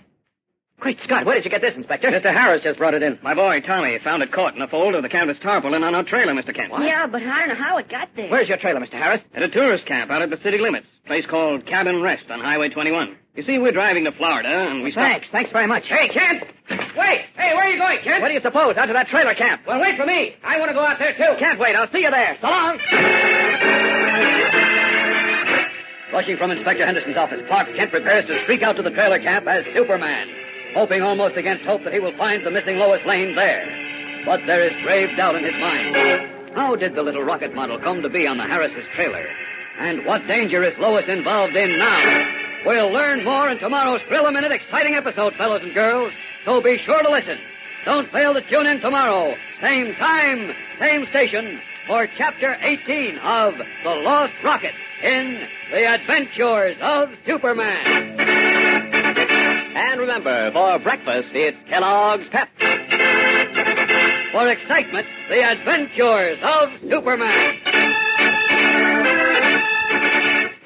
Superman is a copyrighted feature appearing in Superman DC Comics magazines and is brought to you Monday through Friday at this same time by Kellogg's Pep, the super cereal. This program came from New York. Stay tuned now for Captain Midnight, which follows in a moment. This is the Mutual Broadcasting System. Listen. Tell me, Tommy, where did you find this rocket model? Well, it was caught on my father's trailer. Where were you when you discovered it? At a tourist camp where Mom and Pop and I stopped. What tourist camp? Well, it's called... Oh, let me see. Oh, yeah, Cabin Rest. That's it. Cabin Rest. Where's it located? On Highway 21, near the city line. Thanks, son. I'll zip right out there. This may be just the break I've been looking for. Say, I hope you like excitement, because Kellogg's Pep has something for you that's loaded with excitement. Something that flies and zooms and streaks right out of your hand into the air. Not just an airplane, twice as exciting. Now you can get a gyrocket. Yes, an actual rocket model. A gyrocket you can send soaring up over the treetops. Listen, this gyrocket is almost half a foot long. It's true, almost half a foot of sleek, slender body, made of gleaming wood in brilliant red or blue or yellow. And get this. Your gyrocket has a steel propeller at the stern. A steel propeller that sends it biting into the air, packed with power. Too much power for indoors. Your gyrocket is designed for outdoor use only. What's more, it comes complete with a metal launching rod and a wooden rocket launcher. You just hold it in your hand, flick your arm, and your gyrocket shoots up, flashing into the sky. Remember, this gyrocket is not a flimsy cardboard cutout, but solid steel and wood, built for hundreds of launchings. Send for yours today.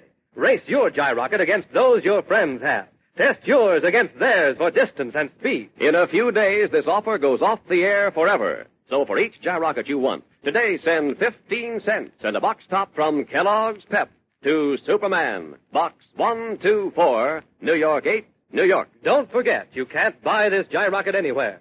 The only way to get it is to send a box top from Kellogg's Pep, the super cereal, plus a dime and a nickel and your name and address clearly printed to Superman, Box 124, New York 8, New York. This offer is limited to the United States.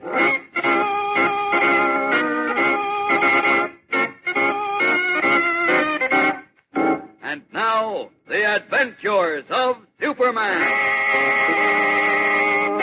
After recovering the model of the lost rocket from Richard Haller, Superman returned to Metropolis. During his absence, Lois Lane, girl reporter for the Daily Planet, had mysteriously disappeared from an upstate village where he had left her to recuperate from shock. While the Man of Steel searched vainly for Lois, a boy named Tommy Harris, en route to Florida with his father and mother, discovered a small rocket model in the trailer attached to their car. Penciled on the propeller was an SOS message signed by Lois Lane. At Metropolis Police Headquarters, Clark Kent was shown the mysterious rocket. And as Superman, he streaked to an auto tourist camp on the outskirts of the city, where young Tommy Harris had made his discovery. As we rejoin him now, high in the air, the Man of Steel searches the 8 little cabins and the countryside below. No sign of Lois in those cabins, or anywhere else around there. Down behind those trees. Down! Now, back into Clark Kent's clothes. I want to talk to the proprietor of this tourist camp.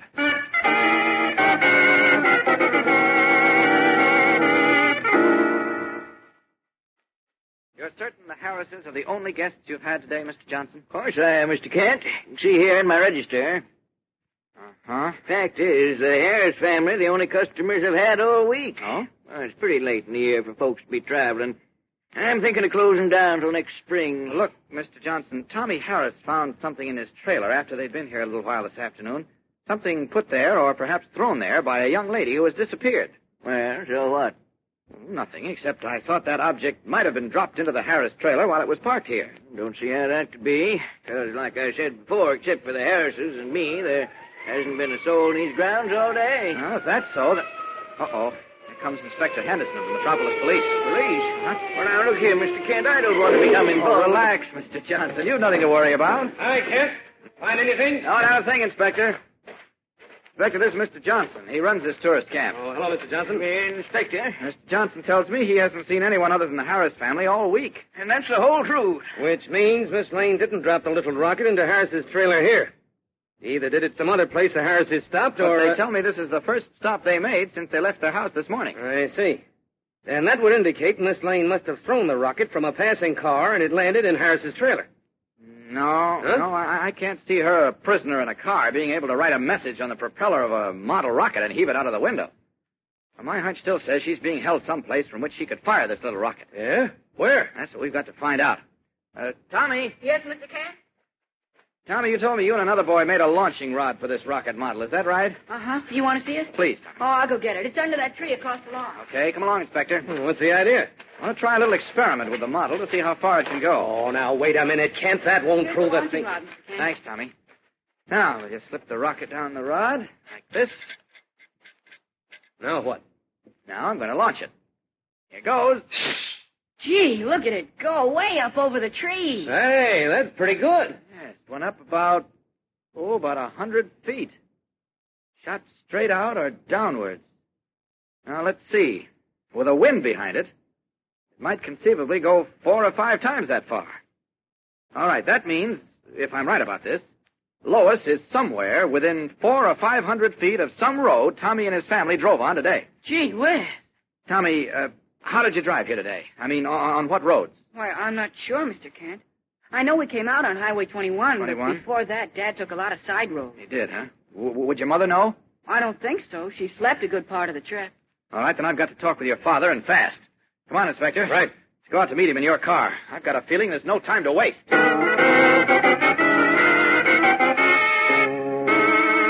Meanwhile, another scene is taking place in a sagging, abandoned shack that stands in a patch of woods off a dirt road not far from the late Richard Haller's estate. There in the semi-darkness, broken only by the light of a flickering candle, a worried-looking man paces the uneven floor, his face unshaven, his eyes sunken and bloodshot. This is George Barton, once a rocket expert for the United States Army, now a renegade and fugitive from the FBI, as a result of having joined the red-bearded Haller in a plot to reconstruct and sell the Superman rocket to a foreign power. Suddenly, a door opens. Barton spins about, his face contorted with fear as he holds a revolver in an unsteady hand. Easy on that trigger, Barton. It's me. Oh, hello, Hanson. I'm jittery, I guess. Well, relax, pal. Well, that's Relax. easy to say. But being here alone, except for that lame girl tied up in the next room, it's too much for me. I know. But I got good news, Barton. You and me, we ain't gonna have to worry about that dame no more. Why? What do you mean? Sit down, and I'll tell you.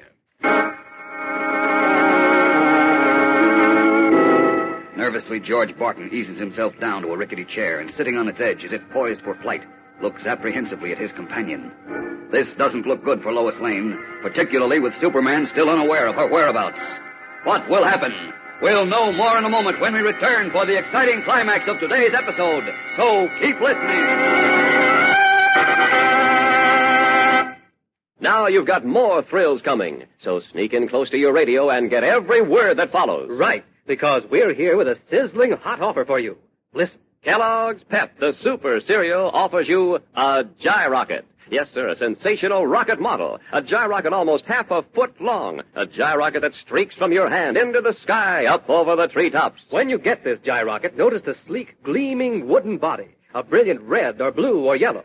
Slender and streamlined for minimum drag through the air. And the steel propeller at the business end of the rocket develops maximum thrust. That's not all. With your gyrocket, you get a metal launching rod plus a wooden rocket launcher. Right now, send for several gyrockets. Get a whole rocket fleet of the future. Then have thrill-a-minute games with your friends. Match your fleet against theirs for speed and distance. It's excitement plus. Remember, this terrific offer goes off the air Friday.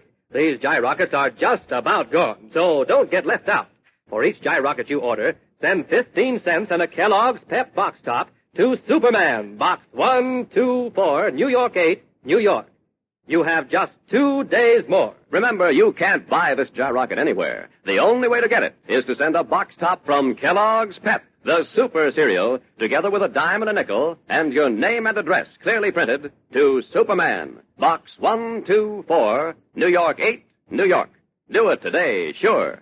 This offer is limited to the United States.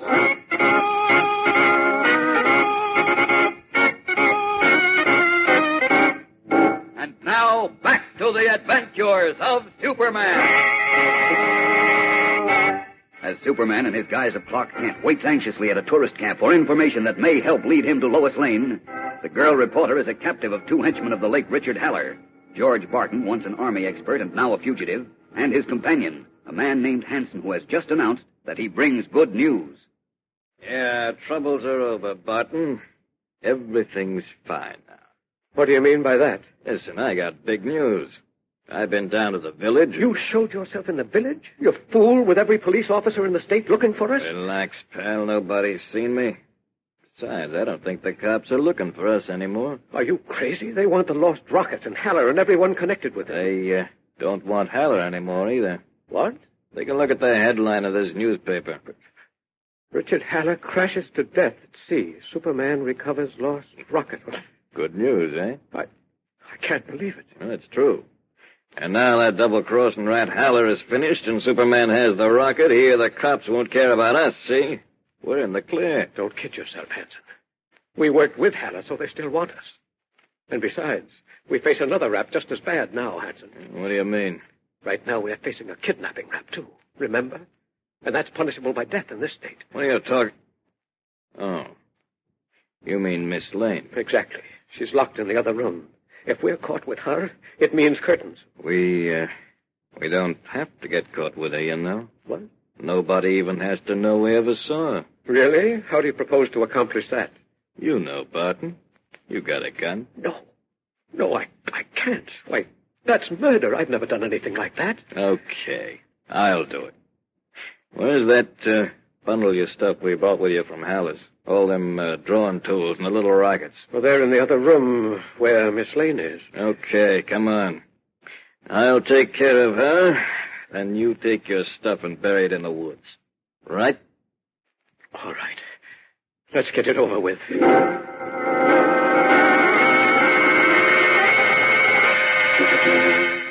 Gun in hand, Hanson, followed by Barton, starts across the floor to the room in which Lois Lane, her heart thumping, presses back against the wall.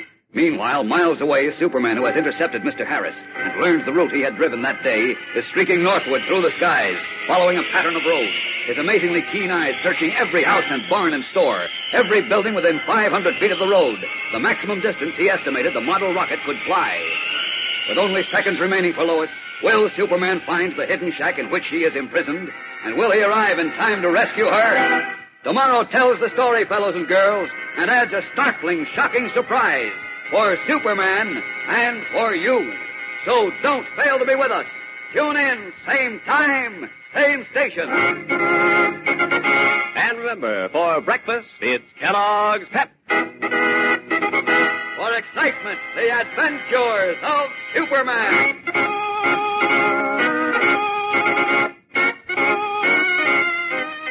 Superman is a copyrighted feature appearing in Superman DC Comics magazines and is brought to you Monday through Friday at this same time by Kellogg's Pep, the Super Cereal.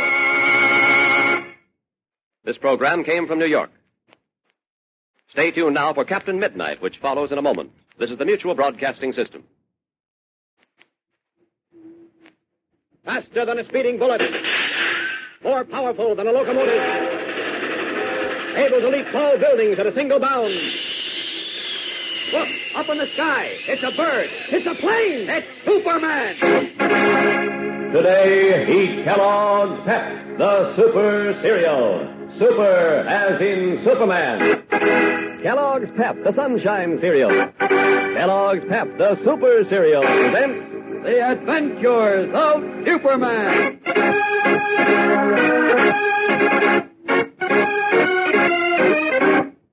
Today, with Superman miles away and still searching for Lois Lane, two remaining members of the late Richard Haller's gang decide her fate as they hold her prisoner in a cabin deep in the woods.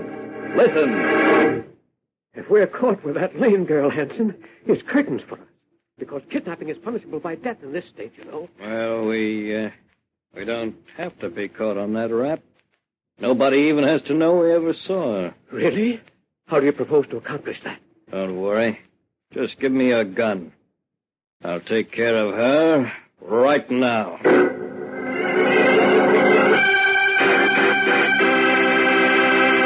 Hold on. Don't move an inch from that radio, because here comes red-hot news about a terrific offer. Yes, an offer of something that flies and zooms and streaks from your hand into the sky. Correct, because we're offering you, now get this, a gyrocket, a terrific flying rocket model, a gyrocket almost half a foot long.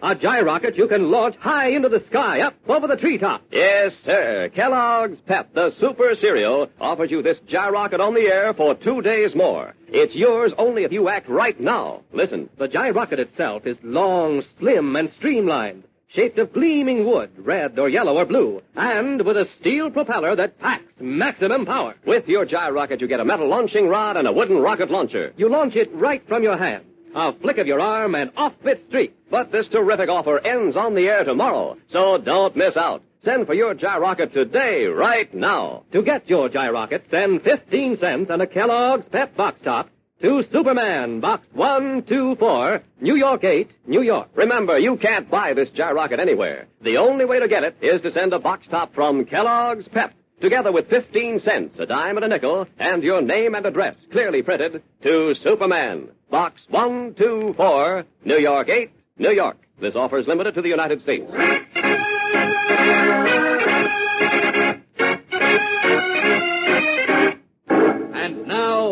The Adventures of Superman. A small flying model of a rocket, discovered by a boy in his family's auto trailer, is the only clue to the whereabouts of Lois Lane, girl reporter, who has mysteriously disappeared. Nothing was heard from her until the little rocket bearing her written appeal for help was turned in to the police. Certain that Lois had somehow managed to launch the model rocket, which had fortunately landed in the trailer, Superman streaked back over the route traveled by the vehicle's owners, examining every building within a radius of 500 feet of the road, the maximum flight distance of the rocket model. But despite his desperate efforts, he has not yet met with success. No sign of Lois yet. But I must find her. I must.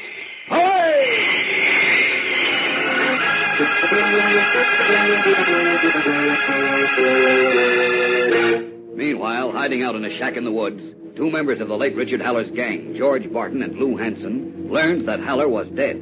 Believing the police were no longer searching for them, they decided to do away with Lois Lane, whom they had been holding as a hostage, and leave the hideout.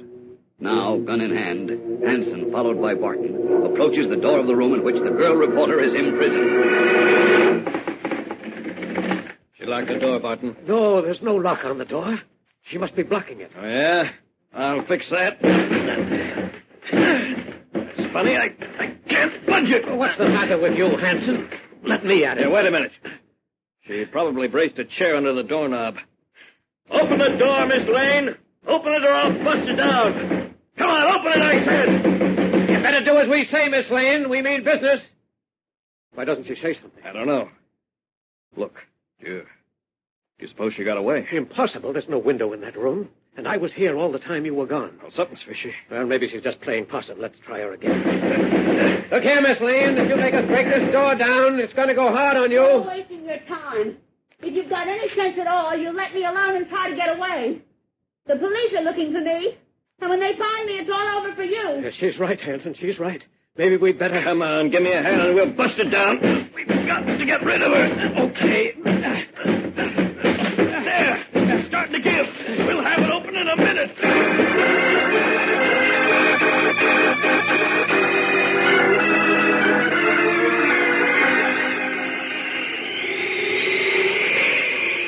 Well, I've covered most of the distance that auto trailer traveled, and still no sign of Lois. If I don't find her in the next few minutes, it means I was wrong about this, or else that I'm too late. I guess I'd... Wait a minute. Seems to be something in those woods ahead. I'd better take a look. Away!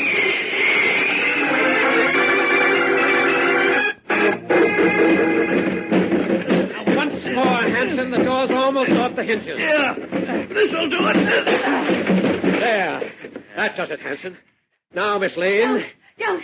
Stay away from me. Stay away. Let her have it, Hanson. Yeah, right now. Goodbye, miss. I'll take that gun. Superman! Right, Miss Lane. Now, gentlemen. Look out! Superman! Shoot, Hanson, shoot. You two are all through shooting. Shoot him, Hanson. Get him off me. Oh, you don't believe me, eh? Well, maybe this will convince you. Number one. Now, you, Mr. Bart. No. There we are, Miss Lane. Now, let's get these two... What? Wait a minute, steady. I've got you. There. I'm sorry. The strain and excitement. Of course. I understand. But I'm all right now. Good girl. Now, you just sit down here while I rope up our two little playmates, then you and I will deliver them to the police.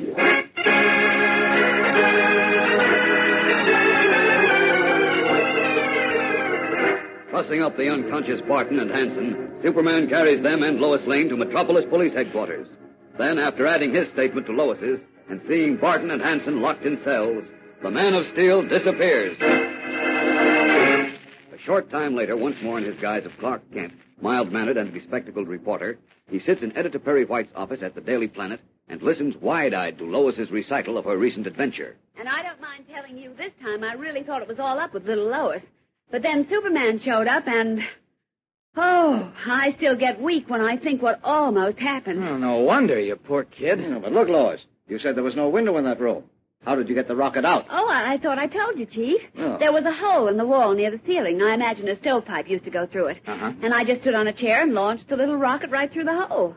Must have tried for hours before I managed to send 3 rockets flying through. You see, I tried to time them for when I heard a car coming on the road nearby. Well, you certainly were lucky to have one land in that trailer. Oh, you're not kidding, Clark. But where'd you get all the rockets and the launching rod or whatever it is you needed? Oh, they were Barton's. He's a rocket expert, you know, and he had about 24 models and a lot of drawings in a big suitcase in the room. But how come that Just he... a minute, Chief. As I get it, Lois, you were up in the woods when Barton and Hanson caught you and decided to hold you for a hostage in case the police caught up with them, right? Yes, that's right. Well, how did you get up there? I mean, Superman left you at Dr. Morrison's house in Cross Junction, and then, well, you just seemed to disappear into thin air. Well, I picked up a lift in a car going north. North? Mm-hmm. But Metropolis is south of Cross Junction. That's right. But after I left Dr. Morrison's house, I changed my mind about returning to Metropolis. Oh? Yes, I knew that I had my hands on a terrific story. But I had to go back up to Richard Haller's place in the woods to verify it. Well, what story? Well, if you're referring to the lost rocket yarn, Lois, Kent wrapped that one up himself after Haller crashed to his death at sea and Superman recovered the model and plans. Well, Come to think of it, I really ought to split my byline with you, Lois. You did help some. Oh, thank you very much, Clark, but don't bother. You see, I got a story that I went after, and it makes yours read like a weather report. What? Mm-hmm. What do you mean? What story are you talking about, Lois? This, Chief, is the biggest scoop this paper ever published, What? or any paper for that matter. There's never been anything like Well, it. come on. And you, too, Clark. You just get set for the shock of your young life. Yes, Lois Lane is right. Editor Perry White and Clark Kent are in for the shock of their lives. And we'll be back in a moment to tell you about it, so keep listening. Now, here's the biggest excitement scoop in years. A story of thrill-a-minute fun. Because for only 2 days more, we're offering you a gyrocket, a terrific flying rocket model, a gyrocket from Kellogg's Pep. Yes, sir, a gyrocket almost half a foot long that streaks from your hand, zooming into the sky up over the treetop. Your gyrocket has a slender wood body in brilliant red or yellow or blue. It's streamlined and sleek. And a steel propeller at the stern loads the gyrocket with amazing thrusts. Yet launching's a cinch, because with your gyrocket you get a metal launching rod and a wooden rocket launcher. You hold the launching rod in your hand, flick your arm, and your gyrocket streaks up high into the sky. Now's the time to join the fun. Get several gyrockets. You can be the captain of a whole rocket fleet of the future. Right. Then have thrilling contests with your friends. Trials for speed and accuracy and distance. Practice up so you can learn to be the rocket champ of your neighborhood. Now listen carefully. For each gyrocket you want, today send 15 cents and a box top from Kellogg's Pep to Superman. Box 124, New York 8, New York. But you've got to act right now. The supply of gyrockets is almost gone, so don't get left out. Tomorrow, this great offer ends on the air forever. Remember, you can't buy this gyrocket anywhere. The only way to get it is to send a Kellogg's Pep box top together with 15 cents, a dime and a nickel, plus your name and address clearly printed to Superman. Box 124, New York 8, New York. This offer is limited to the United States.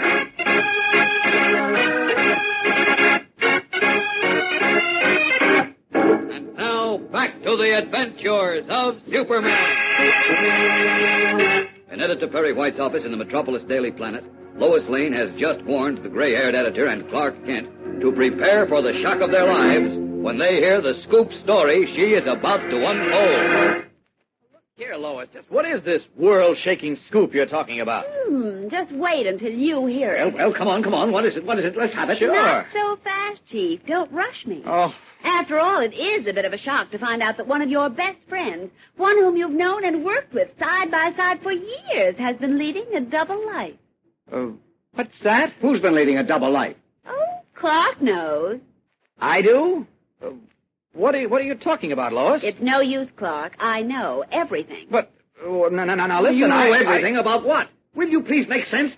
What in thunder is this all about? It's very simple, Chief. It's so simple that we never even guessed it, even though it's been under our noses all this time. What's been under our noses? For the love of heaven, will you stop beating around the bush and get to the point? All right, I will.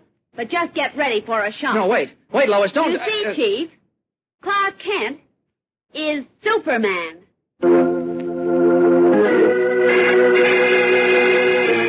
Triumphantly, Lois Lane points her finger at Clark Kent, whose face slowly drains of color while Perry White's mouth gapes open. As we know, Lois is right. Kent is Superman.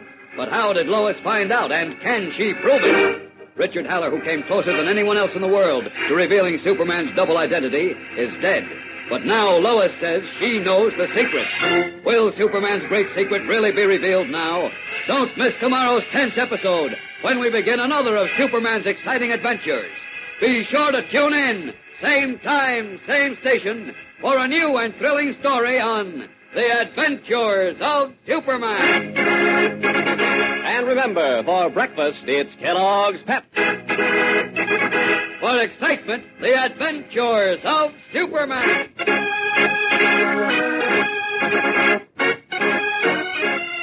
Superman is a copyrighted feature appearing in Superman DC Comics magazine and is brought to you Monday through Friday at this same time by Kellogg's Pep, the Super Cereal. This program came from New York. Now listen for Captain Midnight, which follows in a moment. This is the Mutual Broadcasting System.